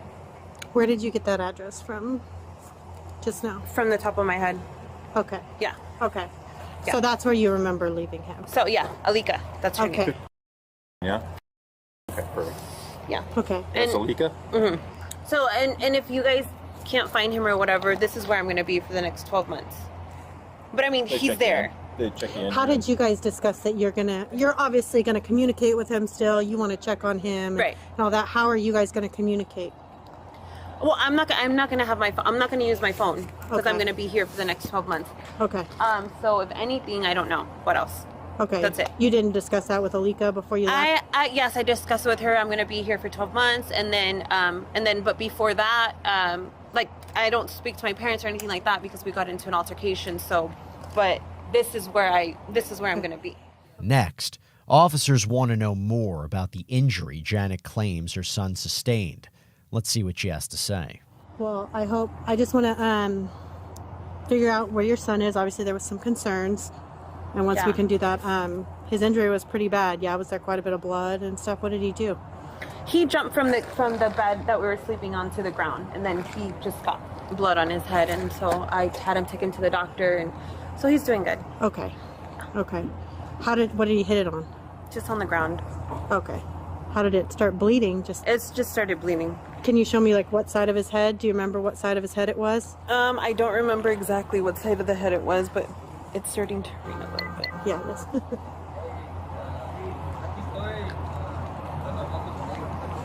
Okay, so you don't... what time did it occur today? Like early, like at 10, 11. 10 or 11? Okay. Do you know what time it is now? It's already 6:30, or about to be 7. So how long were you guys at the hospital? We were only there for a little bit. I don't even think he got checked. We got there, and but I didn't wait enough for him to get checked out. So he didn't actually go back and get checked. Gotcha. Did you actually go inside and check him in? Mm-hmm. Okay. And then did you tell him you were leaving, or did you did? Okay. You just said he's not going to be seen and left. Yeah. Okay. And how is he acting? He's okay. Yeah. What happened to him when he fell? Nothing. He just cried. Just cried? Mm-hmm. Just like, just like, yeah. Okay. Yeah. Do you want to sit down? I can leave the door open. You can sit right there so you're out of the rain. I think we need to go to the hospital. Because he was bleeding from his head, so that's why. Yeah. Okay, go. That's a legit ring. And you can stay dry. Yeah. So. Well, that's scary. He's 4? Okay. Did he vomit or anything? No. Okay. He didn't vomit or anything. Okay. So. Alright. Well, hang tight for just a minute. Well, hopefully we can quickly locate him and move on. You said it took you 2 hours to get from Providence to your friend's house. Mm-hmm. And you left for there about 10 this morning? Yeah. Okay. Do you know how long you were at the hospital for? I was only there for a little bit of time. Again, I didn't want to wait, so I was like, let's go. Mm-hmm. Can you describe to me what that Providence looks like? Do you know what road it's on, or what is, did you park in the emergency room parking lot, or? I don't remember. I don't know. Or was there a parking garage or anything? I don't remember at the top of my head. Okay. Do you remember when you walked in? Like, can you describe to me when you walked in what it looked like? Just the hospital. Just the hospital. Okay. But can you describe, like, when you walk in the door, where was the check-in? In the front, I walked in, as soon as I walked in, the front desk was checked in right there, and I said my son had to be seen for something, and then his name and everything. Okay. And that's You're going like this, so you wrote it down, or was there like a check-in thing? Or? There was a check, alright, but I think they checked me in. Okay. Yeah. So you didn't write anything on there? Okay. Have you been there before? No. No, that was your first time? That was my first time. When you checked into the desk, was it just an open desk, or just an open was desk. it behind a wall, did they have like a glass wall, or? Just an open desk. Okay. Was there a lot of people in there? Yeah. That's why you didn't want to wait, because it was too long. Do you think he needed stitches or anything? No, he's fine. Okay, you didn't remember where his injury was? Is it front, side, back? Do you remember? It's the side. It was the side. Definitely one of the sides that you recall? The front, yeah. Okay, front. You're kind of pointing above the eyebrow? Okay. All right, and then you contacted your friend through Facebook. Yeah. Okay. Or I got her information through Facebook. Oh, okay. And then what information did you get? Just her number, and then I went to her house and dropped off my kid there, and then now I'm here. Okay. You got like her phone number? Mm-hmm. Okay. And did you call her from your phone? From my phone. Okay, the one that's in your purse there, you called Mm-hmm. her from? Okay. I think I erased it though, but I have her number. I don't know if you guys want to call her, but I don't think she's gonna answer anymore. It says California. Mm-hmm. That's her number. Her number. I don't think she's gonna. I don't think she's gonna answer. How come? What makes you think that? Because I don't know if she's still gonna be there.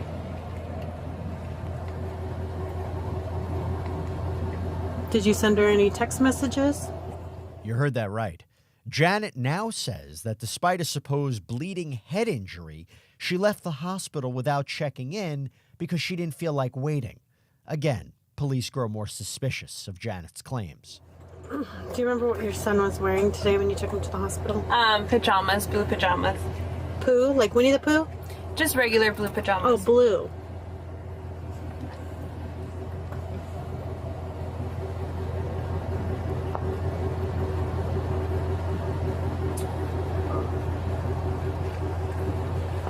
So I just pass that information on. They're gonna be. They'll see if they can get a hold of her. Check that out. She gave maybe a phone number too. Yeah, I'm gonna give him Yeah. a call.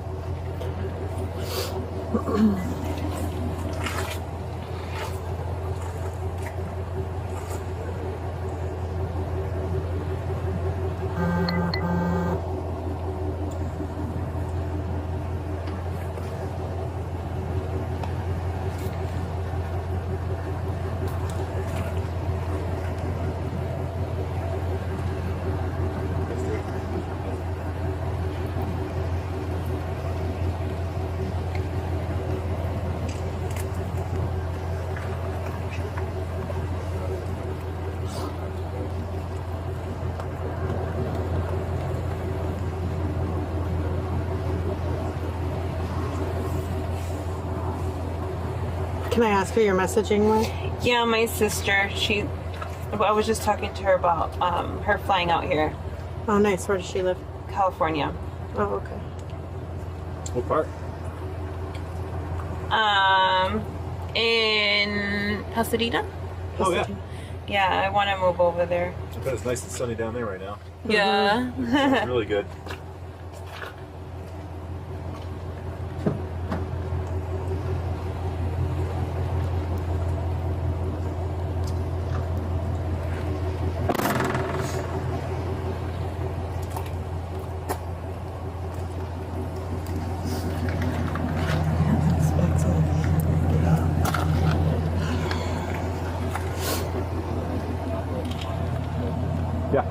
Yep.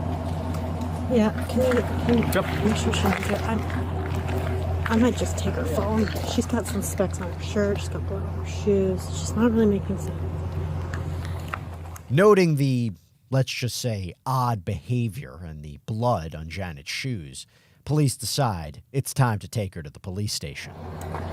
So, if you guys don't, locate my son, what's gonna happen? That's what we're working on at the moment. Why do you think they won't be able to locate him? I mean, if you got the address to where he'd be. Because, I don't know. I'm just saying, if you guys are not able to find him, what can happen? What it's looking like right now is that we're gonna need to stay with you until we find him. Because it sounds like you said you know where he is, you know where you left him. Right. So it shouldn't be an issue, right? Should be able to locate him.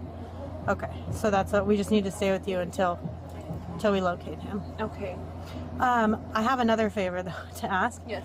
Because it's raining and it's cold and I'm shivering, and we're gonna be with you, I think, for a little bit. Are you listening to me? Yeah. We're gonna be with you for a little bit. Would you mind? We have a precinct right up the road. It's comfortable and dry that we can all sit in so we can chat. So we're all out of the rain. Would that be okay? Where is it? It's just down by the fairgrounds. Yeah, Okay. just on 179. Yeah. And then we can give you a ride back and all of that if that's okay. Can I get a coffee from here before we go? We got coffee there. We have coffee. Really? Yeah. Okay. Oh, yeah, we got coffee. We can give you coffee. Can you grab that seatbelt around your backside? This is. And then the only other thing too, when he travels, I just got to put your purse on the front seat right there. Yeah. He's not going to get into it, but we don't like bags where we can't see them and stuff. No worries. Thank you. Yeah, no worries. Rules that make us go by. Okay. Then that way we can all be dry and comfortable and sit, and you can get some coffee. You're welcome. Hey, thank you. I appreciate it. Absolutely. I can stop and get her a coffee or something. Later, one officer catches up with a couple witnesses. Let's see what they have to say. So yeah, I saw her today, and she looked pretty out of it. I mean, she had her haircut, you know, like Britney Spears kind of thing, went crazy because she used to have like long, big black hair, you know, and told me that her mom was calling because they can't find her son, and her mom went to her house and saw blood. I don't know how dramatic it was, but saw blood. I don't know where, but just saw blood. Okay. And they can't find her son. And then she's over here, and my brother, where's your son? He's with my mom.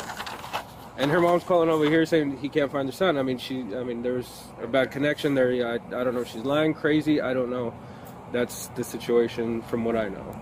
Did she seem like, from the previous Janet that you knew a couple of years ago, was it? Yeah. Compared to today, how was her behavior? Drastically different, because she was always bubbly and loud and had this big, great laugh, you know, kind of really annoying laugh, and talking to everybody, and she was just kind of with her hands in her pockets and quiet, and just went in and sat down and didn't talk to anybody really. And do you know about what time she showed up today? They said somewhere around like 2 p.m., okay. Somewhere around there in that time frame, and then I don't know who, the sheriff or somebody came and gave her a wellness check, I don't know, and they left. Okay. And then when the owner, my dad, showed up with my brother, they're like, you know, what's she doing here? Mm-hmm. And she started talking. Then her mom called, asking if she was here. Where's your son? And then she said, well, she's with you, with my mom. And her mom's crying and hysterical. No, she's not here. He's not here. Where the heck is he? Did they specify, like, is it a son or a daughter? Or? It's a son. Okay. Mm-hmm. Do you know how many children she has? Two. Yeah. Do we know where the other child is? As far as I know, with her mother. Okay. And I think that was the whole dilemma, is they can't find her other son. Gotcha. And so her mom went to her apartment and saw blood and went hysterical, and this is how this all started. Janet was taken to jail and charged with first-degree murder in the stabbing death of her 4-year-old son. Court records show she's since been deemed competent to stand trial. At last check, Janet is expected back in court this summer, facing the possibility of life in prison.